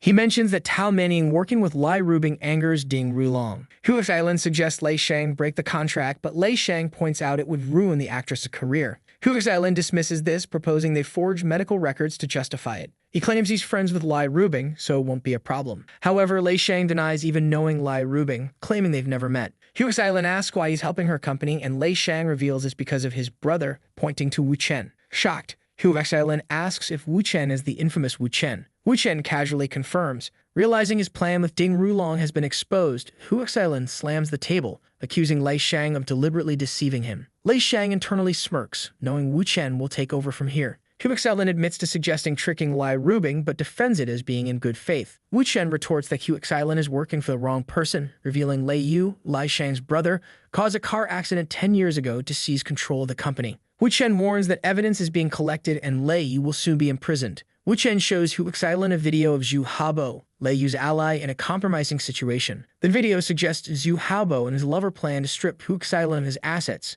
so he better act fast. Lei Shang advises Hu Xilan to divorce his wife, take another of his partners abroad, and recover his properties using the video. Hu Xilan, stunned by how they know about his other affairs, is speechless. Wu Chen warns that after Lei Yu, Zhu Habo is next in line to face consequences. Though initially enraged, Hu Xilan thanks them for exposing the truth. Wu Chen assures him that it's all just brotherly advice. Lei Shang admires Wu Chen's conversational skill, noting how he deftly manipulates the situation. Suddenly, Lei Shang receives a call from Ding Rulong, which he puts on speakerphone. Ding Rulong asks if Lei Shang is free for a meeting tomorrow. Lei Shang asks if Ding Rulong is heading to Donghai tomorrow, to which Ding Rulong confirms, suggesting a confidential location. Lei Shang declines, questioning why Ding Rulong wants to meet him when he's already spoken with Lei Yu. Ding Rulong claims they aren't enemies but admits Lei Yu is a priority as he'll inherit the company after the accident. Hu Xilan hears everything, while Lei Shang glances at Wu Chen for guidance. Wu Chen signals Lei Shang to follow the plan. Lei Shang casually asks Ding Rulong when he'll arrive. Ding Rulong, occupied with another woman, says he'll be in Donghai at 2 p.m. and suggests a secret meeting spot. Interrupting himself, he slaps the woman, criticizing her technique. She apologizes and promises to improve, while he remarks that everything feels perfect now. Looking at a building with a giant image of Lai Rubing, he mutters that as long as she behaves, she'll belong to him. Lei Shang, after ending the call, assures Wu Chen everything is ready for tomorrow. Wu Chen tells him not to worry and to stick to the plan. Later, Tao Menning advises Zhuang not to forget her tips and to message her anytime. Lei Shang overhears and asks Tao what she's teaching Zhuang. Tao signals for silence, saying it's woman's stuff. Lei Shang encourages Zhuang, saying she has his support. The scene shifts to a street outside a bar. Zhuang asks Wu Chen if they're meeting friends. Wu Chen, deep in thought, recalls a significant event he foresaw. Suddenly, a purple-haired girl cries for help as a man smashes a car with a bat, demanding the occupants step out. Wu Chen observes calmly, noting their arrogance and thinking it's time they pay for their actions. The car's driver hesitates until threatened with being dragged out. The couple exits, and the bat-wielding thug declares it's time for payback. The first blow lands, and chaos erupts as people scream for help. Wu Chen steps in, asking what's going on. The girl pleads for help, saying the man being beaten is her boyfriend. The gangsters warn Wu Chen to stay out of their business. Wu Chen calmly responds that he doesn't like being yelled at. At that moment, a bleach-haired man rushes at him, swinging a punch, claiming Wu Chen is looking for a beating. But with a millennium of training, Wu Chen sidesteps effortlessly and lands a solid kick to the man's face. The rest of the gang freezes, visibly shocked. Their leader commands everyone to surround Wu Chen before they all end up beaten. A fight breaks out, with the girl attempting to slip away amidst the chaos. Seconds later, Wu Chen stands victorious, unbothered. The couple stares in stunned silence as Wu Chen casually pulls his hands from his pockets. The gang leader with the white streak in his hair wonders where such a skilled fighter appeared from.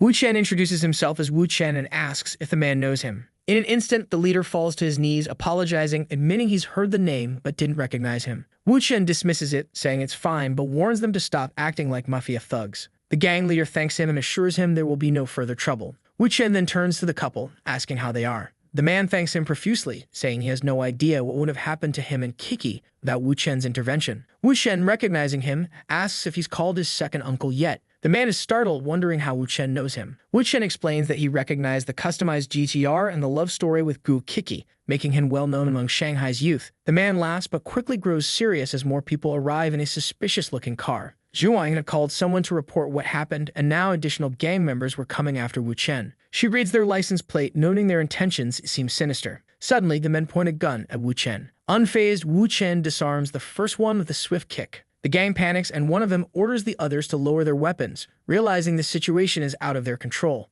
Wu Chen approaches the trembling leader, explaining that the couple they targeted are descendants of influential families. He warns that initiating the fight will inevitably make them the culprits, and not even Hong Tai will protect them. The leader stammers for help but receives a slap instead. Wu Chen ensures the couple witnesses him disciplining the gang leader, mitigating their desire for revenge. The leader admits his wrongdoing and begs for forgiveness. Wu Chen steps back, leaving the situation as Tang Xinbao arrives and asks why Wu Chen hit the man. Wu Chen explains it's better this way, as the gang leader controls this area and will think twice before causing more trouble. Tang Xinbao offers to take the man to the hospital, but he refuses, claiming he's strong enough to endure. A black car pulls up and Lai Huitai emerges, checking if Wu Chen is okay. After explaining everything, the gang leader is subjected to another round of punishment, hobbling away with battered legs. Tang Xinbao assures Wu Chen he holds no grudges and requests they stop hitting the man. Meanwhile, Hong Tai berates the gang leader, who is relieved to escape with his life. Another car arrives, this time bringing Rubing, exuding her usual boldness.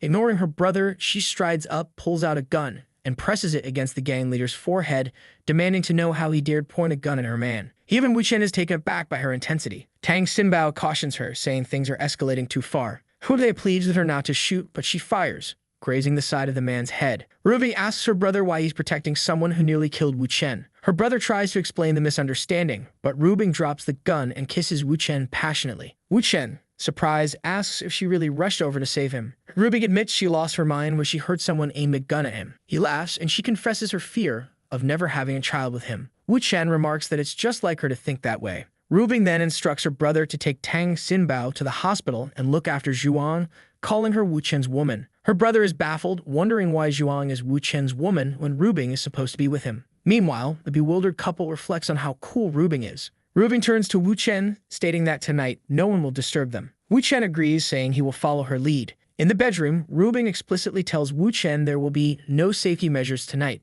Wu Chen simply replies that he's there to obey. The next morning, Hude informs Wu Chen that he stayed with Xinbao at the hospital until he was discharged. Xinbao, however, insists on thanking Wu Chen in person. Wu Chen barely has time to process when Xinbao enthusiastically expresses his gratitude. Rubing takes over hosting duties as Wu Chen steps out to take a call. The call is from Rubing's father, who bluntly asks about the rumors of Wu Chen having another woman besides his daughter. Wu Chen calmly admits it, acknowledging the father's reliable information network. Rubing's father, furious, demands to know how many women Wu Chen has. Wu Shen calmly responds to Rubing's father, saying he has a few women, but insists it's not important since he's focused on handling the Tang Xinbao situation. Rubing's father, clearly baffled by the complexities of modern relationships, sighs and decides to let Wu Chen handle Tang Xinbao however he sees fit. After hanging up, Wu Chen assures Rubing that everything is under control. Rubing, curious, asks what her father wanted. Wu Chen downplays it, saying it was just a concerned father asking about his daughter and her relationships. Understanding the situation, Rubing smirks, realizing Wu Chen managed to navigate the conversation smoothly. Wu Chen assures her he'll do everything for her. The scene transitions to Zhuang, dressed as a maid, bringing a plate of neatly cut fruit to serve to the group. Wu Chen grabs her arm and asks what she's doing. Zhuang shyly explains she just wants to be useful to him. Wu Chen questions if being useful means serving food and water, to which she responds that she could cook for him as well. A bit awkwardly, Wu Chen tells her there's no need for that. Rubing, watching the scene, is visibly surprised. Zhuang insists she doesn't mind and actually feels good helping out. Rubing agrees there's no problem with it and suggests they both cook together. Wu Chen chuckles at the idea of Rubing cooking, and Zhuang tries to stop her from helping this time. Rubing decides to let it slide but promises to prepare something extraordinary next time. Just then, Tang Xinbao approaches Wu Chen. He bows and earnestly asks Wu Chen to teach him martial arts, admitting he used to think it was all fake. After witnessing Wu Chen's fight, he's convinced it's real and wants to become strong too. Before Wu Chen can respond, Xinbao excitedly declares he's willing to pay any price and endure any training. Wu Chen agrees but reminds him that he just got out of the hospital and needs to rest first. Once he's fully recovered, they'll talk about training. The scene shifts to the airport, where Ding Rulong arrives, immediately calling Rubing. When she answers, he invites her to dinner, claiming it's the perfect moment. She bluntly tells him to go to hell. Undeterred, Ding Rulong warns that if she doesn't come to him, he'll come to her personally. Rubing coldly replies that if he does, he'll die, then hangs up. Staring at his phone, Ding Rulong mutters that he'll see how long she can keep up this defiance. Back with Hu Te, he expresses concerns that if Ding Rulong enters the city, it could escalate quickly. Wu Chen reassures him not to act impulsively, as everything is already planned. Hu Te acknowledges this, while Wu Chen says he's heading off to finalize the last details. As Wu Chen gets into his car, he tells Xinbao and Zhuang not to worry about him. Before driving off, Wu Chen remarks that it's time to start the game. He makes a call, requesting the license plate number of the car Ding Rulong's group used the previous night. The guide he called is sitting in front of the computer looking for some information. He says that even though Ding Rulong didn't ask him for a car, he knows exactly who he got one from. Wu Chen smiles when the guy says the number has already been found and sent to him. Then he calls Yurong and tells her he just sent her a message. She assumes he's missing that and says that if he wants, he can come to her house to get it. However, he says it's something else. At the moment, he needs her to track the car he sent her the license plate for. He also tells her it needs to be done quickly and discreetly. 10 minutes later, she calls back and says the car is parked on Kangan Road in the northern region. Of course, the price for the information is that he'll have to visit her after work. He just says, all right. Wu Chen knows the only hotel in the northern region that Ding Rulong would accept is the Heshu Hotel. After checking their system, he sees the guy is in room 616, and it's time to send a gift. Getting out of bed, Ding Rulong wonders why a 5-star hotel is having a blackout. Another worker shows up and informs the young master that the water has also been cut off. Then the hotel manager comes to apologize, explaining they're experiencing strange issues, but they'll fix everything soon. Ding Rulong plans to leave anyway because of a meeting with a chubby guy, but he still asks if things will be fixed by dinner. The manager assures him it will, saying it'll take a maximum of 2 to 3 hours. Back on the street, Wu Chen comments that it's his turn now. Man, he put on gloves and even shoe covers. This guy is clearly ready for action. The only thing missing was that, and he starts looking around. Well, I see he's at Ding Rulong's hotel. After searching a few places, he finds a briefcase under the couch. Our guy already knows all the usual passwords Ding Rulong uses. With the case open, he takes out a laptop and plugs in a USB drive. Inside are all the files he needs to destroy this guy. Even though he already knows most of it, there's so much that copying is easier. Of course he's armed, but it would be better to handle this without firing a single shot. The data was stolen, and all traces of the intrusion were erased. With the USB in his pocket, he's eager for the day. He meets Ding Rulong. It'll be very interesting. Sometime later, he went to pay Yurong back for her help. As soon as he arrived at her door, she pulled him in. She leans in, saying she doesn't care about anything as long as he surrenders himself to her. He says they can go straight to bed, but she replies it's not enough. He'll have to spend the whole night. Clothes are all over the floor, obviously because everything needs to be washed. It's always good to stay nice and clean. In that position, I'm sure Yurong must be doing some push-ups and sweating a lot. She asks our guy what he said he saved for her. He replies that he already gave her what he had, so to speak. She laughs, and then he gets up and says she'll understand when she checks the USB drive. He tells her to hold on to it for now and not to call him for the next 2 hours because he has something to handle. She says that's fine, he's already done enough work to keep her calm for 2 hours. Back in the car, he calls someone and says he sent over a document. It's Liu Rubing's father, who asks where he got all those photos and videos. Our boy reveals that he stole it from Ding Rulong's laptop. The father is shocked and assumes Wu Chen must have killed the guy to get the files so easily. But our boy explains that the guy is still alive and well, so there's no need to worry. Now all the preparations were complete. They just needed to make sure Hude didn't find out that Ding Rulong was there. The father thanks him and Wu Chen smiles, saying everything is going according to plan. Meanwhile, in another location, some guys greet our boy and invite him in. It's a surveillance room with several cameras installed at Lei Sheng's house. At this moment, Ding Rulong is asking Lei Sheng why he's choosing to live in hiding in Dongai. The chubby guy responds that Ding must already know about his family problems. There were things beyond his control. Ding Rulong asks if he's really so afraid that their father chose the elder brother. He insists Lei Sheng should understand that such decisions depend on one's power. But the chubby guy says people need to recognize their own capabilities. All the family's power was already in his brother's hands, so he gave up. However, Ding Rulong says that if he had truly accepted his fate, he wouldn't have requested this meeting. Listening to the conversation, Wu Chen is pleased that things are going exactly as he wanted. He then sends the butler to serve some snacks and tea to the two of them. At that moment, a woman enters, saying the tea he requested has arrived. Apparently, this was the signal for Lei Sheng to realize Wu Chen was there. The chubby guy then says that regarding the issue of Tao Menning supporting Liu Rubing's company, he won't be able to terminate the contract. Ding Rulong asks how much the contract is worth and what Lei Sheng wants to make it happen. Lei Sheng explains that his relationship with Mr. Lai, Liu Rubing's father, is as important as his relationship with Ding Rulong. Because of that, he doesn't want to face retaliation from their family. Ding Rulong demands that he speak more clearly, and the chubby guy says that, unfortunately, he can't go against Liu Rubing, her two brothers, and the entire Liu family. At that, Ding Rulong asks if Lei Sheng would agree if he made Lei Yu, the elder brother, end up in prison or die in an accident. If the brother completely disappeared, Lei Sheng would undoubtedly become the new heir of the Liu family.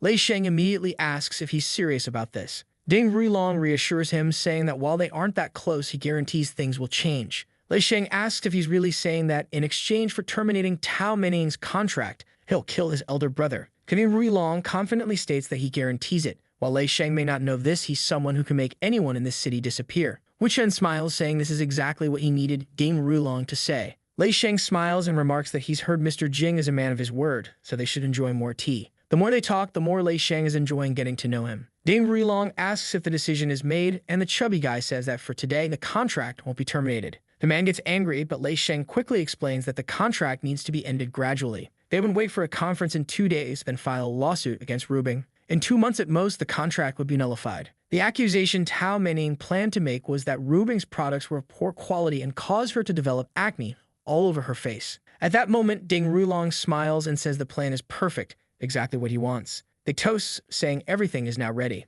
Later, the chubby guy reports that Ding Rulong has left and that the plan went exactly as they wanted. Our boy smiles, saying it's now time to deliver this video to Lei Yu, the elder brother. Meanwhile, he's receiving messages from Yurong on his phone, saying she misses him. This woman has our boy wrapped around her finger. None of the others even have a chance to enjoy his attention. Our boy says he'll take his friend to meet someone new. The door opens and Yurong invites him in. He introduces Lei Sheng and Miss Tao Menning. Apparently, the guy already knows her and says he didn't expect her to be Wu Chen's new friend. She smiles and he remarks that it's interesting to know they're friends. However, she cuts him off, saying that friend isn't the right word for their relationship. Lei Sheng, confused, wonders why Wu Chen brought him to meet someone who isn't his friend. Was he trying to get him to help with something? Then she clings to our boy, saying he's not her friend, he's her man. The chubby guy is sweating nervously, wondering if Rubing knows about this. Our boy tells her to tone it down a bit, and she replies that if she could, she'd announce their love to the whole world. Tao Menning and Lei Sheng sit down. Our boy says he called him there because of some business and wants to know if he's interested. Tao Menning hands over some documents, saying they contain information on how to bring down Ding Rulong. The chubby guy sees the documents and realizes they detail how Ding Rulong conducts his business and manages his wealth. The chubby guy is ready to agree, but our boy advises him to think carefully. After all, this plan will take at least a year to completely destroy Ding Rulong and his entire family. Lei Sheng wasn't aware that they intended to bring down the entire Jing family. Wu Chen says the specific details are in the documents. What he wants to know is if Lei Sheng will cooperate with Yuron. He slams the table and says they can count on him since they both want to take down the same people. Wu Chen then says that tomorrow a man named Gu Hubo will come to Dongai so they can discuss everything. Yurong is quietly observing, thinking about how much prestige she'll gain in her group once this is resolved. This will bring in a lot of money, and she's already eager to thank the boy in her own way. Lei Sheng is all smiles, saying they should drink to celebrate their success, but that he receives a call from Hu Tai, saying something urgent has happened and he needs to come over. He immediately stands up and tells the group they can go ahead and celebrate as something's come up. They thank him and say to reach out if he needs help with anything. Shortly after, Hude grabs him by the arm, saying his third uncle is coming to the city tomorrow to handle the Xinbao situation. Xinbao, of course, is the kid Wu Chen saved on the street with his girlfriend. Wu Chen, however, comments that the Xinbao issue is already resolved, meaning the uncle is coming to the city to protect Ding Rulong. Hude asks if this means he won't be able to kill that bastard.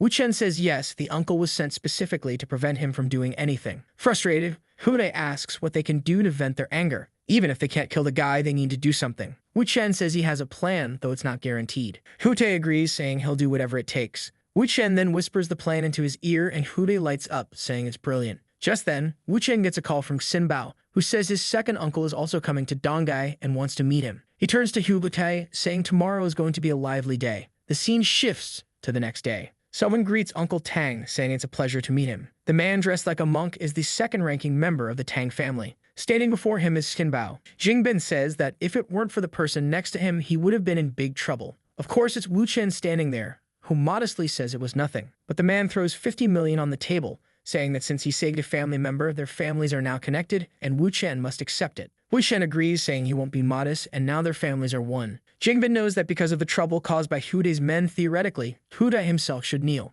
Of course, the Liu family doesn't want him to do that, which is why Wu Chen was sent to mediate this mess. Jingbin comments that Wu Chen accepted the money pretty quickly and says he likes people who are straightforward and don't beat around the bush. Wu Chen asks if he's hungry after coming to Dongai so early. He hands a card to Zhuang and tells her to prepare something as they'll be heading out. He also tells her to use the leftover money to buy clothes and save for when they return to Shanghai. But Jingbin notices all this and wonders why Wu Chen is giving 50 million to a servant and clearly holding her hand. She's flustered, saying she can't accept it. However, Wu Chen is already heading to the Kit Wu Chen with her, saying he'll be back to chat with Uncle Tang after helping her feel comfortable. Jingbin is left dumbfounded, muttering that it's fine then. Zhang asks Xinbao about their relationship, and Xinbao explains that her name is Xiaoji, and that Miss Leah Rubing doesn't seem to mind her presence. Jingbin remarks that this Wu Chen is more impressive than he expected. After dinner, in a suite at an entertainment club on Tai Street, Rubing and Wu Chen are there smiling to greet their guests. The man on the right is Sun Yongzhang, an important member of the Li family. They exchange greetings, and Yongzhang says Jingbin has always admired him. Yongzhang asks why he also came to Dongai for what seems like a minor misunderstanding among the younger generation. Jingbin explains that Xinbao was nearly beaten to death, so of course he had to come and see for himself. Yongzhang brushes it off, saying it wasn't that serious. It was just a misunderstanding caused by Tai Street, and the Liu family would of course compensate for it.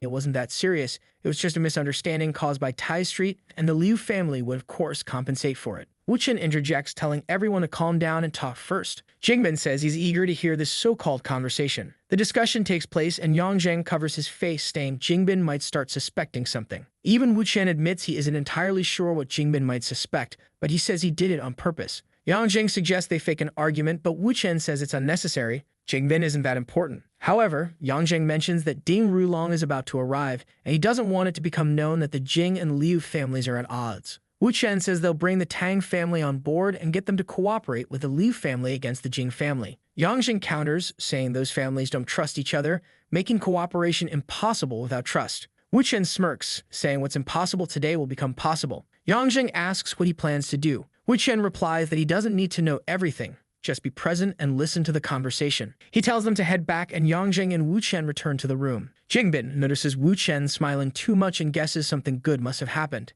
At that moment, Rubing runs over to Wu Chen, asking what they were talking about. Wu Chen pulls her close and tells her to guess. Meanwhile, Jingbin is watching closely. He knows very well that Leah Rubing is the woman Ding Rulong is interested in. The poor fool has been rejected for a long time, while she acts like a lovesick teenager around Wu Chen. Suddenly, our boy makes a little hand gesture, calling out Mr. Gu's name. Gu looks a bit confused, but quickly responds. Jingbin keeps observing, noting that Wu Chen seems to have connections with most of the families. Walking down the hallway, Gu Rubo tells Wu Chen that if he ever needs help, he just has to ask. They're brothers, after all. Wu Chen replies that Gu has already helped plenty, which confuses him. He explains that Gu's attitude as a brother is all the help he needed. This makes it clear to Gu that everyone in that room supports Wu Chen. Hute then shows up, announcing that Ding Rulong has arrived. Wu Chen gets excited, saying it's time for everyone to follow the rest of the plan. Downstairs at the hotel, a man stops Ding Rulong, asking him to wait a moment. He explains the rules, ensuring everyone is disarmed. Once that's done, the man says they can enter. Rulong looks back and orders the 6 men with him to stay outside. All hyped up, he opens the door, calling out for Leah Rubing, but immediately notices something strange. No one in the room seems to care about him except for Yangjang, who stands up enthusiastically. He greets Jingbin, who says it must be fate that they met there. Yangjang introduces Ding Rulong to Guru Ibo. They exchange pleasantries, while Leah Rubing, sitting nearby, is busy fawning over Wu Chen, asking where he got his watch. He says he doesn't know and adds that what he really wants is a new jacket since this one doesn't match his outfit. She suggests they go shopping after dinner to get him whatever he wants. He says that depends on how he feels. Ding Rulong is left wondering who this strange guy is. He reaches out to Rubing, saying it's been a long time since they last saw each other, but she completely ignores him, continuing to play with Wu Chen's hand. Rulong stands there awkwardly, feeling like a fool. Wu Chen asks why he came to Dongai if he seems so uncomfortable there. The elders immediately realize Wu Chen has started throwing shade. Wu Chen questions whether Rulong isn't satisfied after seeing the love he and Rubing share. Rubing tells Wu Chen to start ignoring that weirdo, just like she does. Rulong tries to ask her not to be so harsh, but Yangjang slams the table, telling them not to take it too far. Rubing says that if they're unhappy with her and Wu Chen's presence, they'll leave. Angrier than ever, Yangjang asks if they're trying to make him lose his temper completely. Hude steps in, asking everyone to calm down, reminding them they have guests. But Rubing warns that if they don't want Wu Chen there, then the two of them will leave, so they'd better stop glaring at him like that. Yangjang demands respect, saying he's an elder of the family. This sparks an argument between the two. Meanwhile, Jingbin wonders what kind of spell Wu Chen has cast to make Rubing so infatuated. Rulong tells Yangjang they shouldn't break the family's unity over an outsider and advises everyone to calm down. Meanwhile, Rubing and Wu Chen are quietly giggling about Rulong, making playful comments. Guru Bo whispers to Huotae about how composed Wu Chen seems. Huotae replies that despite his youth, Wu Chen has a lot of skills. At this moment, Jingbin finally realizes what's happening. Everyone in the room is playing a role to make Ding Rulong look like a fool. Even the man who stopped him earlier was just there to humiliate him further. Wu Chen crosses his arms and suggests they discuss matters concerning Huotae. Yangjang asks Jingbin if he's in a hurry and plans to return to Shanghai today. Jingbin says no, but starts wondering why everyone seems so interested in talking to him. Is he part of this script too? Ding Rulong then asks what's going on with Huotae, already imagining that solving his issue might earn him Rubing's favor. He places a hand on Jingbin's shoulder, ready to discuss a good solution. But Wu Chen slams the table, saying that's enough. He stands up, stating that since no one wants to hear what he has to say, he's leaving to rest for a while. Rubing asks if he's tired and offers to help him. Ding Rulong likes this. He assumes Wu Chen is acting emotionally. Yangjang yells again, telling Rubing to stay, saying it would disgrace the family to leave while they have guests. She tells Wu Chen to go home and rest, promising to handle the matter with Huotae herself. She strokes his head, saying she understands. Outside, Wu Chen spots a man named Jiang Hongwan. He's one of Ding Rulong's most trusted men and undoubtedly the next target. At that moment, Hongwan receives a text from someone asking if he's enjoying the view of the lake in Shanghai and calling him brave for stealing people's money. Startled, Hongwan pockets his phone, wondering if he's been discovered and threatened. He excuses himself to his friends, saying he needs to use the bathroom. Once alone, he texts back asking who the person is. The reply says there's a card on the sink and instructs him to go to room 1029. Angrily, he storms to the room. Apparently, he was paid 6 million to do some jobs for Ding Rulong, and if this leaks, his life is over. He has no choice. Shortly after, he arrives at the designated room. Looking around the room, Hongwang wonders where this person could be, as it seems they haven't arrived yet. He tries calling the number again, but now it says the number doesn't exist. Confused, he questions why someone would threaten him and then disappear without demanding money. Back in the hall, his colleagues ask why he took so long, and he brushes it off, saying his stomach is acting up. Time passes, and everyone gathers for dinner. Kube complains that he lost 9 million playing mahjong with Ding Rulong. Meanwhile, Wu Chen sends another message to Hongwang, again instructing him to go to room 1029. Hongwang tells his colleagues that his stomach is acting up again and excuses himself. Wu Chen quietly observes while Ding Rulong asks why Wu Chen keeps staring at him. Wu Chen says he's curious. Does Ding Rulong actually enjoy being a cuckold? The comment shocks both Huotae and Rubing, as they didn't recall this being part of the plan. Jingbin, on the other hand, thinks to himself that the real show is finally starting. Huotae adds fuel to the fire, saying that if Rulong liked being a cuckold so much, he should have mentioned it earlier, he would have helped him out. Ding Rulong tries to ignore them, remarking that Rubing's choice of partner clearly has no sense of respect. Wu Chen counters, saying he wasn't even talking about Rubing. It's more likely a mental condition. Rubing realizes Wu Chen is referring to Hixikun. Ding Rulong silently resolves not to lose his temper even as this farmer tries to provoke him. He comments aloud that some people reveal their ugly sides when they drink, but insists they're here to listen to nonsense anyway. Wu Chen smirks and declares that since Rulong is so curious, he might as well reveal that his mistress, Liu Xiaoyu, is having an affair with his bodyguard Tang Wu. Ding Rulong dismisses the claim, calling it fake news. Wu Chen feigns disappointment, quipping that Rulong must truly enjoy being a cuckold. Rubin pinches Wu Chen's leg under the table and whispers, asking what he's doing. He reassures her, saying it's fine. Ding Rulong will be in the hospital by the end of the night. Wu Chen continues pretending to be drunk until dinner concludes, and Ding Rulong bids farewell to everyone. Later, surrounded by his bodyguards, Rulong confronts Tang Wu, asking if he slept with Xiaoyu on his birthday. Tang Wu stammers, claiming he doesn't remember because it was so long ago. Rulong instantly senses the lie and accuses Tang Wu being the good actor. He pulls out a gun and demands Tang Wu help him remember. Tang Wu drops to his knees, swearing he doesn't know where Rulong heard this, but insisting he's innocent. Rulong calls Liu Xiaoyu and orders her to recount what happened with Tang Wu on his birthday. She nervously claims they did nothing, that Tang Wu just dropped her off at her apartment and left. With the gun under Tang Wu's chin, Rulong presses harder, saying she better remember correctly. Tang Wu admits that she didn't let him leave and even started taking off his clothes. Xiaoyu, panicking, calls him a liar, claiming he forced her instead. She confesses she was too scared to tell Rulong, fearing he'd think she was dirty. Tang Wu clings to Rulong's leg, begging for forgiveness, but Rulong kicks him away, seething with rage. Enraged, he declares that it's incredible how both his dogs betrayed him. As Tang Wu grovels, Rulong points the gun and fires. The pistol misfires and chaos erupts as security rushes in to take him to the hospital. Outside, people see flames erupting from the top of the building. A security guard reports that the fire started in room 1029, and the only person seen entering was one of Rulong's own men. Hude orders the fire to be extinguished, while Rubing warns them to be careful with the reporters swarming the area. Meanwhile, the elders laugh and chat as they walk ahead. Yang Jing receives word that Ding Rulong has been hospitalized. Seeing all of this unfold, Jingbin suspects it's part of Wu Chen's plan. Yang Jing tells Hute and Rubing to accompany him to check on Ding Rulong. Hute responds that he still has matters to handle at a hotel, but Wu Chen assures him he'll take care of things there. Rubing grabs Wu Chen, asking how much of the plan he hasn't told her yet. He smiles and says, a lot. Hubei asks about the next step, and Wu Chen instructs him to send one team to the hospital where Ding Rulong is and another to clean up the scene. Hute agrees, and the guards begin talking about how wild the night has been. Hongguang receives another message stating that everything happened in room 1029 and wishing him good luck. Realizing he's likely the only one who entered the room, he panics. Even though he didn't do anything, he knows he'll be blamed. With no other option, Hongguang decides to disappear and hide for a while. He tells his friends his stomach is acting up again and quickly leaves. They note how strange he's been acting all night. As Hongguang rushes out of the hotel, someone throws a bag over his head. Hute informs Wu Chen that the tasks have been completed. Wu Chen then says it's time for the two of them to pay Ding Rulong a visit. At the hospital, the elders are advising Ding Rulong to be careful with his hand and marveling that it's a miracle he survived. Rulong agrees, calling it a blessing from Buddha that the damage wasn't worse. Suddenly, Hute bursts in, armed, demanding to know where that bastard is. He spots Rulong and accuses him of trying to set fire to his hotel. Yang Jing steps in, urging Hute to calm down and asking what this business about the fire is.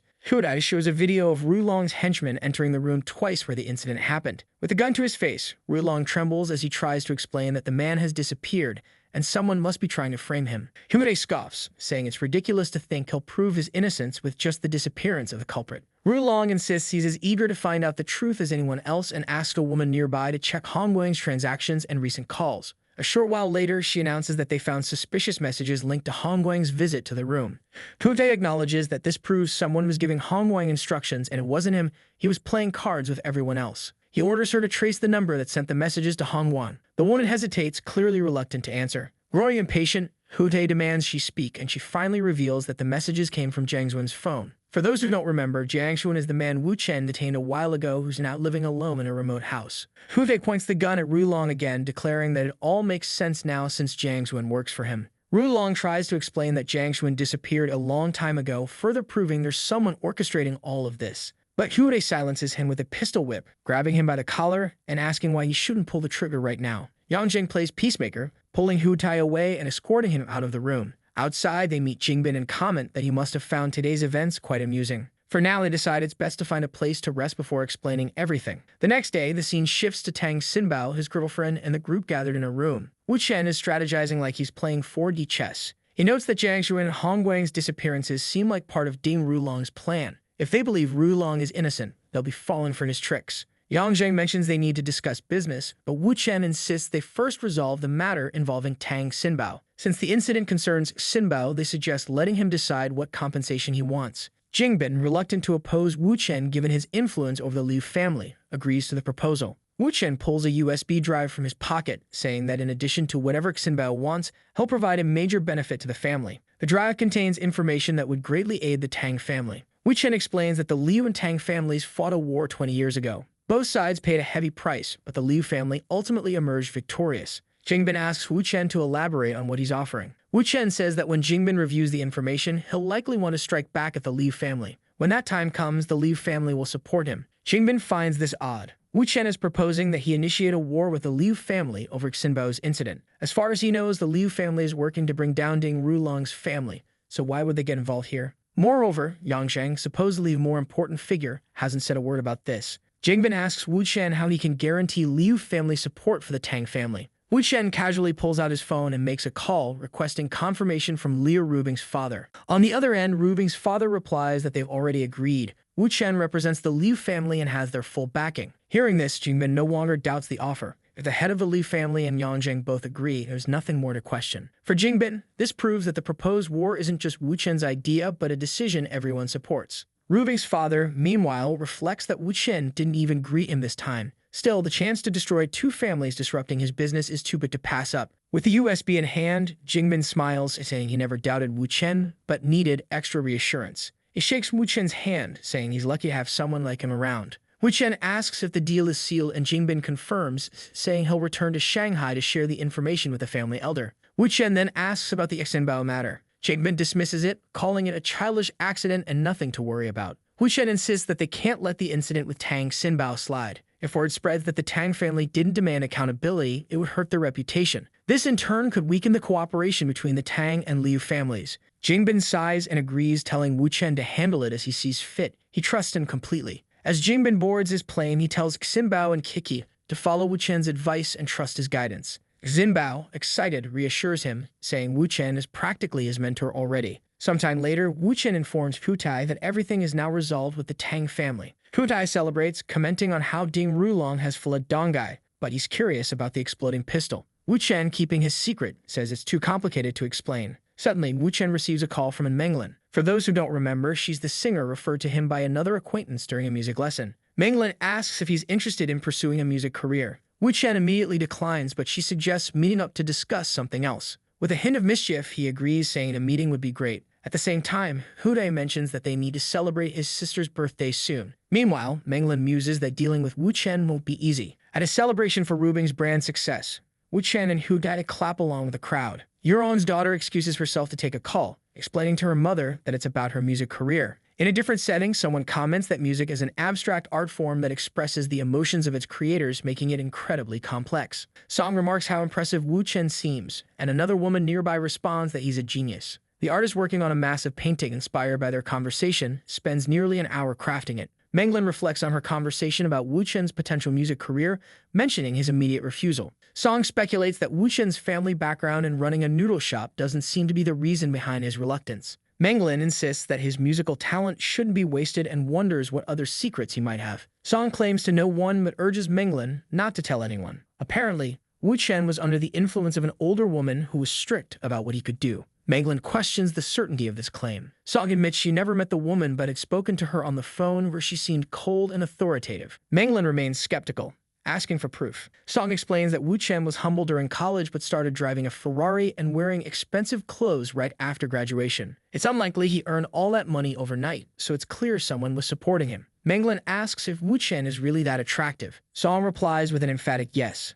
Menglin raises her voice, saying they should team up to free Wu Chen from this older woman. Intrigued, Menglin agrees and Song decides to call him. Wu Chen, mid-workout, answers the call. Rubing, noticing, asks who's interrupting them. Wu Chen explains it's Miss Song. Song asks if he's available to meet tomorrow afternoon in Dongai. He agrees and they schedule a time. Rubing, feeling jealous, expresses her annoyance. Wu Chen reassures her, saying it's just about music. She warns him to focus only on that, and he playfully agrees. The next morning, Wu Chen visits He Shi-Qing. She mentions how peaceful her current living situation is and asks him to keep looking out for her. They share a close moment, with her blushing as he teases her about Ding Rulong being hospitalized and leaving the city. Shi-Qing thanks him shyly. Her daughter interrupts, saying she's hungry and asking Wu Chen about art lessons. He promises to return later to help, leaving her excited about finally feeling at home. Shi Cheng, meanwhile, reflects on how she'd agreed anything Wu Chen asked, even imagining building a family with him. Later, at a Starbucks, Song calls out to Wu Chen as he arrives. Manglin greets him enthusiastically, eager to discuss his music. She suggests he consider releasing an album,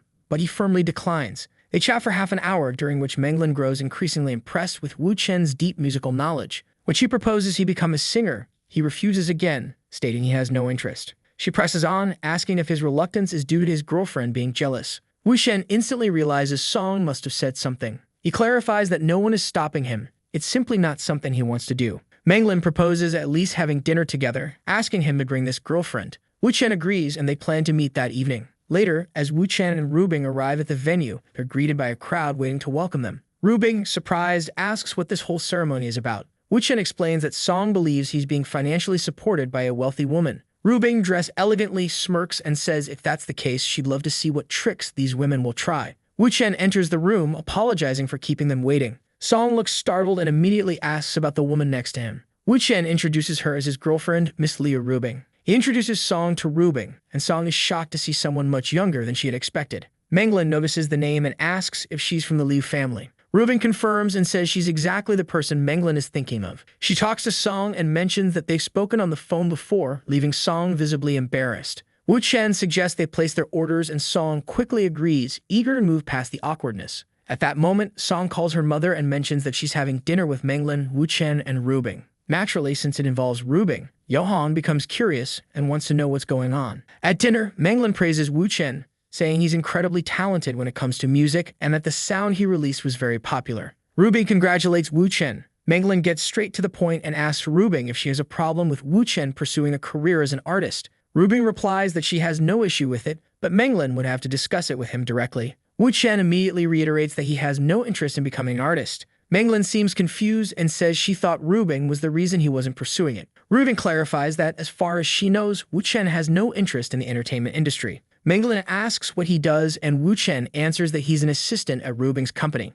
Out of nowhere, Rubing winks at Wu Chen, prompting him to excuse himself to use the restroom. As soon as he leaves, Manglin tells Rubing that she should let Wu Chen pursue a career and start earning his own money. Rubing responds that if she could control him, it wouldn't even be at this dinner. She also points out that Manglin barely knows Wu Chen, but seems very interested in him. Manglin, flustered, claims she's only here to appreciate his talent. Rubing smirks and asks if she plans to appreciate his talent in bed. Manglin becomes visibly embarrassed, while Song is shocked by Rubing's boldness. Manglin questions why Rubing would ask such a rude question. Rubing retorts, asking why Manglin brought so many bodyguards to intimidate them. Song apologizes, admitting it was her idea to bring all the security. Rubing stands up and tells Song to stay quiet because the adults are talking. She turns back to Manglin and demands to know why she's so interested in Wu Chen. Manglin insists it has nothing to do with a romantic relationship. She only wants to sign him for a music career. The two exchange heated words, with tensions rising like they're about to have a Saiyan-level showdown. After much back and forth, Rubing says she doesn't believe Manglin isn't interested in Wu Chen and proposes a bet.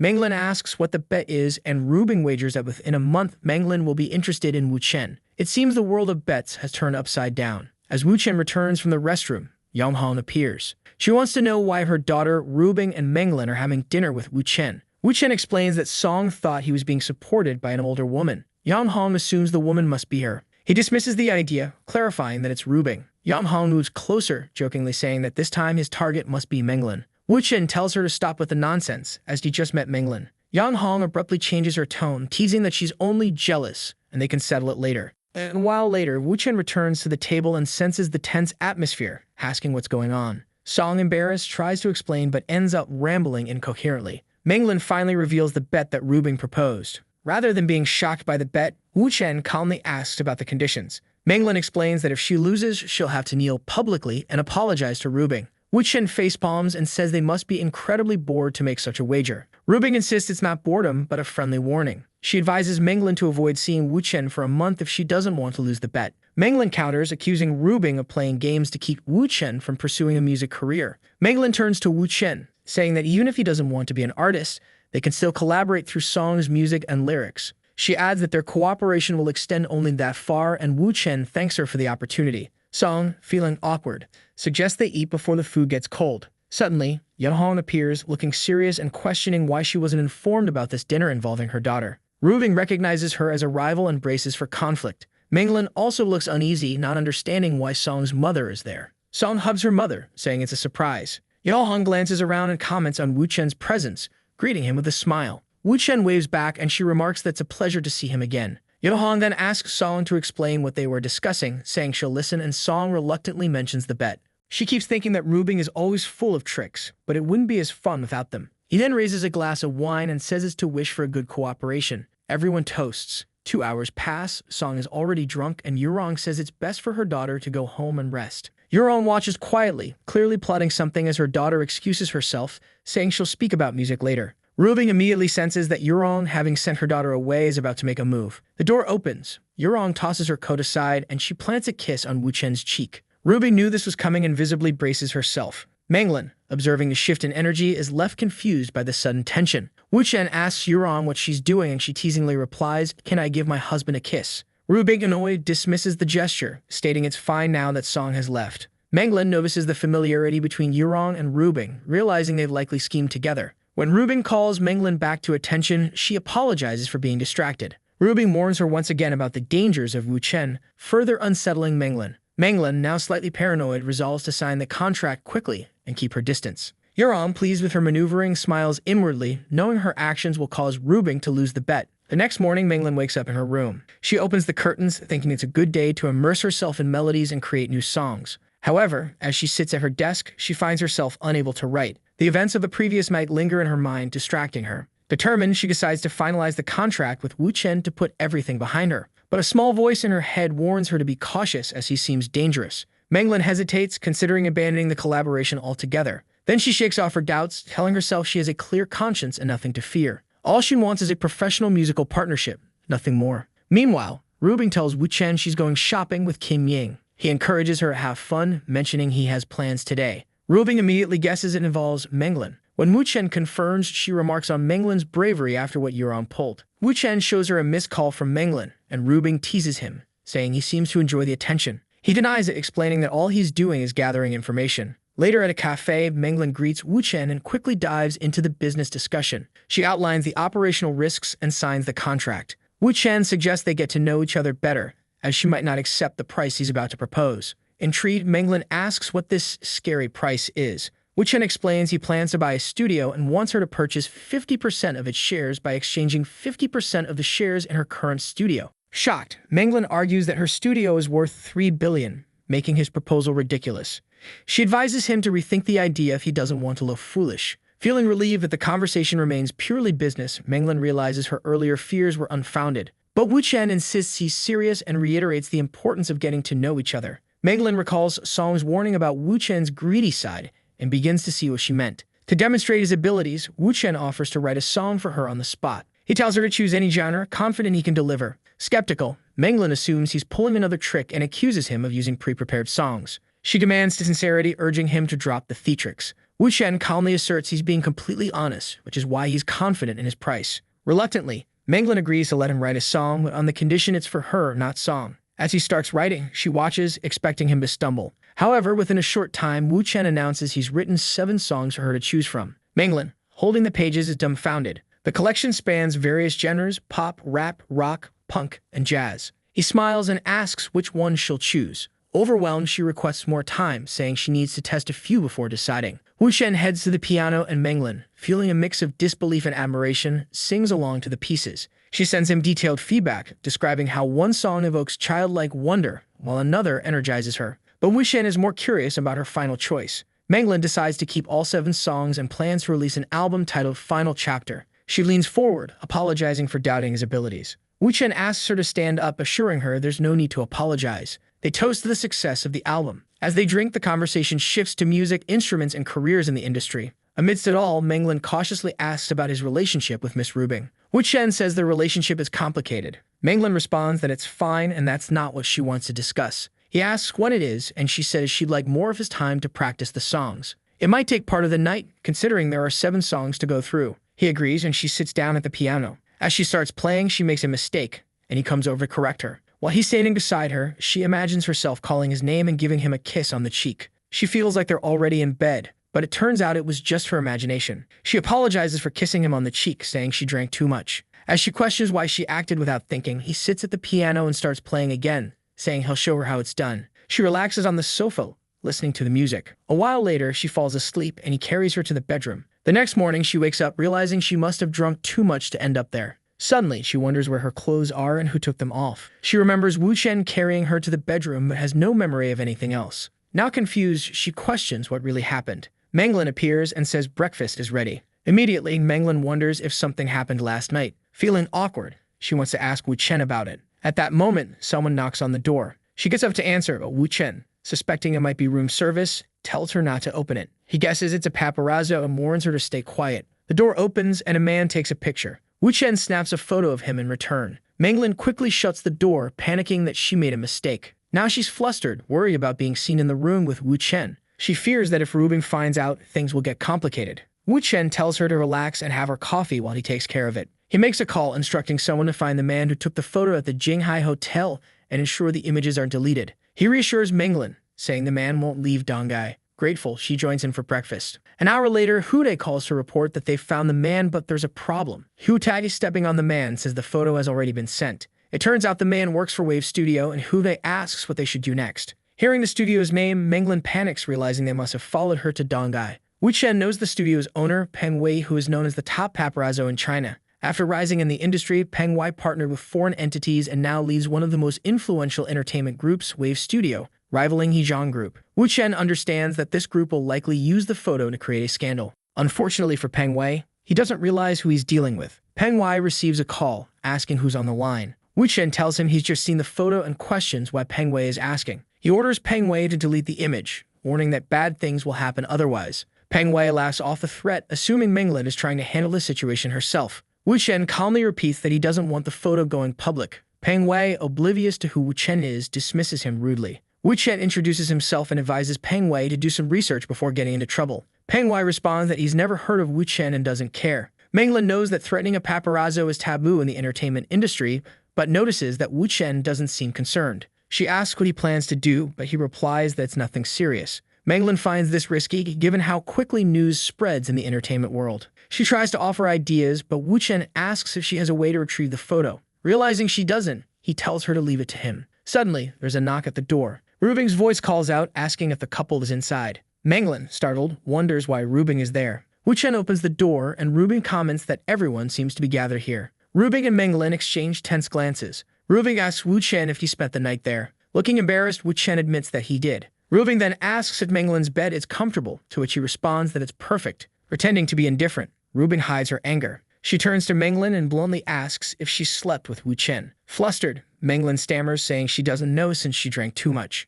Rubing demands a straight answer. Still stumbling over her words, Manglin fails to explain herself. Wu Chen steps in, stating that there's another bedroom in the suite and he slept there. Rubing replies sarcastically, saying, well, that sounds boring then. Manglin thinks to herself that despite Wu Chen's complex relationships, she doesn't believe he would lie about something like this. Rubing, however, can sense from Manglin's reaction that while they didn't sleep together, something happened. Rubing asks Manglin if she's won the bet yet. Manglin denies it, deciding not to mention the kiss on the cheek, which she considers insignificant. Rubing smirks, knowing her goal was to undermine Manglin's confidence in this argument. If Manglin were ever to become involved in Wu Chen's tangled relationships, she'd inevitably be beneath Rubing in the hierarchy. Feeling victorious, Rubing declares that the bet stands. Manglin then mentions something important has happened. She explains the paparazzi situation and the potential scandal involving her and Wu Chen. Rubing asks what Wu Chen plans to do. He calmly replies that he's already handling it. Satisfied, Rubing changes her expression and says she won't intervene if he has it under control. Manglin finds this strange, since if the news leaks to the media, Rubing's reputation would also take a hit. Wu Chen remarks that Peng Wei just made an interesting post that's gaining a lot of traction. It's a teaser about a Manglin scandal that will be revealed on August 2nd,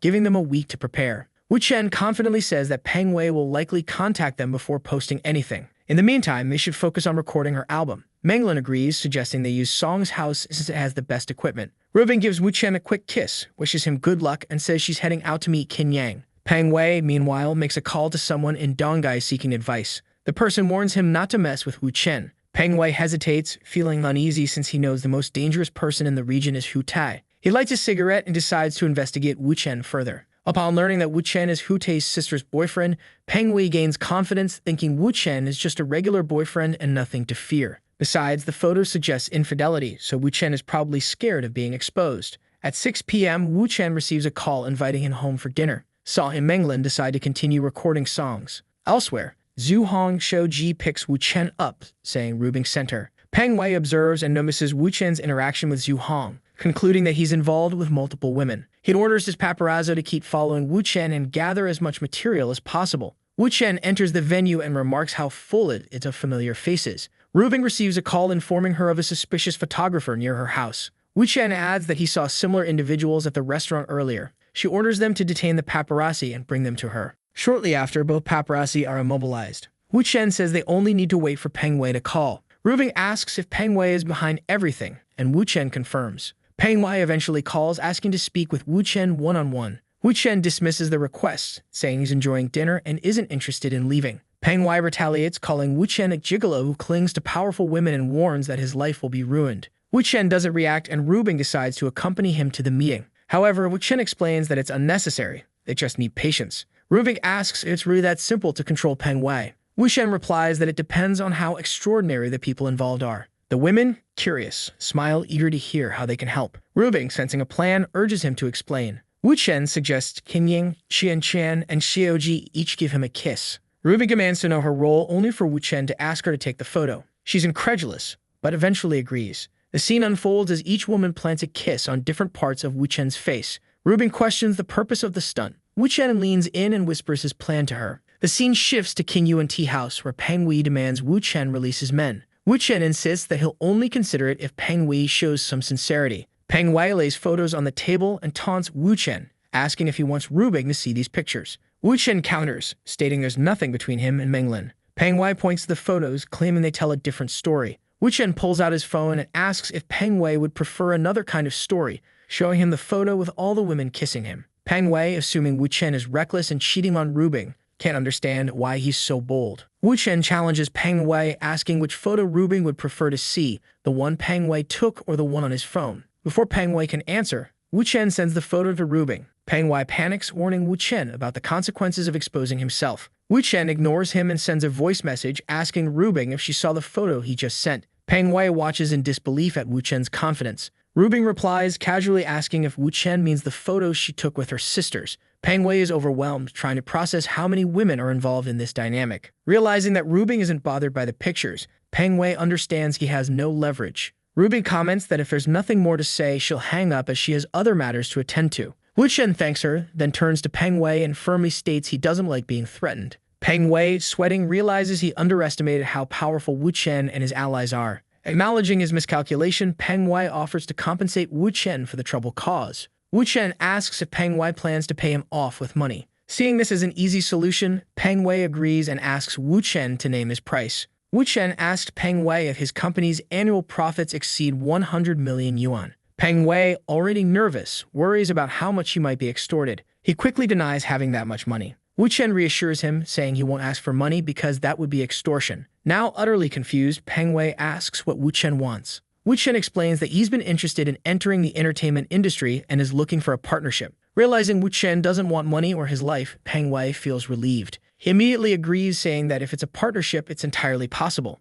Wu Chen then reveals that he plans to establish his own company and needs 2 favors. Peng Wei, eager to cooperate, assures Wu Chen that even if it's 20 favors, he'll help. The first request is for Peng Wei to apologize to Miss Menglin and compensate her however he sees fit. The second is to provide information on a certain Sheng Long and his connection to Yao Yao, then make it public. Peng Wei knows Sheng Long is extremely famous and holds shares in Hezong Group, which employs Peng Wei. Revealing such a scandal could put Peng Wei's life in danger. At the same time, Peng Wei suspects this is Wu Chen's way of testing his sincerity to gain favor with the Liu family. Considering Wu Chen's connection to the Liu family, Peng Wei agrees to leak the information. Shortly after, Peng Wei confirms that the evidence is sufficient. Wu Chen asks if he can post it this week. Peng Wei assures him it will be live soon. Wu Chen thanks him, saying he won't take up more of his time. An hour and a half later, Menglin arrives. Peng Wei introduces himself, saying it's an honor to meet her. She brushes him off, saying they're all busy people and should get straight to business. Peng Wei bows and swears that nothing like this will ever happen again. Menglin finds it odd that he's so adamant about there not being the next time.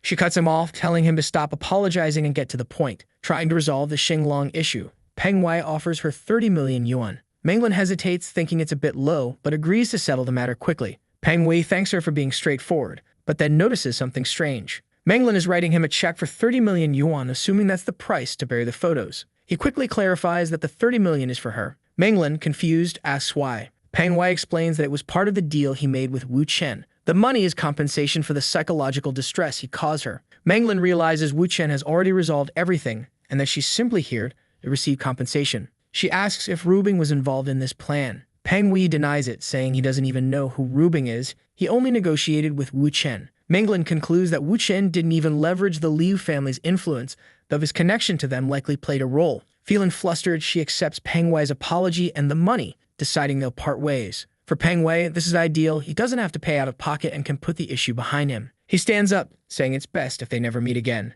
Manglin calls Wu Chen, informing him that she just spoke with Peng Wei. He asks if everything went smoothly, and she confirms it did. However, she invites him to dinner, saying she'd like to discuss something. When they meet, she shares that Peng Wei was acting strangely and admits she's curious about what Wu Chen did. He brushes it off, saying it was nothing major and that the money was just part of the negotiation. Manglin presses further, wanting to know why Peng Wei seems so obedient. Wu Chen winks and replies that it's a complicated topic and suggests they talk about simpler things instead. They shift to discussing music and romantic relationships. Manglin notices how easy and engaging it is to talk with Wu Chen, feeling like the conversation has endless topics. She also realizes that even when Rubing entered her space, she didn't seem overly concerned, which makes Manglin wonder if her actions would even matter. She moves closer and asks if he'd like to play the piano. At first, it seems like a subtle invitation, but she genuinely sits at the piano practicing with focus. After some time, she stands up and praises his compositions, calling them deeply moving. Suddenly, Wu Chen pulls her close. Blushing, she asks if they know each other well enough for this.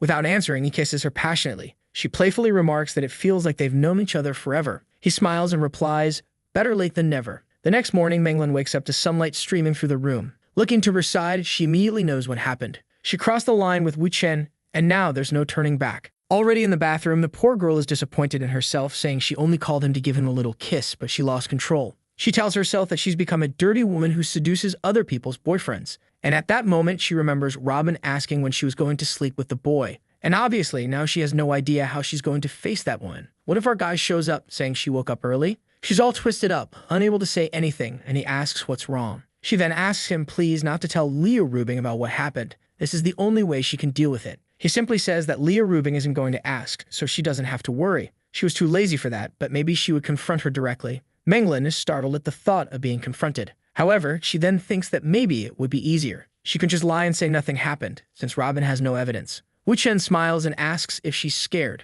Man, she gets closer, gives him a little kiss, and says no. What's this? It's already the second round of the intense combat, and she says she's heading back to Shanghai after that afternoon. He wants to know why the rush, and she says it's to finish the album soon. She also mentions that she'll need his help with some parts, to which he replies that he'll meet her in a few days. 3 days later, we're in Rubing's office. With Manglin on the phone, he asks what's going on with this whole business of the music files leaking. She apologizes, saying it's all her fault, but he just wants to know how it happened. Rubing already shows him the posts online. While Manglin says it's spreading too much, she's trying to delete them but can't control it. He asks who she sent the files to. She explains that she recorded numerous versions and sent them to everyone in the company. The music tutors, writers, managers, and even other singers. Now I get it. The music leaked. I thought it was something Wu Chen had written that got out. He says it seems like it was an internal issue in her company, so there's no need to panic because he'll be in Shanghai soon. Rubing asks why he seems so excited. He replies that he needed a reason to go to Shanghai, and it appeared right in front of him. Rubing questions if he's thinking about pursuing Manglin,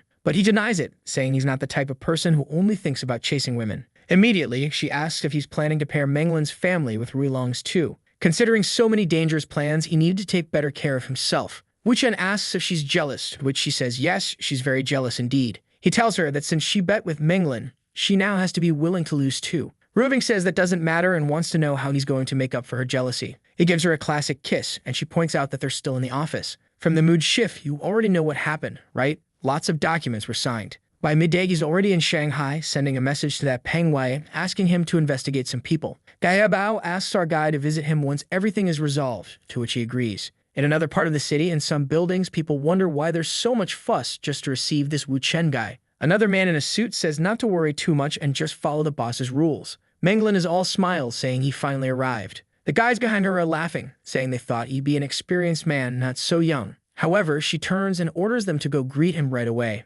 Everyone bows to our guy, who gives them a little wave and says they can talk upstairs. In her office, he asks how the situation is and if she's found anything. She replies that after checking the cameras, there are currently 5 suspects. He compliments her efficiency, but she adds that she hasn't detained anyone yet as they're all relatively famous, which could cause problems. He tells her not to worry as he already knows who the culprit is. On the computer, a man named Sule, 31 years old, who worked as an online singer, appears. Right away, Wu Chen says it's this guy and that they should go get him. However, Menglin says she's the one who interviewed this guy when he joined the company, and in 2 years he became a manager, so it's impossible for it to be him. She at least needs to know why our guy is so sure it's him. Wu Chen says it's hard to explain, but they can call the guy and make him confess. Shortly after, Sule shows up, asking if the boss is looking for him. Menglin simply says that Professor Chenwu had some questions for him. With a dumbfounded look, he glances to the side. And right away, Wu Chen tells him that he can either confess voluntarily, or Wu Chen will call someone named Xia Xiaobin to make him talk. The guy starts sweating bullets, and Xiaodi knows this is someone who belongs to a paparazzi club called Magic Cube.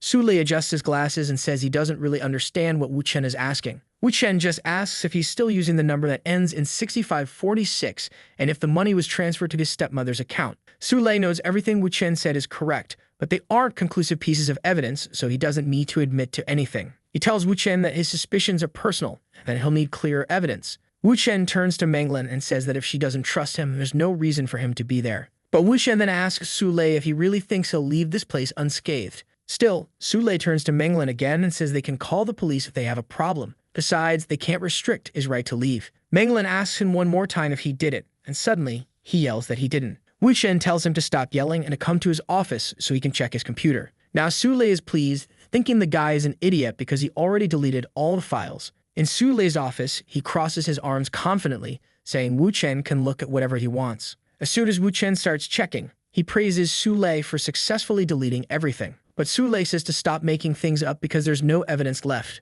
At this point, Menglin asks Wu Chen what they're going to do. Our guy starts working his magic with his 1,000 years of hacking skills, telling her not to worry. 20 minutes pass and she asks what he's typing. The man says he wrote his own program to recover the files, truly a programmer. As soon as the program runs, he looks at Sule and asks why they don't take a look at this email. At that moment, Sule collapses to the floor, begging for forgiveness and claiming it wasn't intentional. Menglin, now furious and radiant, calls the guards. Sule is then escorted out. She tells Wu Chen that now they know who leaked the audio files, but how are they going to deal with everything already on the internet? He explains that the only way to handle it is to take advantage of the current buzz around the songs and release the album quickly. She agrees that it makes sense, but also wants to know how he figured out who the culprit was. He simply says he asked Peng Wei to investigate since he had a contact at another paparazzi agency. Then he reveals that he'll also be recording a track today, leaving her a bit confused. The cheeky guy says it's a song to troll the entire music industry. She's unsure how this will help with the leaked music problem. Obviously, the next day, Zhuang Xiaodi is already talking about how her song is going viral with over 40,000 views.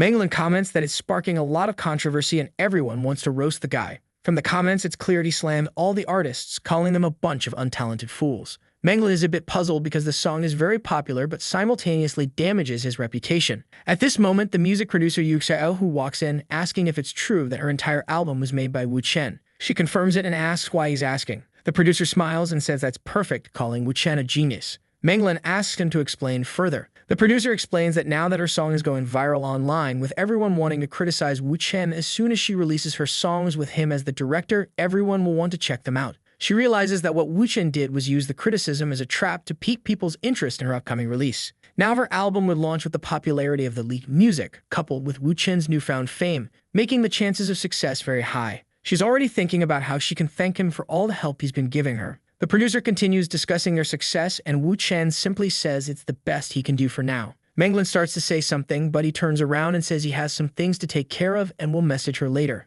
An hour later, he's at the Florer's restaurant. He tells Xiaodi that here's the script for a movie, and she should hand it to Mao Rusong when he arrives. Upon seeing the USB drive, she realizes this is critical company material and suggests he handle it personally. But he insists that she's the one who has to deal with it since he's appointing her as president of Shanghai Entertainment Company. This guy is starting to remind me of that billionaire kid putting all the coins to work. She's left speechless, unsure how to respond when some guys show up. Two real estate moguls from Shanghai, Kai Chenghong and Qi Jun. Kai Chenghong, the one in the floral shirt, says it's a delight to see the school beauty in person now. He jokes that he thought she would have found someone better since she rejected him. Xiaodi gets upset, but Wu Chen tells her to ignore him. Kai Chenghong then says to Kijun that she was the school beauty, and Kijun replies that her company must be quite comfortable. He looks at her and asks how long she's been with that weirdo, and if she's had enough fun with this rich boy. I thought these guys had been invited, but clearly they just showed up unannounced, finding her since they're in her hometown. She tells them to shut up and stop talking nonsense. Then she turns to Wu Chen and asks him not to listen to those two. Kai Cheng Hong is thinking that since the guy hasn't done anything so far, he must be easy to handle. Wu Chen simply turns to her and tells her to throw the glass of water. She's a bit confused, but he just says not to be afraid. With that, she closes her eyes and throws it right in the idiot's face. He steps forward to slap her, saying she'll have to take a beating now, but Wu Chen gives him a quick kick to the knee. He steps forward to slap her, saying she'll have to take a beating now, but Wu Chen gives him a quick kick to the knee, making him fall face first onto the table. Well, not just his face, it almost cracked his skull open from the looks of it, and he gets up all twisted. Kai-jun asks what happened, and he says he got kicked. Right away, both of them turn back, realizing who did it. But Wu Chen claims he would never kick a colleague in front of them. Without evidence, it's nonsense. Kai-jun, however, says he'll check the security cameras to settle this. Wu Chen remarks that it's a shame since he and Xiaodi were seated in an area of the hotel where the cameras don't reach. Kai-jun realizes the sly guy admitted and didn't admit it at the same time. Wu Chen then tells them to hurry up because Kai Cheng Hong is losing consciousness. Poor Kai Cheng Hong was practically on his way to the afterlife. Wu Chen tells them to go to the hospital quickly, and Kai Cheng Hong leaves, saying he won't forget his face. Xiaodi tries to hold him back, but he tells her not to worry, they were just two idiots. Still, she's afraid, saying those two are filthy rich and have always been above the law. He doesn't care and says she shouldn't apologize for putting him in danger. Then he kisses her forehead and says he won't let her suffer such injustices anymore. Next time, he tells her to smash a wine bottle over their heads and let him handle the rest. 3 hours later, it seems they've already talked to Mao Rusong. Apparently, the dinner didn't happen at the restaurant, and she offers to help him clean his back. But Wu Chen tells her that she's been working hard too and needs to relax. Getting closer, he says it's time to leave the stress of the past days behind. He receives a message from someone asking for a meeting, and it seems to be Liu Rubing's father. The next day, he tells Xiaodi that she'll undergo training with Mao Rusong, and he'll pick her up in the afternoon. Meanwhile, a bald gangster shows up, saying Wu Chen will either pay with his life or pay in cash. Wu Chen simply notes that he doesn't know who sent them, but he doesn't have time for this today. A stocky guy with spiky hair steps forward to punch him, though Wu Chen easily dodges and counters with a punch to the mouth. The bald guy orders everyone to attack at once, but Wu Chen tells Xiaodi to step back. With that, he delivers a kick to one guy's face, a punch to another's ribs, and an elbow to the last one's stomach. Then the bald man smirks, threatening to kill Xiaodi if Wu Chen moves. But Wu Chen casually takes a phone out of his pocket and throws it, hitting the bald guy square in the forehead. Before checking if the guy went down, he turns to Xiaodi, thanking her for not getting hurt. He picks up the bald man's phone to find out who's behind the attack. He quickly discovers it was the two brothers from the restaurant. Xiaodi apologizes again, but he reassures her it's not her fault. Now he's thinking that since they're so persistent, he can't let this slide. The scene shifts to a restaurant where that monk from before meets him, saying he wanted to see Wu Chen since he's in Shanghai. Wu Chen responds that he called the monk there because he knows he's about to deal with the Liu family. However, there's a prisoner he wants to hand over first. He pulls out a USB drive and asks if the monk knows about the Xianqi real estate company. Here comes more gossip and dirty secrets. The monk says the company belongs to two brothers from the family, but it's nothing significant. Another man chimes in, saying as far as he knows, they don't even have family backing, they are just pawns for a leader. Wu Chen reveals that the leader behind everything has been dead for some time and the brothers took over. On the USB drive are files detailing all their dirty deeds, enough to take over the company. An older man asks what this talk of taking over the real estate company is all about. Another asks what the brothers did to make Wu Chen so determined to destroy them. Wu Chen simply says he doesn't want to see those guys causing trouble anymore and asks if they're interested. The men, seeing a risk-free deal, agree enthusiastically. Wu Chen smiles and says they're now allies with the Gu family. The monk agrees, saying they're now billion-dollar allies. They toast to the new alliance. 3 hours after the dinner, Wu Chen is in bed, where he's never alone, saying the issue with the Qi brothers has been resolved. Just then, he gets a call from Rubing, complaining that he's causing quite a stir for someone who hasn't called her in 2 days. He asks what she's talking about, and obviously, it's about Menglin's new album. Everyone now knows he wrote all the lyrics and compositions for the songs. Rubing comments that it seems Professor Chen Wu was eager for Menglin's debut. Poor Wu Chen didn't even know the album had been released because he was busy. Rubing tells him to come to the city soon because something bigger awaits him at home. But the next day, he gets a call from Menglin, saying they have a problem. The #1 trending topic on TikTok is the relationship between Wu Chen and Menglin, and it's something everyone apparently needs to know. He responds that the only reason this post gained traction is that she's famous, and since he's part of the album, there's no need to worry. She tells him to stop joking because he knows the truth, but he asks her to stay calm because these fabricated stories will soon disappear. However, she warns him that journalists are swarming outside the company and asks if she should say something online to clarify the situation. At this point, she's afraid because there's a fake rumor and the actual truth. He tells her to relax and instructs her and the company not to say anything. The most important thing, he says, is to fire the company's public relations assistant, Chungi. She's shocked, and he asks if she won't believe him again. Immediately, she says she does believe him and resolves to fire the responsible parties. He then tells Xiaodi to stay focused on managing the film business because he's heading to Dongai. 3 hours later, we see him returning to the city where King Yim joyfully greets him. He even lifts her into the air and she says she couldn't bear being without him any longer. Rubing is standing nearby thinking King Yim is normal until she sees Wu Chen. Wu Chen asks what's going on for everyone to be gathered there. King Ying leans in and whispers in his ear that she wants to have a child. He looks at her, she stares back, and Rubing winks at him. He replies that it's not feasible because if she gets pregnant, she won't have the energy to manage the company. But King Ying, radiant with determination, says she doesn't care and wants a child. Wu Chen begins to think that their relationship can't go public now, and it will only get harder in the future. Having a child might be a good way to provide her with companionship. He eventually agrees, saying they'll have a child. Then he says it's time to start preparing her body for pregnancy. Rubing comments that King Ying is crazy, and Wu Chen asks if she's not in a rush too. She responds that she's excited but even more eager to meet his parents.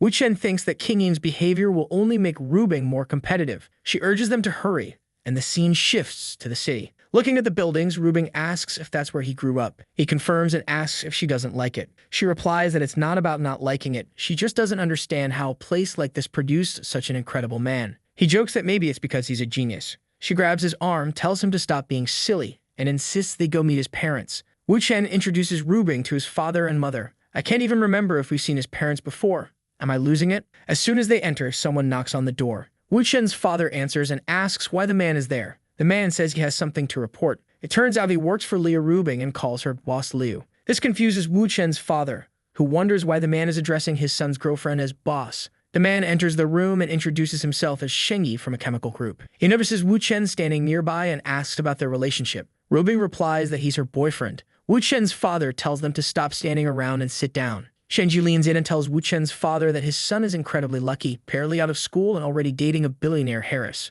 The father had no idea Rubing was so wealthy. He asks Shengyi to explain, and the man reveals that she owns a cosmetics company valued at nearly $3 billion. Now Wu Chen's father wants to know how his son managed to land such a woman. Wu Chen's mother asks what the two are doing and tells them to sit down. However, Shengyi says it's a family dinner, so he'll take his leave. The mother instructs the younger family members to serve Rubing some vegetables, and Rubing says they're delicious. The father mentions that it's her first time visiting, and he's very happy to have her there. But he adds that, considering she runs such a big company, he worries his son might only get in the way. Without hesitation, Rubing announces that she's pregnant. The parents are shocked, and the mother asks how long. Rubing says she only recently found out it's been 20 days. The father asks Wu Chen if he doesn't know how to be happy responsibly. Rubing interjects saying it wasn't about being careless, it was her decision. At 27, she already had a successful company and was eager to start a family. Wu Chen had initially resisted, feeling he was too young. The father slams the table, saying his son is lucky enough to marry a billionaire and has the nerve to hesitate. The mother reassures Rubing that if Wu Chen causes any trouble, she'll deal with him herself.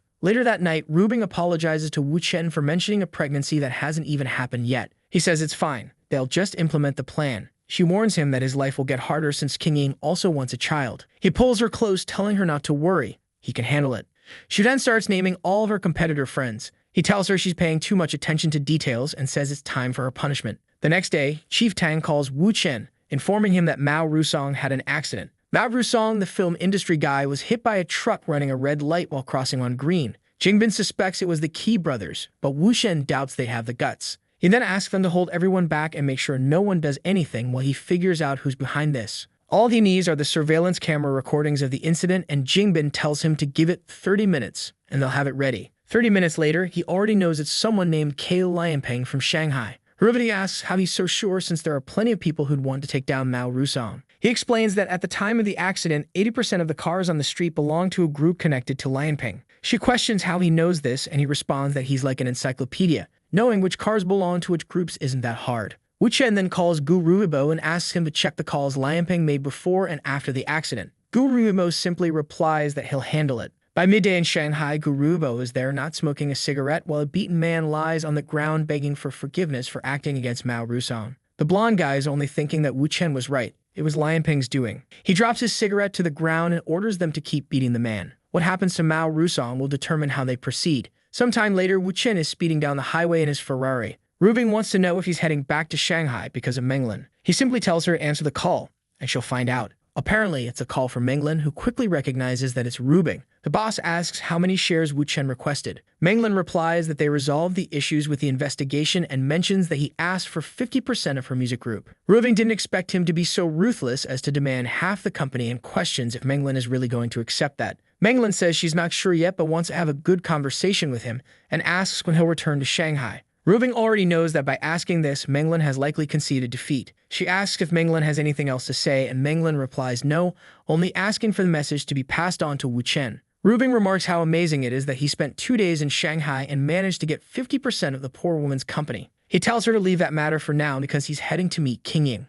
Rubing notes that King Ying asked for a child yesterday and wants to know if he's really so eager to create new life. Wu Chen responds that she's imagining things because all he's going to do is deliver some documents. Clearly, she's not very pleased. 40 minutes later, he's in front of a building. He knows that when King Ying gets pregnant, even though his father isn't in the best health, he'll find out. For an elderly man not to know who the father of his grandchild is could be fatal, even causing his death. Furthermore, if rumors like this start to leak, it could devalue the company's stock. His presence there is to ensure none of this happens. He asks a woman if Mr. Su is around, but King Ying, who's nearby, stands up happily. She asked another girl to calculate some data on cosmetics companies. The girl is confused about the request but agrees. The door closes and King Ying jumps on Wu Chen, saying she's so happy he came to see her at work. It seems he must be eager to start the plan, but he asks her to calm down a bit. At that moment, the door opens. The richest man in Donghai and her father, Su Ruwen, walks in, commenting on some documents from the morning meeting. But he quickly notices his daughter acting strangely and wonders who the young man beside her is. She introduces Wu Chen to her father and vice versa. The moment Ruwen hears Wu Chen's name, he recalls it as the name of the person who took her away from the golf game once. Apparently, during a meeting with friends from the Li family and Yurong, he'd also heard the boy's name. Yurong even mentioned that if she were 20 years younger, she'd marry him herself. Ruwen greets Wu Chen, noting that many people are talking about him, but he wants to know what's going on between him and his daughter. Wu Chen simply says he's not there for King Ying, but to deliver some documents on behalf of Rubing. Ruwen then asks to see the documents. King Ying fumbles around looking for them. Seeing that she can't find what was supposedly just delivered, Ruwen realizes it's a ruse. He tells his daughter to let it go and handle other matters while he has a private chat with Wu Chen. She's reluctant to let that happen, but Wu Chen calmly agrees. Once in the office, Ruwen says he knows Wu Chen didn't come just to deliver documents. Wu Chen admits that there's no hiding anything from the richest man in the city. Ruwen asks about his relationship with King Ying and why he's using the document excuse to meet her. Wu Chen explains that she's helping him keep a secret, and due to an agreement they have, she can't betray him.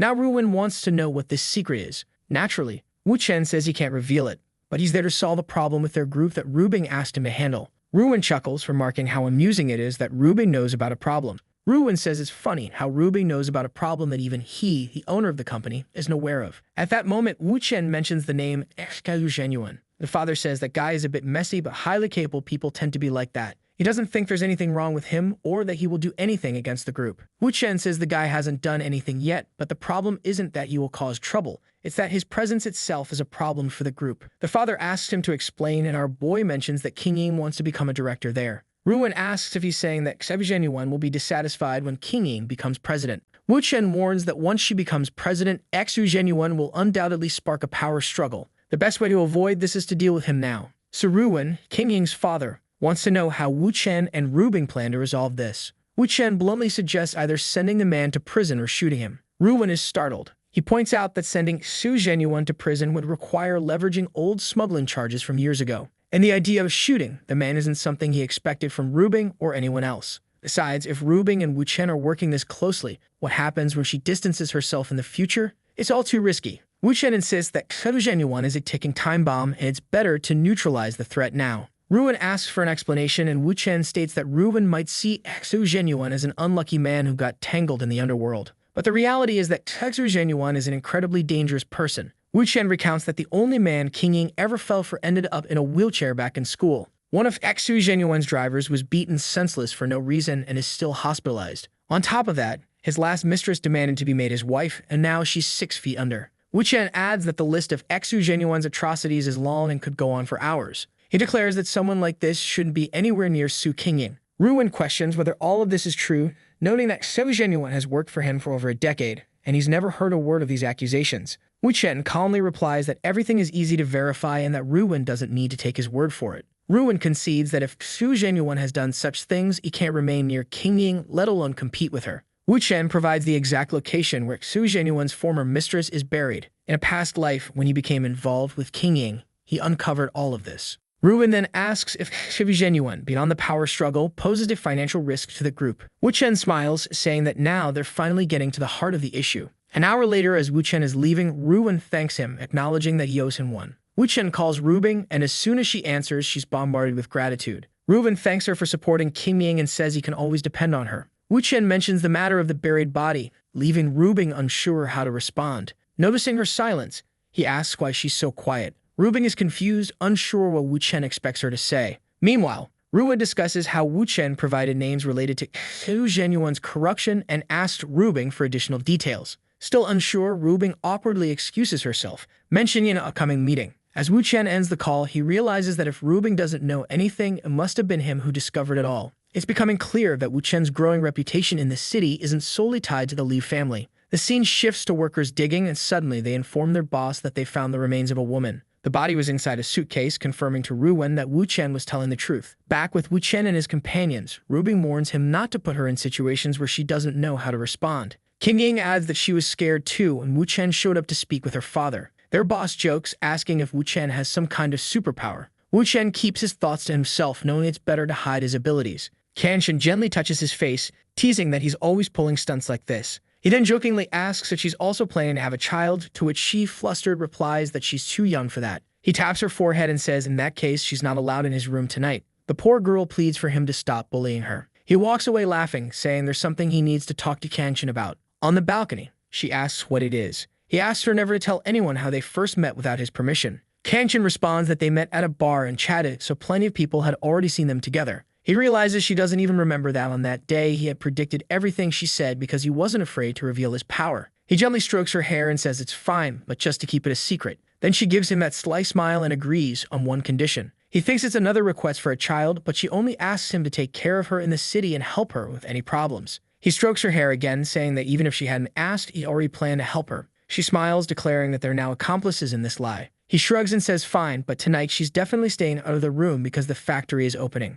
Annoying, she reluctantly agrees. Our boy is already geared up, teasing Kim Yang about why she doesn't take it easy. She gets closer, smiling mischievously, and says she has no intention of taking it easy. She's been shirking her responsibilities lately. Then she reveals a bunny outfit and claims that since she hasn't been working, she deserves to be punished. Holding his chest, Wu Chen wonders if this girl has lost her mind. And then she starts singing a song, while in the other room, Ruben, who I thought might join, finds the sound strange. Meanwhile, Kanshin is lying down, thinking about her boy. At that same moment, Suruwen is arriving home after unearthing the body. His wife asks why he's so late, but he simply says he wants to talk to King Ying. The mother replies that King Ying is spending the night at Wu Chen's house and won't be back tonight. Immediately, he's startled and asks, whose house? The mother reassures him that it's Wu Chen's house, but she's meeting Ruben there. The father starts getting suspicious because everything seems to involve this boy. A week later, Wu Chen is strolling stylishly with Ruben by his side. One of the Liu family members greets them, saying the father asked him to wait there for them. Wu Chen calmly tells him not to worry as they're fine. The man then shows them the way and tells them to go ahead. As soon as they enter, Wu Chen suggests they head to a quieter place. That's when Yurong appears. This woman can't possibly be 41, calling out for dear Wu Chen. Ruben quickly tells her to behave since Wu Chen is her husband and there are plenty of people around. Yurong leans in and whispers that she'd never cause trouble for her man. Ruben seems ready to fight, but Yurong points out that something is off because Suruwen, King Ying's father, wants to talk about Wu Chen. Ruben asks what Yurong said in response. Yurong shrugs, saying that's the least important thing. They need to know what Suruwen is planning. Wu Chen whispers to Ruben, telling her to go talk to King Ying and pass along certain information. He urges her to hurry and leaves, saying he understands. Yurong then admits she feels bad every time she sees how publicly intimate he and Ruben are. Wu Chen raises his glass, suggesting they find a quieter spot, and the two walk off. They come across a small cabin, and as soon as Wu Chen sits down, Yurong, the predator, pounces. Meanwhile, a minute earlier, Suruwen was wandering around looking for Wu Chen. He approached Ruben, asking where Wu Chen was because he wanted to thank him. Ruben replied that Wu Chen was negotiating business with Yurong in that direction. She feels confident she made the right decision. Suruwen starts walking in the direction Ruben indicated, wondering why he can't find the two of them anywhere. That's when he hears a peculiar sound. Turning to the side, he witnesses a deadly scene. He immediately remembers Yurong once saying she'd marry Wu Chen if she were 20 years younger. Not to mention, the relationships surrounding this boy are getting way too complicated, and he can't fathom why two such extraordinary women are interested in him. Yurong hears something nearby and stands up to check, but Wu Chen manages to hide in time. Apparently, he did this on purpose, ensuring that Suruwen would find out. Ruwen walks away, puzzled as to how Yurong could have fallen for a man 20 years younger who is already dating someone else. If a scandal like this were exposed, the high society of the city would be thrown into chaos. He didn't expect that Yurong's statement about marrying someone 20 years younger was actually true, especially with Rubing involved in all of this. That's when he recalls that his own daughter, Qingying, is secretly helping Wu Chen, making him wonder if there's something between them too. Suddenly, the three women, Rubing, Qingying, and Yurong, show up calling for him. Rubing asks if he found Wu Chen. He lies, saying he tried his best but couldn't locate him. Rubing replies that it's fine and says she'll just call her husband. Meanwhile, some people are checking social media and discover that a group in Shanghai has been arrested for hiring assassins. Kim Yang asks what's going on, and Rubing explains that the two key brothers were people who mess with Wu Chen. At that moment, Wu Chen walks in, asking what the current topic of discussion is. Seeing Su Ruwen, Wu Chen greets him, and Su Ruwen, smiling awkwardly, says he was looking for him earlier but now wants to speak with him alone. They end up discussing the matter of the buried body and related events. A few minutes later, Wu Chen is walking with Rubing in his arms, saying that their wedding is about to begin. She asks if Su Ruwen said anything important, and he replies that for now, no, which is why she'll have to handle everything. Rubing complains, saying that after all the chaos he caused, she's left to fix the problems. He's too cruel. Wu Chen kisses her cheek, saying it has to be this way because his Rubing is incredibly smart. Later that evening, Su Ruwen approaches Rubing and asks if she's alone. She replies that she is because Wu Chen went out to handle some matters. He sits down beside her, saying he has something important to discuss. He mentions Yurong's name and asks if she's aware of her relationship with Wu Chen. Rubing responds that she used to see Yurong as an idol, but lately, she regards her as just another shameless woman. Su Ruwen is shocked. Rubing remarks that it seems he already knows about Yurong's relationship with Wu Chen. The old man is stunned, realizing she's aware of everything. She reveals that Wu Chen enjoys the thrill and, in addition to Yurong, has numerous women. However, she doesn't mind because at the end of the day, he's marrying her. Su Ruwen, baffled, asks why she prefers Wu Chen over Jin Rulong, considering their similarities in certain ways. Rubing answers that it's because Wu Chen is unique, is the best man there is and the strongest of them all. The old man thinks she's exaggerating, saying it's not like Wu Chen is some god on earth. But Rubing tells him to look into the recent incident with the brokerage. It was all orchestrated by Wu Chen. He asks how that's related to Wu Chen, and she reveals that the whole situation happened because one of the brokerage's men offended one of Wu Chen's lovers. The old man asks if the Tang and Gu families are truly willing to work so closely with Wu Chen. Rubing confirms, adding that Wu Chen often goes to great lengths when it comes to the women around him. She also mentions that he recently made another move. On her phone, news breaks about the famous actor Sheng Long cheating on Yo Yo,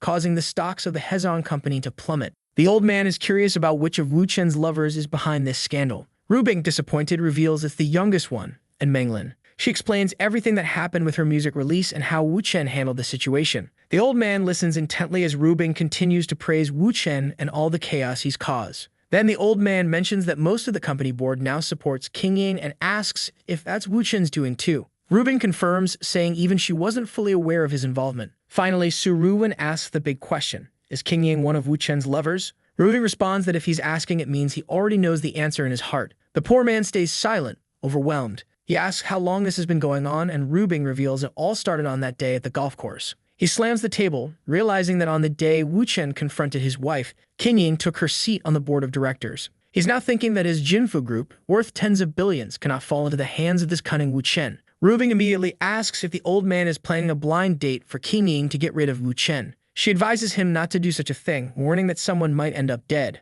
The father asks what she means by that. Is she implying that if he doesn't let his daughter become someone's mistress, he will die? She replies that it's not him who will die, but most likely the person she was set up to meet. The old man hits a sore spot, mentioning that Ding Rulong, who likes Rubing a lot, is still alive, so it seems he prefers Qingying. However, she says Rulong won't make it through the year because the last time he came to this city, he barely stayed a day and nearly died. That's when the old man remembers the incident everyone talked about. He thought it was all lies and exaggerations, but never imagined Wu Chen was behind it too. He then comments that Ding Rulong's death would be too risky since the power in the city would end up in various hands. The Liu family would need to think carefully before getting involved in something like this. Rubing responds that her father had already spoken with Wu Chen, and they decided to move forward. The old man realizes this means the Liu family's representative has already accepted Wu Chen. The poor man is disappointed. He wanted to teach the boy a lesson, but never imagined he was one of the city's giants. Rubing watches silently, thinking that now that her father's heart is broken, he will eventually come to terms with the situation. She then gets up, saying she has something to handle at the company,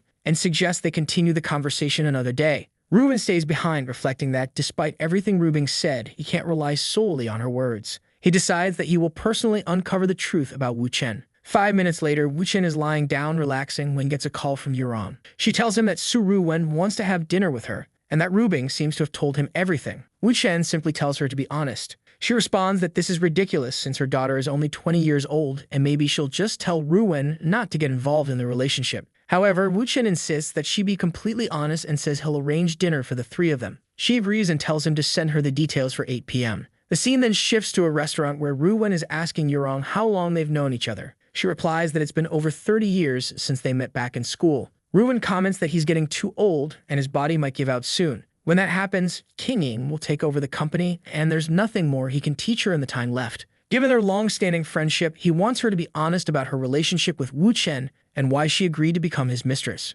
Yurong responds that it's simply because he's handsome, but the old man doesn't believe her, pointing out how she deals with the wealthiest people in the city. It makes no sense for her to be with Wu Chen just for his looks. Yurong tells him to calm down and not stress himself since everything can be discussed peacefully. He then asks if she's implying that it's best not to provoke Wu Chen. She explains that even though they've been friends for a long time, if things go south, she can't guarantee she'll stand by his side. Ruwen says Wu Chen's name out loud and states that now they can finally have an open conversation. Wu Chen appears, greeting them and remarking that they've met again. The old man glares at him, acknowledging that he's really opened his eyes to the situation. Wu Chen sits beside Yurong and jokes that Ruwen is taking things too seriously. However, since he's King Ying's father, there are things he feels he shouldn't hear. Holding his glass, Ruwen thinks to himself that he's being threatened and not taken seriously. He then pulls up his sleeve, revealing a scar, and asks Wu Chen where it came from. This is because he heard the young man is a master of information with almost mystical powers. Wu Chen glances at the scar and notes that it must have been there for a long time.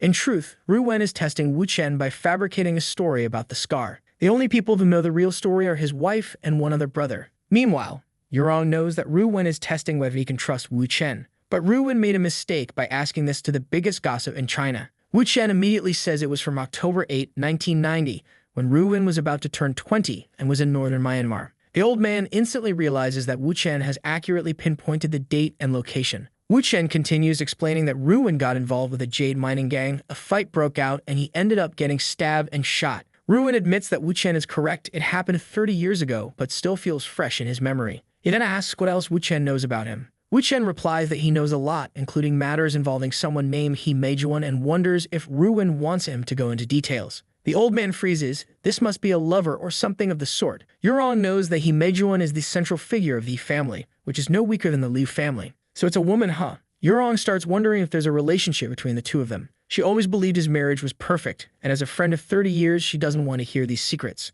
She then gets up, saying they can continue their conversation later and to call her if needed. Wu Chen asks the boss if he should keep going. Ruwen just signals him with his hands. Our guy then says he knows Ruwen met her 12 years ago, but they stopped talking 8 years ago. That's because after dating for 4 years, she wanted him to divorce his wife, but of course he didn't want to, so he left her. To ensure she didn't retaliate, even revealed some of her business secrets to her rivals, which kept her too busy to think about revenge. Ruwen is now confused. The Jinfu group is the most important thing to him. He'd do anything to stay at the top. The problem now is that, in theory, the person in front of him shouldn't know any of this. So he orders Wu Chen to answer truthfully how he knows all of this. Wu Chen says he just investigated. But Ruwen points out the obvious.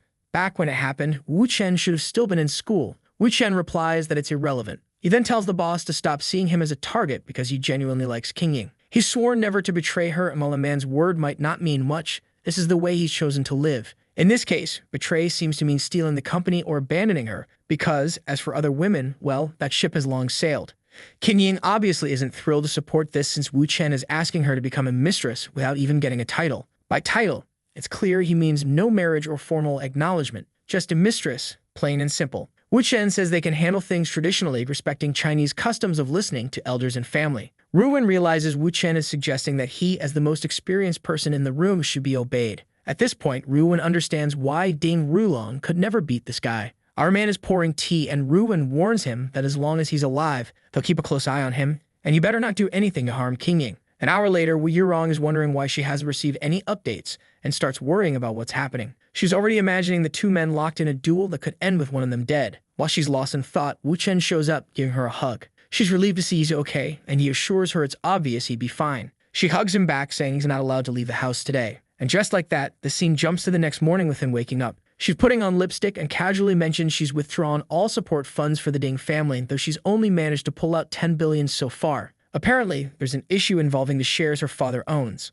Wu Chen says he'll need to talk to the old man and convince him to transfer his shares to her. She doubts it, pointing out that her father holds 29% of the shares, 5 times more than what she has. Wu Chen stands behind her and says he knows it'll be difficult, but they can try. Suddenly, he gets a call from Mao, asking what's going on. Mao reveals that Ding Rulong has found out He Shixing and He Xingxin are her daughters, that they're no longer in the city, and that he's searching for them. Wu Chen says he understands and will take care of it. He leaves saying he has something to handle. An hour later, he meets He Shi King, who asks if it's drawing time today. But he tells her no, today is a moving day. His daughter gets excited, saying she'll pack her things right away. At this point, He Xingxin shows up, asking if the issue is with that person. He confirms it is. He explains that since that person is looking for her everywhere, it's only a matter of time before someone shows up here. That's why he's going to place her somewhere she can't be found. Nervously, she asks where that would be. And our guy reveals that, well, it's at Rubing's house. She blushes at the thought, realizing she'd get to see him every day if she moves there. Right then, she gets a call. Wu Chen asks if it's from Ding Rulong and tells her not to be afraid and to answer. She picks up and immediately asks what he wants.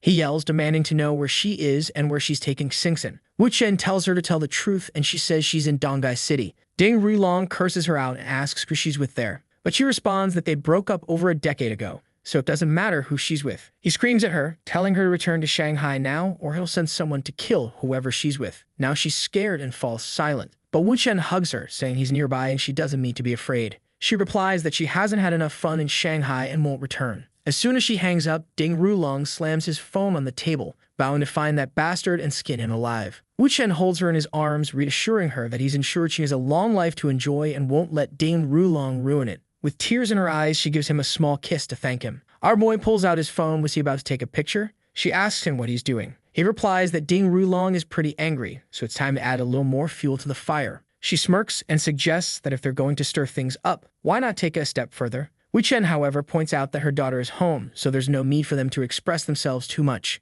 3 hours later, it's time for the meeting with the double agent working for Ding Rulong. The agent informs Wu Chen that he was ordered to keep tabs on He Shixing and He Xingxin and asks what Wu Chen is planning. Wu Chen reveals that, coincidentally, he's here to discuss that same issue. He hands the agent a few photos, asking him to deliver them to Ding Rulong, saying they were discovered. The agent, confused, asks why Wu Chen is making his job so easy. Wu Chen explains that it's a great way for him to earn more of Ding Rulong's trust and stay in his good graces. Excited, the agent agrees to do as Wu Chen asks. The scene cuts to Ding Rulong holding the photos, enraged, convinced that Wu Chen is once again messing with his women. The man crushes the photos in his fist, his pupils burning with fury, and vows that Wu Chen's entire family will pay. Meanwhile, Wu Chen tells Rubing that Ding Rulong will soon receive the photos of him and He Shi King, which will likely prompt him to call her. Rubing warns that he's leaked this information too soon, putting her in danger. Wu Chen counters, saying it's the perfect chance since Ding Rulong will act impulsively. She asks if he's certain, and he replies that everything now depends on her. She was the one who made Ding Rulong let his guard down, and she's also the one who can destabilize him the most.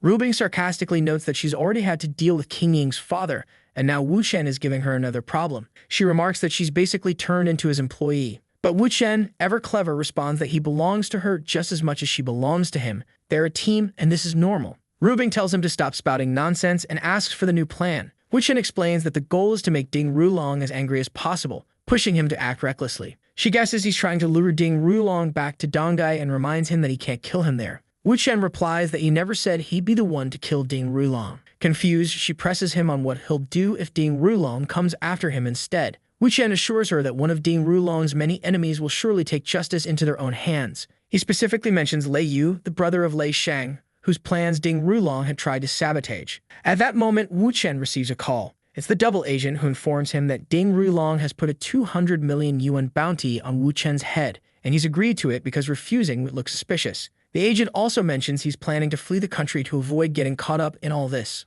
Wu Chen tells him that running away is unnecessary. If Ding Rulong wants him dead, he should go ahead and try. The agent is bewildered, and Ruby interjects, telling Wu Chen to stop talking nonsense. She explains that they'll stage an act where Wu Chen almost dies but ultimately survives. The agent, adjusting his hat, finally understands the plan and agrees. Instead of relying on the double agent for the act, Wu Chen suggests Rubing hire a professional assassin discreetly and not tell anyone about it. She refuses, unwilling to risk his safety. Wu Chen urges her to trust his skills, but she insists on 100% certainty before agreeing. He compromises, suggesting that Hubei assist her in the plan. This will all unfold when he returns to Shanghai, but for now, he advises her to behave herself. The scene shifts to a mansion. Standing before it, Wu Chen remarks that it's time to fulfill the promise he made to Yurong. Inside, an older man is playing chess. Wu Weidong, Yurong's father and the man who raised her. As Wu Chen introduces himself, Weidong remarks that he's been hearing a lot about Wu Chen in Donghai and demands to know his relationship with Yurong. Wu Chen responds that his relationship with Yurong is exactly what the rumors suggest.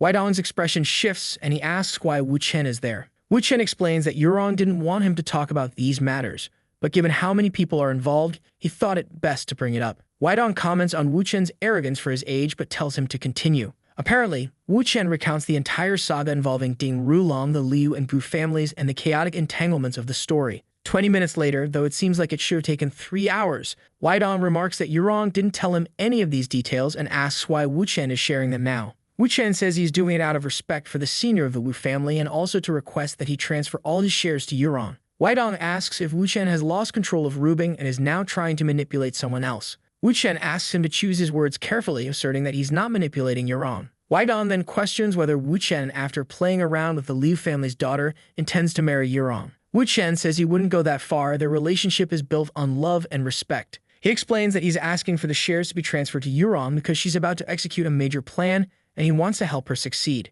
He points out that Weidong must know she has 2 brothers who secretly work against her. If they were to join forces in a critical moment, it could sabotage her plan. That's why she needs the shares to strengthen her position. Weidong agrees, acknowledging that Wu Chen is right. At this stage in his life, he's more concerned about his daughter's well-being than the family business. The matter seems resolved quickly. An hour passes. When I saw the chessboard, I thought our boy was going to challenge the old man to a match, humiliating him, of course. Suddenly, Menglin bursts in, happy to see Wu Chen finally arrived. Wu Chen approaches her, asking what happened. She explains that the Hezong group is retaliating over the Shenlong scandal, something about leaked affairs involving a famous actor. Apparently, one of the artists Menglin managed jumped from a building. The pressure from the Hezong group is intense, but Wu Chen reassures her that she shouldn't blame herself. He then asks about her group's next move, or more specifically, how her father plans to respond. Menglin says her father told her to talk with Peng Wei, so she assumes they've already reached a contract with Hezong to avoid further conflict. Wu Chen thinks her father is making a mistake by signing a peace agreement so early in the fight. He adds that her father also needs to be dragged into this broader conflict with Ding Rulong.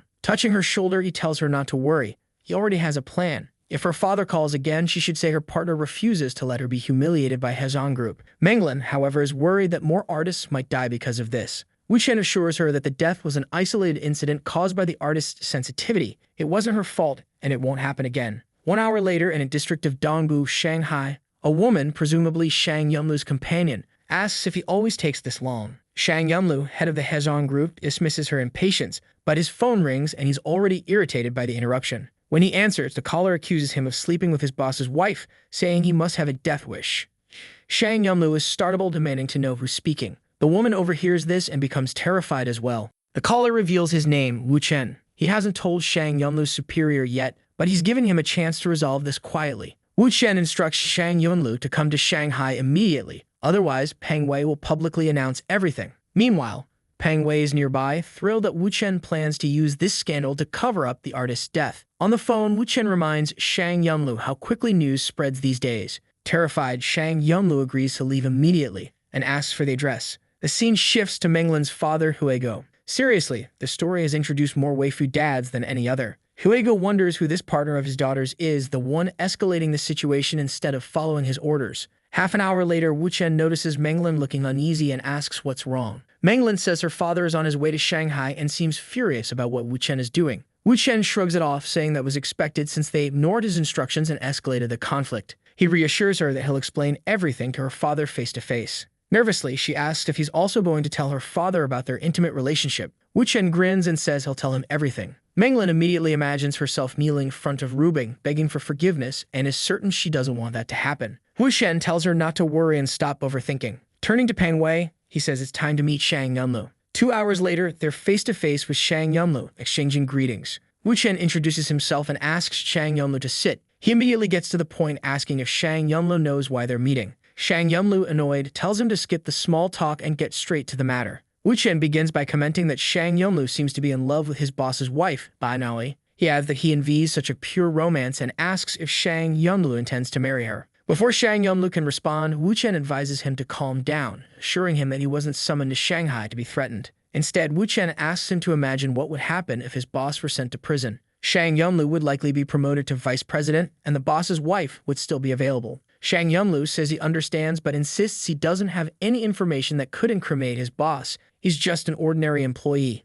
Wu Chen laughs, telling him he's overthinking it. He doesn't need incriminating information or for Shang Yunlu to take any risky actions. Shang Yunlu, now curious, asks what exactly Wu Chen wants. Wu Chen replies that he's after the advertising department's files, specifically those labeled SC. Shang Yunlu immediately realizes Wu Chen is asking for all the scandal records the company has been involved in. Wu Chen stands confidently saying that yes, he wants Shang Yunlu to delete everything after retrieving the files, ensuring the Hejian group crumbles when the war begins with their leader landing in prison. Shang Yunlu hesitates, admitting he's not tech-savvy and fears being discovered if he deletes the files. Wu Chen reassures him that he's already prepared a program that will erase everything without leaving a trace. All Shang Yunlu needs to do is run the program on the company computer, input the folder name, and press enter. Shang Yunlu finds it simple but raises concerns about possible backups. Wu Chen smirks, explaining that those backups are stored in a safe at the boss's house. Shang Yunlu panics, saying it's impossible to access the office, let alone the safe. Wu Chen points out the obvious advantage of his affair with the boss's wife.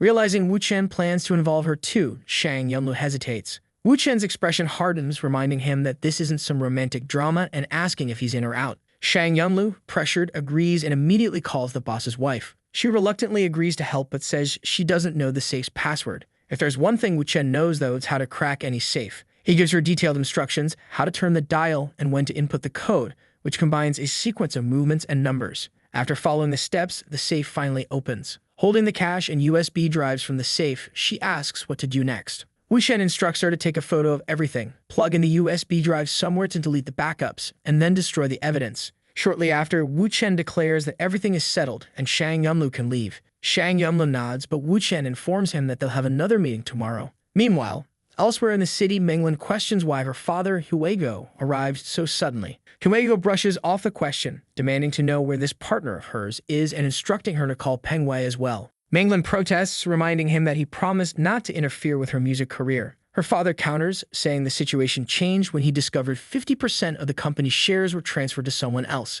Feeling cornered, Menglin nervously explains that the shares were given to support a genius. Huego orders her to bring this so-called genius to him immediately. She reluctantly calls Wu Chen, warning him that her father is furious and wants to meet him. Wu Chen calmly replies that he didn't expect Huego to be so impatient, but he's on his way. Half an hour later, Wu Chen enters the room and introduces himself as Wu Chen, her partner in music. Huego greets him sarcastically, referring to him as a genius. Wu Chen downplays the label, saying it's an exaggeration and that he's nothing special. Huego challenges him, asking if his reputation is fake. Menglin, watching nervously, notices that the conversation isn't going well. Wu Chen clarifies that his reputation isn't fake but tries to keep things humble. Huego presses him further, asking if he's implying he's exceptionally talented. Wu Chen smirks and boldly admits that he's talented enough to become famous whenever he wants. Huego stares at him for a moment before bursting into laughter, saying that among all the arrogant young men he's met, Wu Chen at least has courage. He then asks Wu Chen if his talent guarantees lasting popularity.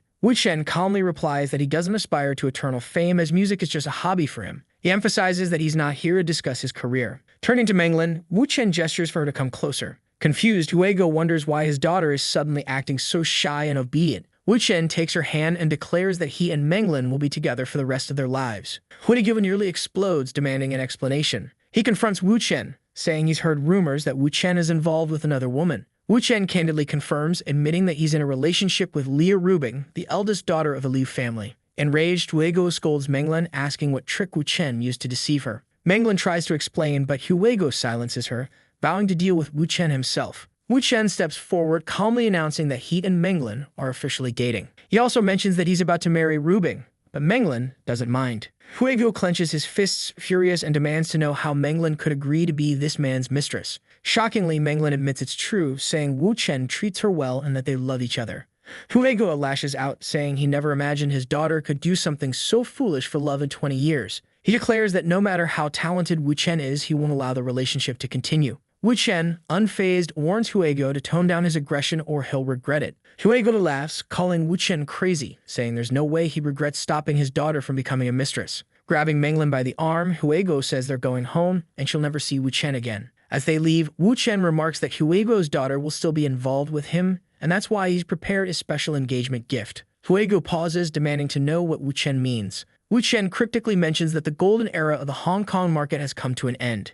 Huego's family was in crisis because the entertainment industry was no longer as strong as it used to be. In addition, they had lost a significant market share to the Hezhong Media Group, worsening their situation even further. Huego, impatient, asked Wu Chen to get straight to the point. Wu Chen then revealed that the engagement gift was 100 billion yuan. Huego laughed, saying that such an amount could only be amassed after 3 generations of success, so it was obvious Wu Chen was bluffing. Wu Chen, however, warned him to consider the capital associated with Hezhong Media. If the two groups united, they would likely monopolize the entire Chinese entertainment industry. On the other hand, if this union didn't happen, the groups would end up exposing each other's secrets, which would only devalue the market for everyone. Huego realized that Wu Chen had some scheme brewing behind the scenes. At that moment, Wu Chen snapped his fingers and called Peng Wei to enter. Peng Wei appeared, accompanied by Shang Yunlu, who walked in hesitantly. Wu Chen introduced Shang Yunlu as someone working for Hezhong, but now handling matters for him. Then Wu Chen handed some documents to Huego and asked him to take a look. As Huego examined the papers, he realized they contained detailed information about the entire entertainment industry.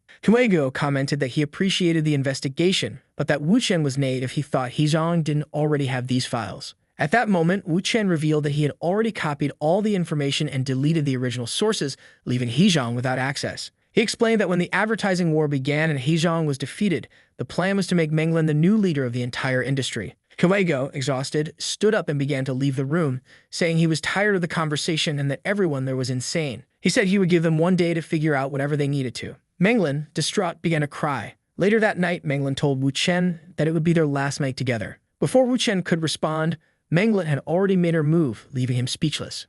After playing all night, she wakes up in the morning crying, asking what they're going to do in the future. The argument between him and her father didn't end well, and he promised he'd only wait one day. However, the rascal says not to worry, that with him around, things only go wrong if the sky falls. In a tight hug, he says the argument was actually good since he presented a lot of evidence about the spy, and now her father knows very well what he's going to do. However, the poor girl is crying desperately, saying she doesn't think her father will see things from that perspective. But Wu Chen keeps thinking that he still has an entire day to convince him and someone is going to help with that. Shortly after, he's already putting on a stylish suit, saying he has something to take care of and will come back later to be with her. The kid thinks he's turned into Sherlock Holmes and asks her if he looks good in this outfit. The girl is cold and says she's not in the mood to comment on it, but he tells her that tonight they're going to watch the stars together. She tells him to stop being ridiculous and to come back soon. With that, our boy leaves. And exhausted after playing Fortnite all night, she says everything will end when this particular night arrives. She can send a message to our boy saying she'll love him forever.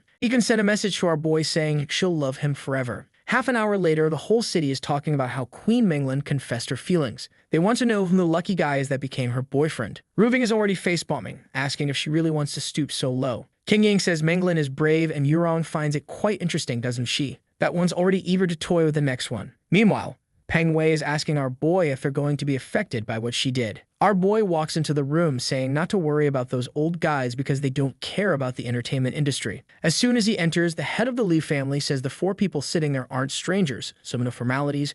Our boy should get straight to the point. The guy sitting next to Tang Jingbin, who is Menglin's father, has no idea why he's there. Our boy pulls out some documents and says he wants to make Menglin the owner of Rozon Media. The Su family from Su Qingying is also involved, and since the head is sick, he wanted the uncles to take a look at the plan. He then turns to Menglin's father and asks if Mr. N has any questions. Mr. N wants to think Wu Chen is going crazy, but if he were really crazy, he wouldn't have managed to gather so many important people in this room. Rubing's father takes a look at the contract and sees it. It involves the families of Liu Rubing, our dear Tang Qingying, the lovely Gu Yuron, and Su Qingying. Basically, the 4 families of the women. I'm starting to think this sly guy only goes after women because of their companies. He's really a capitalist. Apparently, they're all going to get involved in this whole mess, and they can't do anything to sabotage the plans. They'll keep 7% of Rozon Media's profits. Wu Chen smiles and says he believes Mr. N won't refuse such a good contract and some new friends. The guy is there staying cool under pressure. With this contract, he gets 70% of Rozon Media, not to mention connections with several new families. Tang Jingbin says Wu Chen is such an interesting young man and always shows up with excellent contracts. The only thing that makes him sad is not having met the kid earlier. One of the uncles, I believe, says that's why he was eager to attend this meeting and meet him in person. Menglin's father is just thinking about how all these bigwigs are treating Wu Chen like some kind of treasure. He thinks the boy is crazy, but maybe it's him who's getting too old, especially since, with the support of this group, no one can stop him. The problem is he doesn't know how Wu Chen got involved with these people and what kind of mysterious relationship he has with them. Our boy puts a hand on his shoulder, says he seems a bit distracted, and asks if he has anything else to say. He replies no, his doubts have been cleared. Tang Jingbin stands up, saying if that's the case, they can start drinking. One of the older men at the table toasts with Menglin's father, saying that apparently he's the new Shanghai city and welcomes him. Rubing's father says all this is just an appetizer and he's looking forward to future collaborations. 2 hours pass and Menglin's father is leaning on him, saying he takes back everything he said yesterday. Our boy says he should apologize to his daughter. She cried all night and was scared. The father says not to get any ideas, he still doesn't want her to become the boy's lover. However, at the very least, you have to ensure she be happy. Our boy says, aside from the fact that she absolutely will be his lover, she'll definitely be very happy. Meanwhile, Rubing is wondering what the rascal is doing since he hasn't called in so long. Man, it's not just her. All the girls are mad, saying the bastard is a playboy and doesn't care about them. Kin Yin is trying to calm them down, saying not to act impulsively and make a big deal out of his brief absence. But Rubing stands up, saying she's had enough and is booking a flight to Shanghai right now. The scene shifts back to Menglin, who's already emotional, asking if her father has really changed his mind. Our boy tells her not to worry. Tonight is the night for stargazing. She comes over, all happy, and gives him a little hug. But then she suddenly remembers Rubing. Our boy, the king of reading expressions, says that now that she's no longer worried about her father, she must be thinking about Rubing. Menglin is about to say something, but man, he stops her by putting a finger on her lips, telling her not to overthink it again. The day has been long, he's worked hard, and now he just wants to have a good night of sleep with some fortnight. But the next day, he wakes up under Rubing's shadow. What's this? She brought a 38, run, but unstoppable. He just gets up and says she looks adorable today. Honestly, I agree. She tells him to shut up and be quiet. She slams the counter beside him and orders Menglin to wake up. Man, the threat here is brutal, and Menglin screams. Our boy grabs Rubing's arm and asks her to put away that extremely dangerous object. Meanwhile, Menglin apologizes, saying she didn't mean to provoke her yesterday. But Rubing simply says she was very clear about the rules before. However, now that Menglin is lying there with him, she must be thinking Rubing is a fool. Poor Menglin doesn't say anything, and Rubing asks if she's really going to stay silent and not respond at all. Wu Chen once again asks her to calm down, saying it's too early to start the day like this, while Menglin wishes he'd speak less as it only seems to provoke Rubing. But man, Rubing snatches the object from his hand and takes aim again. This time, though, the crazy girl throws herself in front of our boy to protect him. Our boy is surprised, while Rubing is impressed that Menglin is already risking her life for him. Rubing then says she didn't expect the girl's feelings for him to be so deep, just like hers. She tilts Menglin's chin, gives her a kiss on the forehead, and tells her to get along. The poor girl is all confused, wondering if she's supposed to kneel publicly or something. Rubing tells her to forget all that and says she's already been approved as one of the new sisters. Menglin is emotional, all happy, now officially part of the boys' group. At this moment, our boy says that because of Menglin's post on social media yesterday, there are a ton of paparazzi. He asks Rubing for help dealing with it. She's upset, saying the bastard always uses her to clean up the messes from his games. The rascal winks and says, unfortunately, there are some things she's the best at. 10 minutes later in a hotel lobby, everyone sees our boy walking with Rubing. People know that, in theory, she should be involved with the young master of the Ding family. But here she is, kind of flustered and queasy. The reporters are already saying that clearly in the morning bulletin, the pregnancy is worth taking a picture of right now. Meanwhile, Jing is just thinking that, at least, this will ensure Menglin stays calm. Shortly after in the car, he says that since Rubing came to Shanghai, she might as well accompany him to Hong Kong in the coming days. He explains that before, Ding Rulong was trying to win over Menglin's family. But now that they've joined his group, their target will shift to the Bao family in Hong Kong, and of course he's going there to finish the guy off once again. It's hard to believe there's going to be yet another woman Ding Rulong likes, only for him to lose her again. Poor guy, I'm starting to feel bad for him. Our boy says he'd rather handle things alone, but this time he'd like Laura's sweetheart to come along. Rubin responds that obviously they're going together. 2 days pass, and there's already a cheerful girl greeting Wu Chen. He introduces her to Rubing as Xiaonio Yuzhao, an old friend of his from a long time ago. The girl thanks Rubing for the chance to meet her and asks if they can be friends. Rubing, however, says they're supposed to be there to deal with Ding Rulong. So what are they doing in this house of honest work? By the kind of letters exchanged among the women, you already know this workplace offers, let's say, bodywork and painting services. No doubt about it. As all the girls greet our boy, Rubing is shocked and demands to know what all this means. The scene shifts to a stage, and Yuzo says that the players they selected burned too much energy in bed, so today, they're going to perform poorly. My friend, they're manipulating the scoreboard, wrecking the guys, and look at them, poor things. After an intense night, they can't even play a bit of soccer. 45 minutes later, the score is still 0-0.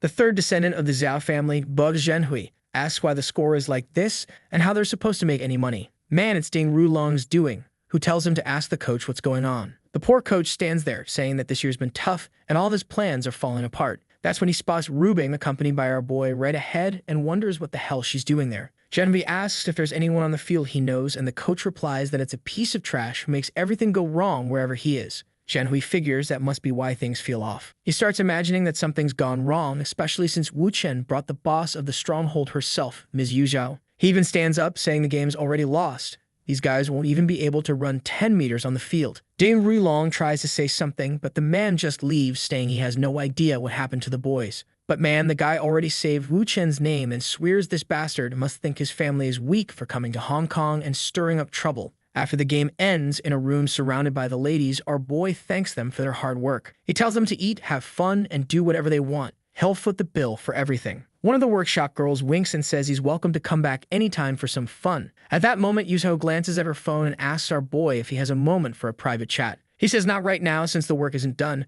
but she replies that it can't wait. She leans in close and whispers something in his ear, while Rubing wonders what's wrong with this woman. She gains nothing by doing this in front of her, so does that mean she and Wu Chen have something going on too? Later, as they're leaving, Rubing tells our boy that he and that woman seemed a bit too close. But Wu Chen tells her to stay behind because for now, they have more important things to deal with. Man, he's got some bodyguards, but there's also a gang coming straight at them. Our boy shields Rubing as a fight breaks out, and apparently he brought guys who work for Peng Wei. Rubing asks how long Peng's friends have been here. Wu Chen explains that the powerful people in Hong Kong were planning to start a gang fight against the Liu family to create a headline and ruin their name. That's why he brought Peng Wei, who's from Hong Kong, so if a headline does come out, it'll just be about local gang-on-gang violence and won't involve the Liu family. She asks if that's what the woman was talking about earlier. He says no, she was interested in exactly what Rubing is thinking, but he's not looking to get involved with her. Rubing replies that it's strange, it's the first time she's seen Wu Chen not want to get involved with a beautiful woman. He says the girl's smart, but since she's a foreigner, if there's ever a war between their countries, he'd have to stand against her. That's the most ridiculous excuse I've ever heard. Just admit it, Wu Chen. Not because she's a body shop worker. Rubing, surprised, says she was wrong to feel jealous and that she's learned a bit more about him. She gets closer, saying he deserves a reward and gives him a little kiss. The next day, they're already at the Bao family's place. At the reception, the woman asks if they have an appointment. Rubing just tells her to let them know Wu Chen is here to see him. The secretary calls the boss and says there's a young man named Wu Chen who wants a word. The boss simply tells her to send him up. Once inside the office, our boy apologizes for showing up uninvited. The boss replies that since Wu Chen won twice yesterday, this visit isn't a problem, but he wants to know the reason. Man, Ding Rulong is there. I'm seriously starting to feel bad for this guy. Wu Chen immediately says he wants to sever any relationship Shenhui has with Ding Rulong. The loser in the back mutters that Rubing's boyfriend doesn't understand basic etiquette, so he won't survive in this circle. However, Wu Chen looks at him and says survival in this world doesn't come from etiquette, but from interests. Ding Rulong is ready to punch the boy when Zhenhui interjects, saying he's listening. Our boy then states that Ding Rulong was foolish to bet on soccer, which has too many variables. That's why he prefers horse racing. Ding Rulong tries to shut him up, claiming he doesn't know anything, but Zhenhui says he's curious to hear the offer. Wu Chen explains that all Zhenhui needs to do is trust the bets he places, and the amount to wager is entirely up to him. Zhenhui laughs and asks if it's really that simple. Meanwhile, Ding Rulong scoffs, saying Wu Chen's tricks to win women over won't work in this case. Wu Chen fires back, reminding him that he's already been defeated 8 times, whether it's about women or business, so maybe it's not just luck. Zhenhui looks at him and says he'll give him a chance. They'll sign a contract, but if Wu Chen loses the bet, he'll owe 300 million. Wu Chen replies that this bet is too easy. If he loses, he'll become Zhenhui's servant, but if he wins, Zhenhui has to hit Ding Rulong every time he sees him and record it on video. Ding Rulong looks utterly defeated, but Zhenhui agrees, saying it sounds entertaining. Wu Chen calls it a great decision, while Ding Rulong thinks these guys are acting like children. 2 hours later, the situation becomes clear. Our boy is the one riding the horse. With his years of practice, he knows how to ride. Zhenhui observes and admits the kid seems to know a thing or two. As for Ding Rulong, poor guy might need a new villain. This one's taken enough of a beating. The gates open, the race starts, and our boy is in last place. Of course, Ding Rulong smirks, saying it's obvious Wu Chen knows nothing. But Rubing says the result is all that matters, so it's best not to be arrogant. Then Zhenhui smiles, noting that the boy seems to be picking up speed. The king of riding is going full throttle now. Rubing cheers, declaring that he's won. And indeed he has. He's already celebrating, telling Master Zheng he must be satisfied with the results. Before Zhenhui can respond, he slaps Ding Rulong across the face. He warns him that he better not return to Hong Kong or he'll end up getting beaten again in the future. The poor guy leaves, admitting defeat for today but promising he'll get revenge. Meanwhile, Zhenhui approaches Wu Chen, saying that from now on, they're brothers. Meanwhile, in his car, Ding Rulong seems to be plotting something against one of Wu Chen's lovers. Man, don't do it. Hell destroy you. 2 days later, on a yacht, Zhenhui tells Wu Chen he never expected him to be this good. He admits it's been worth working together. Our boy replies that it's all thanks to Zhenhui's sponsorship and Hong Kong's money. Together, they'll earn a lot more. Suddenly, Wu Chen receives a call from Mao Hongsong informing him that Ms. Zhuang Xiaodi is having trouble filming some scenes and needs his help. Wu Chen tells Zhenhui that, unfortunately, he has to return to his city but leaves the competitions in Zhenhui's hands. Half a day passes and we see some men approaching someone's house. When Wu Chen arrives, he seems to recognize that this man is an outsider, meaning things could get complicated. From the background, someone calls for Wu Chen to come over. Mr. Mao tells our boy that they need him. He looks back and tells Zhuang to calm down, he's here now. She rushes into his arms, crying and apologizing for causing trouble again. He reassures her that it's fine but asks what's going on. One of the henchmen asks if he really doesn't know and tells him to talk to the boss right away. But Wu Chen warns him not to interrupt while he's speaking or things will get serious. The man looks frightened and Wu Chen asks Shadi to explain. She explains that they've been filming a series called The Reincarnated One about a doe in a tyrant's house. 3 episodes in, everything was going well, but now the locals are causing trouble. Since Wu Chen's house is a luxury villa, the neighbors are complaining that it's too dirty and filled with machines and equipment.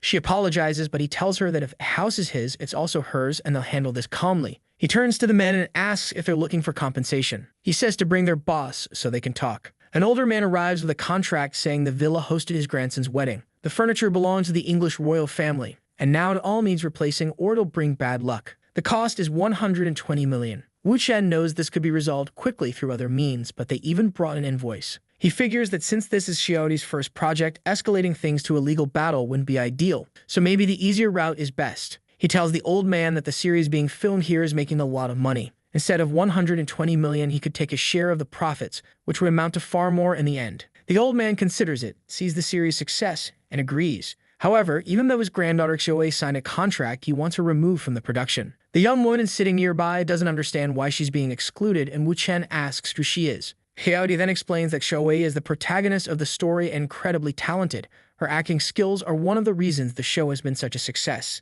Additionally, one of the reasons they had to use Wu Chen's specific house is that Xiaoi can't travel far. Wu Chen starts to sense there's more to the situation but decides not to overthink it for now. He approaches the old man and says fine, the deal is done. At that moment, the old man adds there's one more detail. He also wants his grandson to be included in the series to gain some exposure and have a better future. Man, Wu Chen is savage, thinking this is a drama, not a nature documentary. However, he smiles and says, sure, no problem. The old man, satisfied, waves goodbye and says that now everything's resolved, they should take a photo as a keepsake. Everyone gathers and our boy is there smiling. That same night, while working on his laptop, Wu Chen discovers these people aren't from the Wenzhou family. They're from the Liu family in the capital. Now it makes sense why they have the support of everyone in the villa. But then he notices that one of the men used to work for Ding Rulong, and he wonders if that guy is involved in this once again. At that moment, there's a knock on his door and he sees it's Xiaoi. The girl shows up dressed for action, though to be fair, she might just be in costume for the series. It looks intense and she says she'd like to act alongside Xiaodi.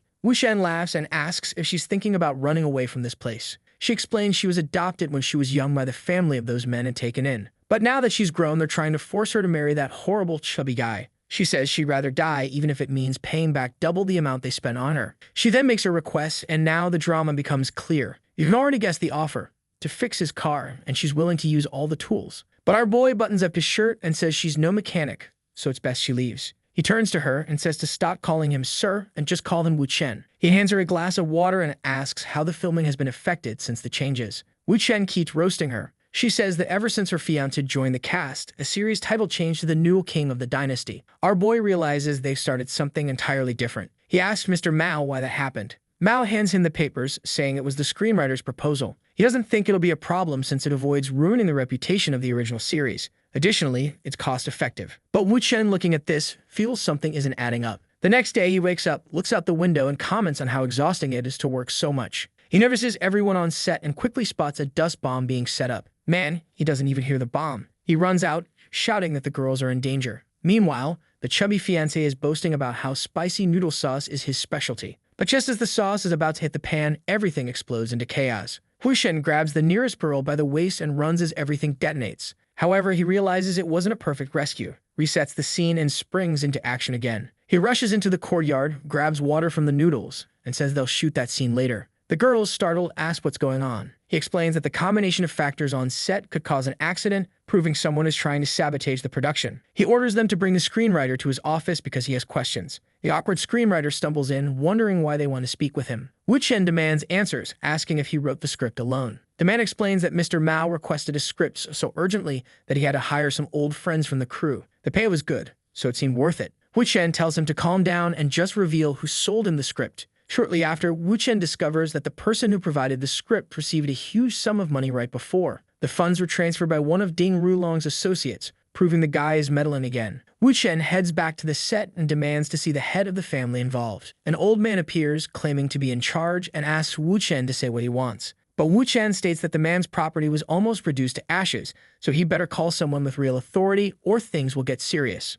The old man pauses and tells someone to return to the villa because there's a problem. A helicopter approaches, and if you had to bet $1 million, what kind of character do you think arrives? Of course, it's a healthy and charming woman, Kinger, the wife of the third master Ali family. Everyone greets the third lady. She sits down, and the old man explains that Wu Chen claimed there was an issue during filming and her brother nearly died. Lighting a stressed cigarette, she remarks that even after all this time, her brother can't manage simple matters. The man looks like he's about to wet himself, and she orders them to bring over whoever wants to speak with her. Our boy steps up with his laptop and explains that someone is trying to create conflict between him and her family. With a stern look, she asks who he is. Man, our boy doesn't even say his name. He just says he's Rubing's boyfriend and knows she's the third lady of the Li family, meaning it would be wise to avoid any problems between their families. However, she doesn't seem too concerned and says many people like to cause problems for her family, so she doesn't bother with minor issues. Wu Chen realizes this woman has no direct conflict with Ding Rulong and doesn't want to get involved. He comments about the filming and says that since she's already here, she might as well help manage the villa. She responds that she knows he's doing this to avoid conflict between their families, but fine, she'll stay. A month passes and the Noodle King wraps up filming. Mao thanks our boy, saying everything worked out thanks to him. Wu Chen asks where the third lady is, and Mao replies she's in her room celebrating alone. Wu Chen says he'll call her since they need to take a photo together for the newspaper tomorrow. However, as he walks down the hallway, he hears Xiaoyi's voice shouting for someone to stop. In front of a door, she keeps yelling. Wu Chen kicks it open and asks if the drunk fool has lost his mind. Of course, it's the Noodle King himself, who takes a flying kick to the face and is sent flying across the room. Xiaoyi is on the bed crying, and suddenly an alarm sounds. Carrying her, Wu Chen remarks that security in this place is terrible. As he rushes through the halls, everyone starts shouting that there's a fire. Part of the building is ablaze, and it's right in the third lady's room. He tells a staff member to take Xiaoyi outside and hands the tied-up man to one of the security guards. Wu Chen then sprints to the room, wondering where the third lady is. Inside, Kainer is lying next to the bed, holding a small candle. Immediately, Wu Chen sees the situation. She's both the perpetrator and the victim. He pulls the candle from her hand, and she immediately begs him to give it back. Seeing him, she mutters under her breath, "It's you." Yeah, she's unhinged. Before she can do anything, he knocks her out with a swift Aikido move and apologizes. It seems the third lady is unwell, and he plans to help her recover later. Half an hour passes, and she wakes up asking where she is. Our boy pulls up a chair, sits down, and says it seems someone is targeting her now. At first, I thought she had been drunk and accidentally set her room on fire, but apparently, Wu Chen already knows there's more to this. She asks about her condition and what happened. He replies that he would never take advantage of anyone and just saved her from a burning room. Kinder says there aren't many people bold enough to try to kill her in broad daylight. She suspects the Ding family is just watching from the sidelines, so it must be the second lady's doing. Wu Chen responds that now that they're working together, the accidents will stop. So what does she plan to do? The woman, clearly done with everything, asks for another cigarette. He lights it for her, and she says that since they now share the same goals, they'll have to work together. Wu Chen agrees and suggests they start causing some trouble in Green Coast City. Apparently, that's a code name for the Li family, the chubby guy and the old man's family. He shows her his phone, revealing that this family is working with Ding Rulong. When she sees the evidence, she moves closer, asking what she needs to do. She tells him to notify the Li family that they need to back out of this project. That's the only way to avoid the humiliation they're about to face. The rest, Wu Chen says, he'll handle. She agrees and says she'll wait for the response. Our boy says it's a deal, but that her troublesome brother shouldn't cause any more problems with the staff. She says it's fine as long as everything is cleared up. Outside, Wu Chen calls Li Rubing's father, asking for the contact information of an old friend. Her father agrees without asking questions. Now motivated, Wu Chen mutters that if Ding Rulong wants to play games, then he'll play. Shortly after, he instructs Sugati to bring the production crew to Modu City. He also tells Xiaoyi to focus on learning etiquette and the formalities of ancient eras. If everything works out, they'll have a new film to shoot soon. She thanks him and tells him not to worry. He replies that her role is the most important. She needs to become an excellent director and producer while mastering the industry. The scene shifts to the next day in an office in Pinzhou. Wu Chen tells Secretary Zhang that the tea was sent by Liu Rubing's father himself. Secretary Zhang thanks him and mentions that he and the old man are acquaintances, so if Wu Chen needs anything, he should just ask. Wu Chen explains that there are some construction projects in a part of the city that are doomed to fail if nothing is done. The secretary seems intrigued and Wu Chen hands him the information. He adds that since the construction hasn't started yet, no one has been scammed. But if the sales begin, that area will turn into a ghost town. Of course, Wu Chen knows how to ensure this doesn't happen, but he needs a little favor. The secretary immediately asks what the favor is. Wu Chen says he needs him to expose the names of all the project developers publicly. Zhang says that's easy. He'll handle it however Wu Chen wants. Half a day later, an employee informs Ding Rulong that a bunch of reporters has suddenly appeared at the construction sites. There are also excavators and other equipment being brought in. Ding Rulong has no idea what's happening. Wu Chen then asks why there are excavators, and someone responds that there aren't any yet. Furious, he yells at them to find out immediately. The scene shifts to the construction site where Secretary Zhang tells Wu Chen that all the excavators in Pinzhou have been brought there. Just then, a reporter approaches, asking what they're searching for. Our boy replies that when the time is right, everyone will know. 10 minutes later, someone shouts that they found something. Another person confirms it, and they start digging. The workers seem frightened, ordering everything to be removed. The reporters are shocked as Wu Chen reveals that this supposedly green land was actually built over an old cemetery. They were planning to construct luxury mansions and homes as if it were a lush area, but in reality, it was full of graves. The reporters are furious, and of course it makes the headlines. 20 minutes later, the internet is ablaze with the story and Ding Rulong is left wondering where these rumors are coming from. He immediately orders his associate to issue refunds to everyone who had purchased the first lots, instructing them to hide the truth and claim they, too, were victims who had been deceived. Shortly after, Secretary Zhang thanks Wu Chen, saying he acted incredibly quickly. Wu Chen responds that the sooner, the better. The secretary, curious, asks how Wu Chen knew about this, considering he doesn't even live in the city. Wu Chen explains that this area was the site of a Qin dynasty war where millions died. The bodies remained, making it a famous cemetery for a long time. He learned about it during one of his many lives when he decided to study the dynasties and uncovered these details. The secretary nods, understanding the issue, and asks how they plan to rebuild and utilize the area. Wu Chen suggests demolishing the garden and building a mountain temple to purify the spirits and using the region as a filming set. Meanwhile, two members of the Liu family thank Kinger for warning them. She responds that they're family, so they should help each other. However, the second mistress is furious with her, muttering that she'll deal with her soon enough. Kinger knows that while she solved the Liu family's problem, she's now become a target. Her relationship with Wu Chen can't end like this. Wu Chen finishes his conversation with Secretary Zhang and immediately receives a message from Kinger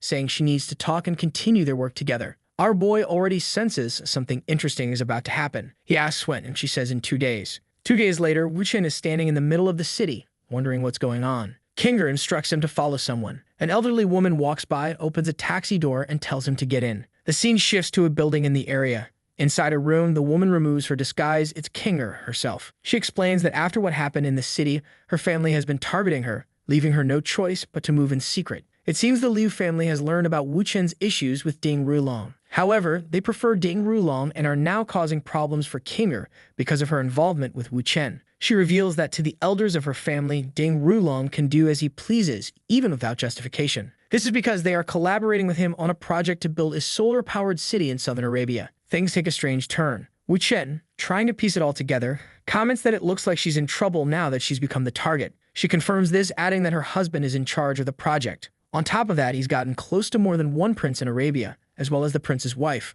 Some paparazzi even snapped photos of them talking, creating some rather incriminating evidence. Wu Chen, just as confused as we are, tries to make sense of the story. Kinger explains that the Ding family is using this evidence to pressure her husband into reducing his shares in the project from 30% to 10%. Wu Chen asks if she wants him to make those photos disappear. She replies that her husband isn't capable of solving this problem, nor is she. That's why she wants to work with Wu Chen to ensure the shares remain at 30%. Our boy smirks and says that since it's a negotiation, he has his own conditions. He proposes a deal for world domination. The Liu family is one of the most influential in the entertainment industry. He wants her to ensure his series gets primetime commercial spots. Additionally, she must promote Rubing's company and Peng Wei's business. Everyone gets some exposure. Lighting another long-term HCK cigarette, she remarks that Wu Chen has a big appetite, but for her family, this is easy. He lays out a grand strategy explaining that the Ding family must be excluded from the negotiations entirely. If Ding Rulong profits from this Arabian project, he'll gain significant influence, and Wu Chen can't allow that.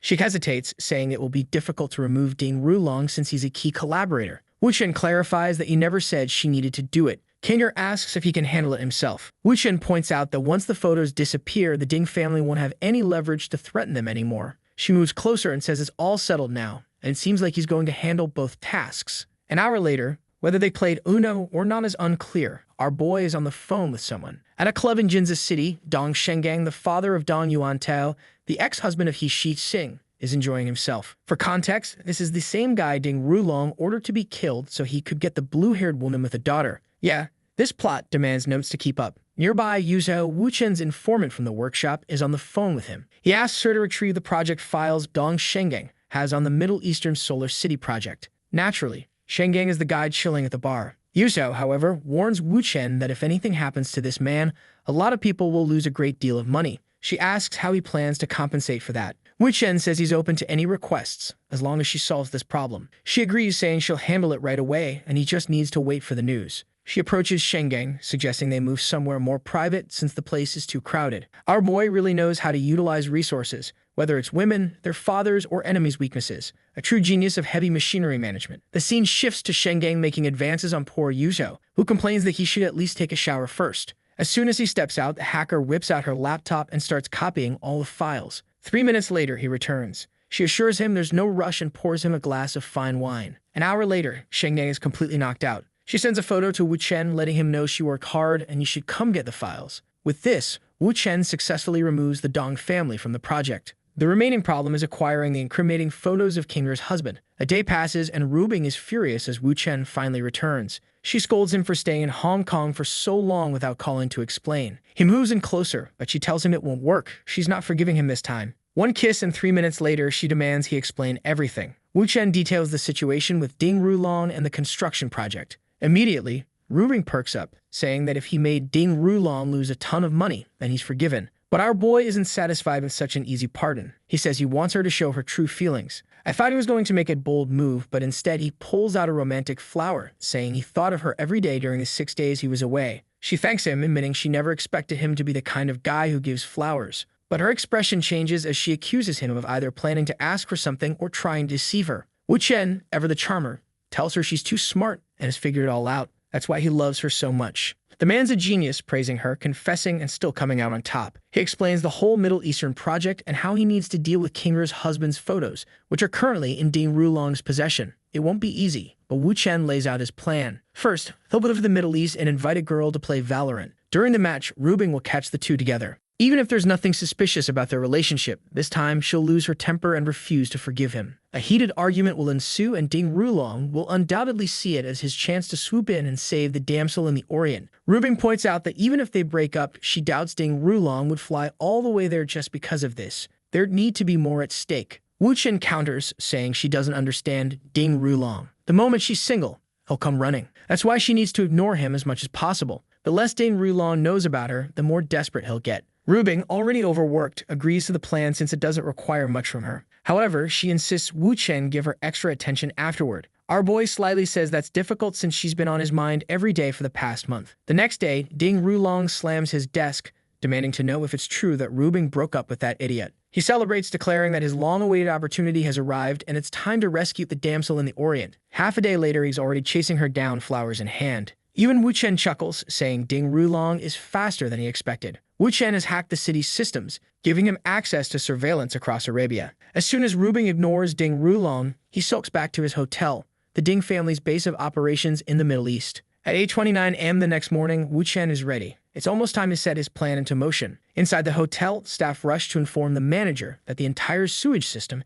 has suddenly backed up. The manager orders them to cut the power to all electronics. A worker enters Ding Rulong's room, apologizing for the inconvenience and explaining that the power has been cut. Shortly after, Wu Chen gets access to Ding Rulong's computer. He notes that the man was cautious, setting up a complex facial recognition program to secure his files. But as soon as Ding Rulong sits in front of the PC, the program will activate and all the incriminating photos will be deleted. As Wu Chen stands outside the hotel, he reflects that even though all the files will disappear, Ding Rulong will never connect the blackout to what just happened. Frustrated and rejected by Rubing, once again, Ding Rulong is likely to head back to China. In the car, Wu Chen receives a call from Yurong, who says she desperately needs his help. Wu Chen knows that over the next 2 days, Rubing will have to keep playing her role, tricking Ding Rulong. In the meantime, he heads over to Yurong's place to discuss the Middle Eastern project. When he arrives, he greets her and tries to start the conversation, but she immediately cuts him off, covering his mouth. She tells him the sink has been clogged for a month and insists he fix it, pointing out all the tools conveniently laid out on the counter.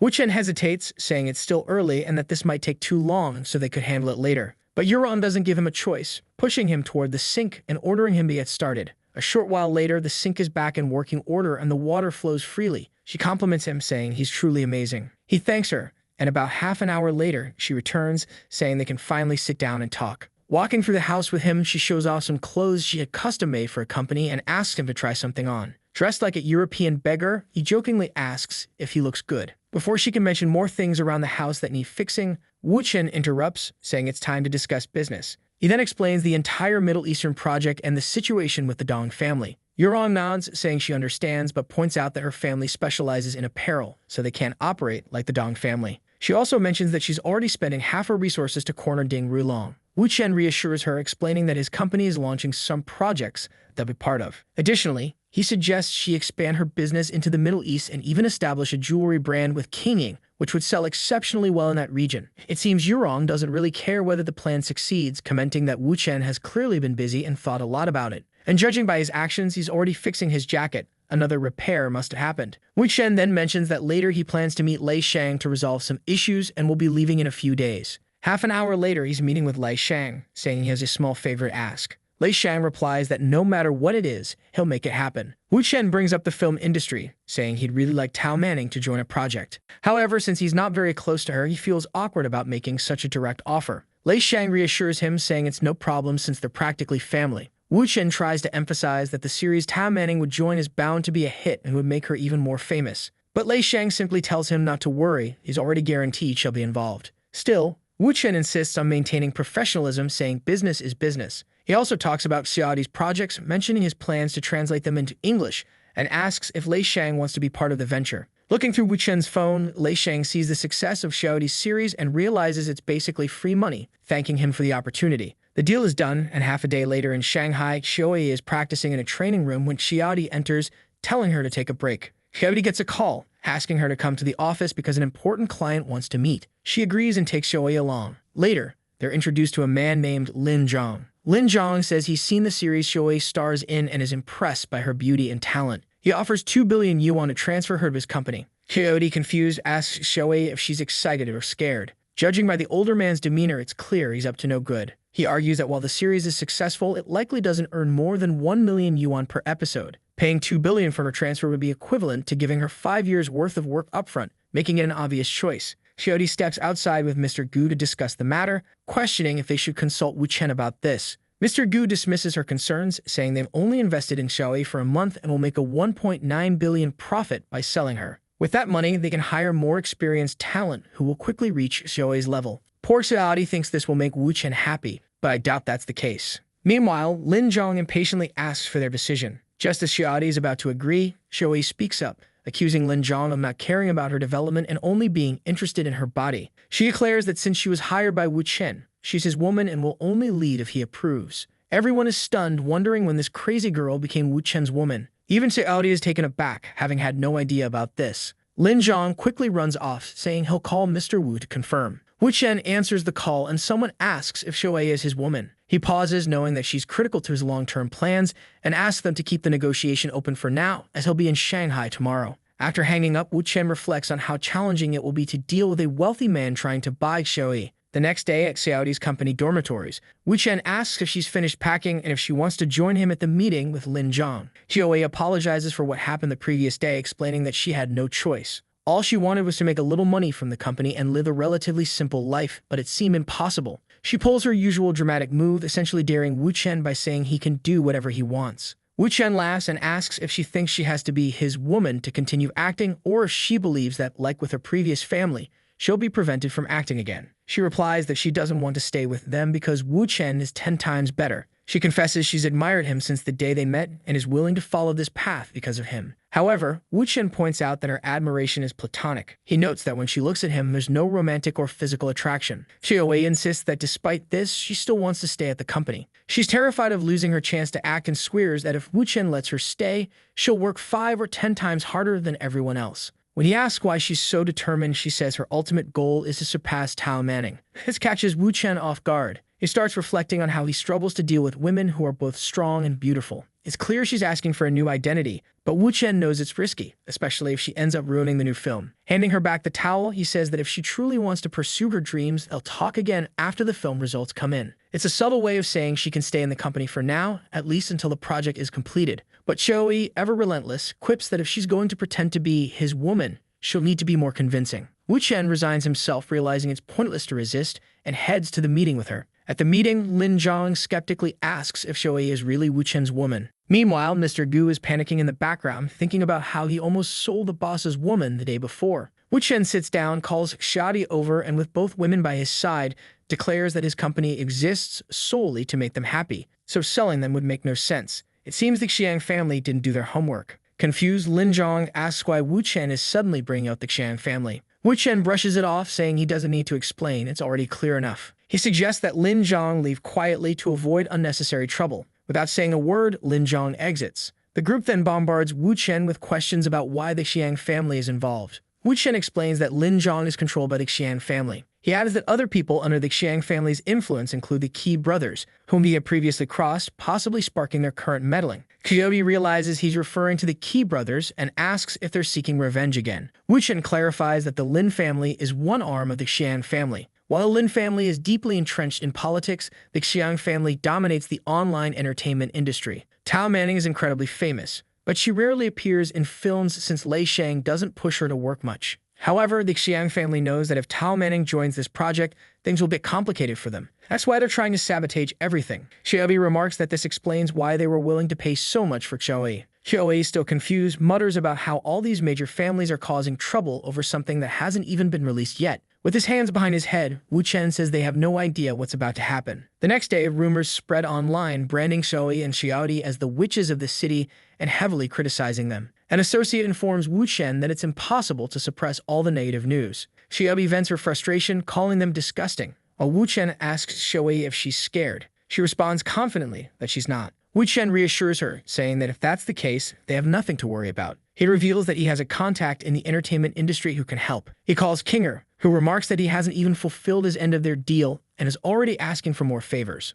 Wu Chen assures her that her part of the agreement will be completed by the end of the day. He explains that the Dong family will be removed from the project, the photos will be deleted, and they'll regain their 30% stake. Kinger replies that if all that happens, the favor he's requesting is an easy one. Wu Chen then contacts Peng Wen, asking him to help spread some information. Peng Wen, confident in his skills, promises to handle it perfectly. The next day, people online begin questioning the validity of the previous day's rumors. In a clever twist, Wu Chen's reverse marketing strategy works again, and the controversy only boosts interest in the series. Peng Wen is grinning in his office, saying everything went perfectly, and now everyone is talking about the shows. Mr. Gu shows a graph indicating that viewership numbers are skyrocketing by the hour. Wu Chen gathers Xiaowei and Xiaodi, telling them that thanks to this, they'll achieve at least 3 billion views. But this is just the tip of the iceberg. They're only at the beginning.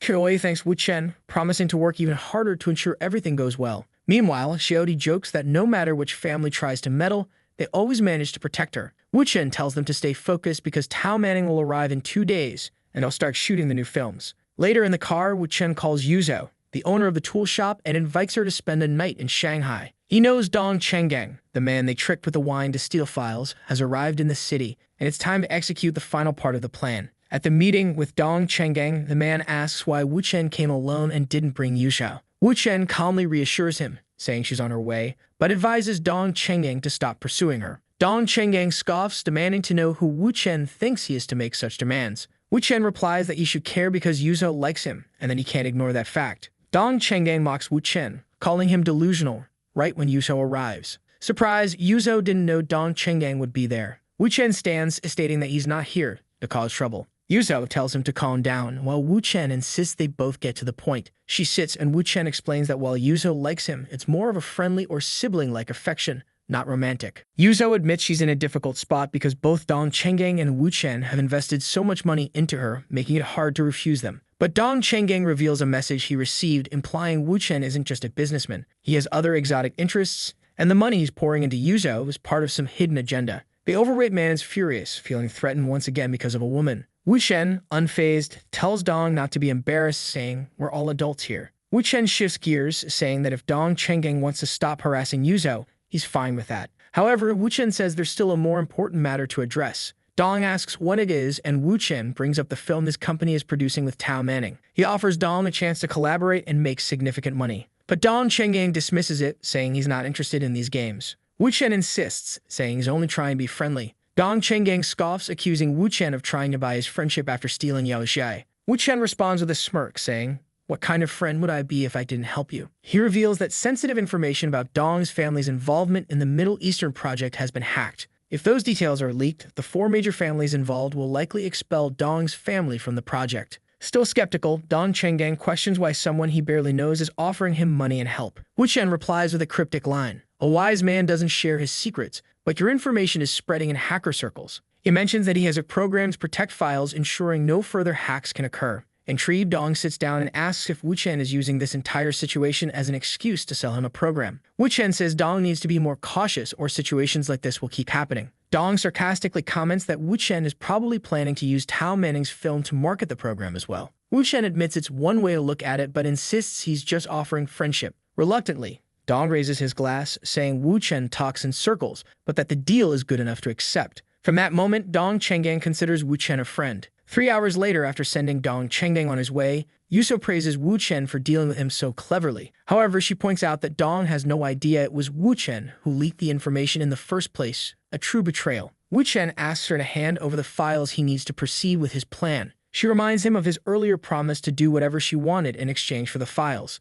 Getting close, she whispers that she can't trust someone who doesn't keep their word. Wu Chen hugs her, saying he thought staying friends would be better. She then teases him, asking if he's afraid she gave him the wrong files. Wu Chen smirks, holding up the USB drive, and replies that he's not worried. He knows exactly where she hides things and can retrieve them easily. Impressed, she comments on how hard it is to resist him. Whatever happened next is unclear, but Wu Chen leaves shortly after, telling her to rest since the hotel room is under her name. As he exits the hotel, he receives a message from Sinbao, saying his uncle is furious. Wu Chen replies that it's fine and that he's heading over to speak with him personally. Half an hour later, Wu Chen arrives with a bag and some drinks, apologizing for not having time to prepare something better. Jubin, however, greets him in panic, asking if he's planning to start a war with the Li family. Wu Chen explains that a month ago, tensions began with the Li family, and he's been working with the third lady. The problem, he adds, is that the rivalry between the 2 women has grown more intense than he anticipated. He admits that the more the third lady helps him, the fiercer the conflict between the women becomes.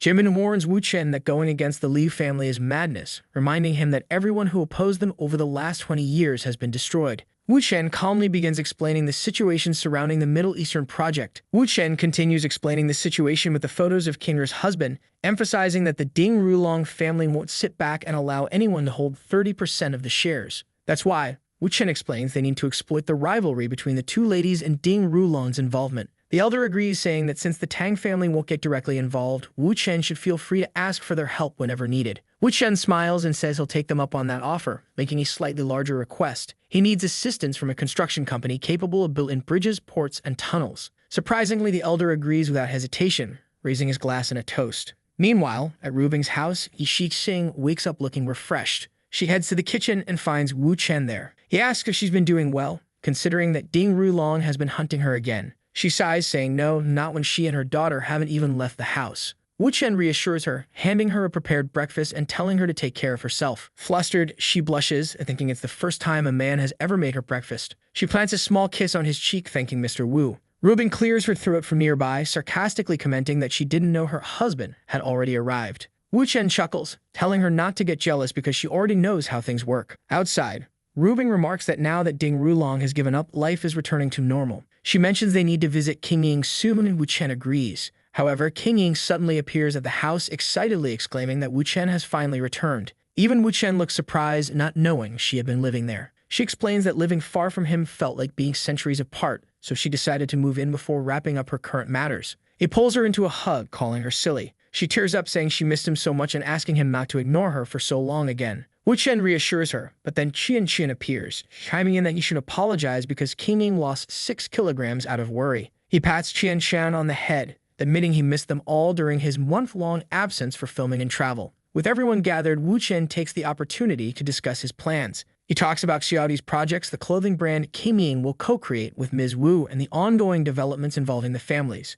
Rubing doesn't seem thrilled, pointing out that she's already helping Yurong make money, and now Wu Chen wants Qiming to support that woman as well. Wu Chen explains that everything is for Qiming to help her break into the international market, but Qiming only cares if it means they'll see each other more often. He assures her it does, and she agrees immediately. Rubing, frustrated, tells her to stop being so gullible. At that moment, Wu Chen wraps his arms around both of them, saying he's been working tirelessly to prepare this gift for them. The highlight, he adds, is that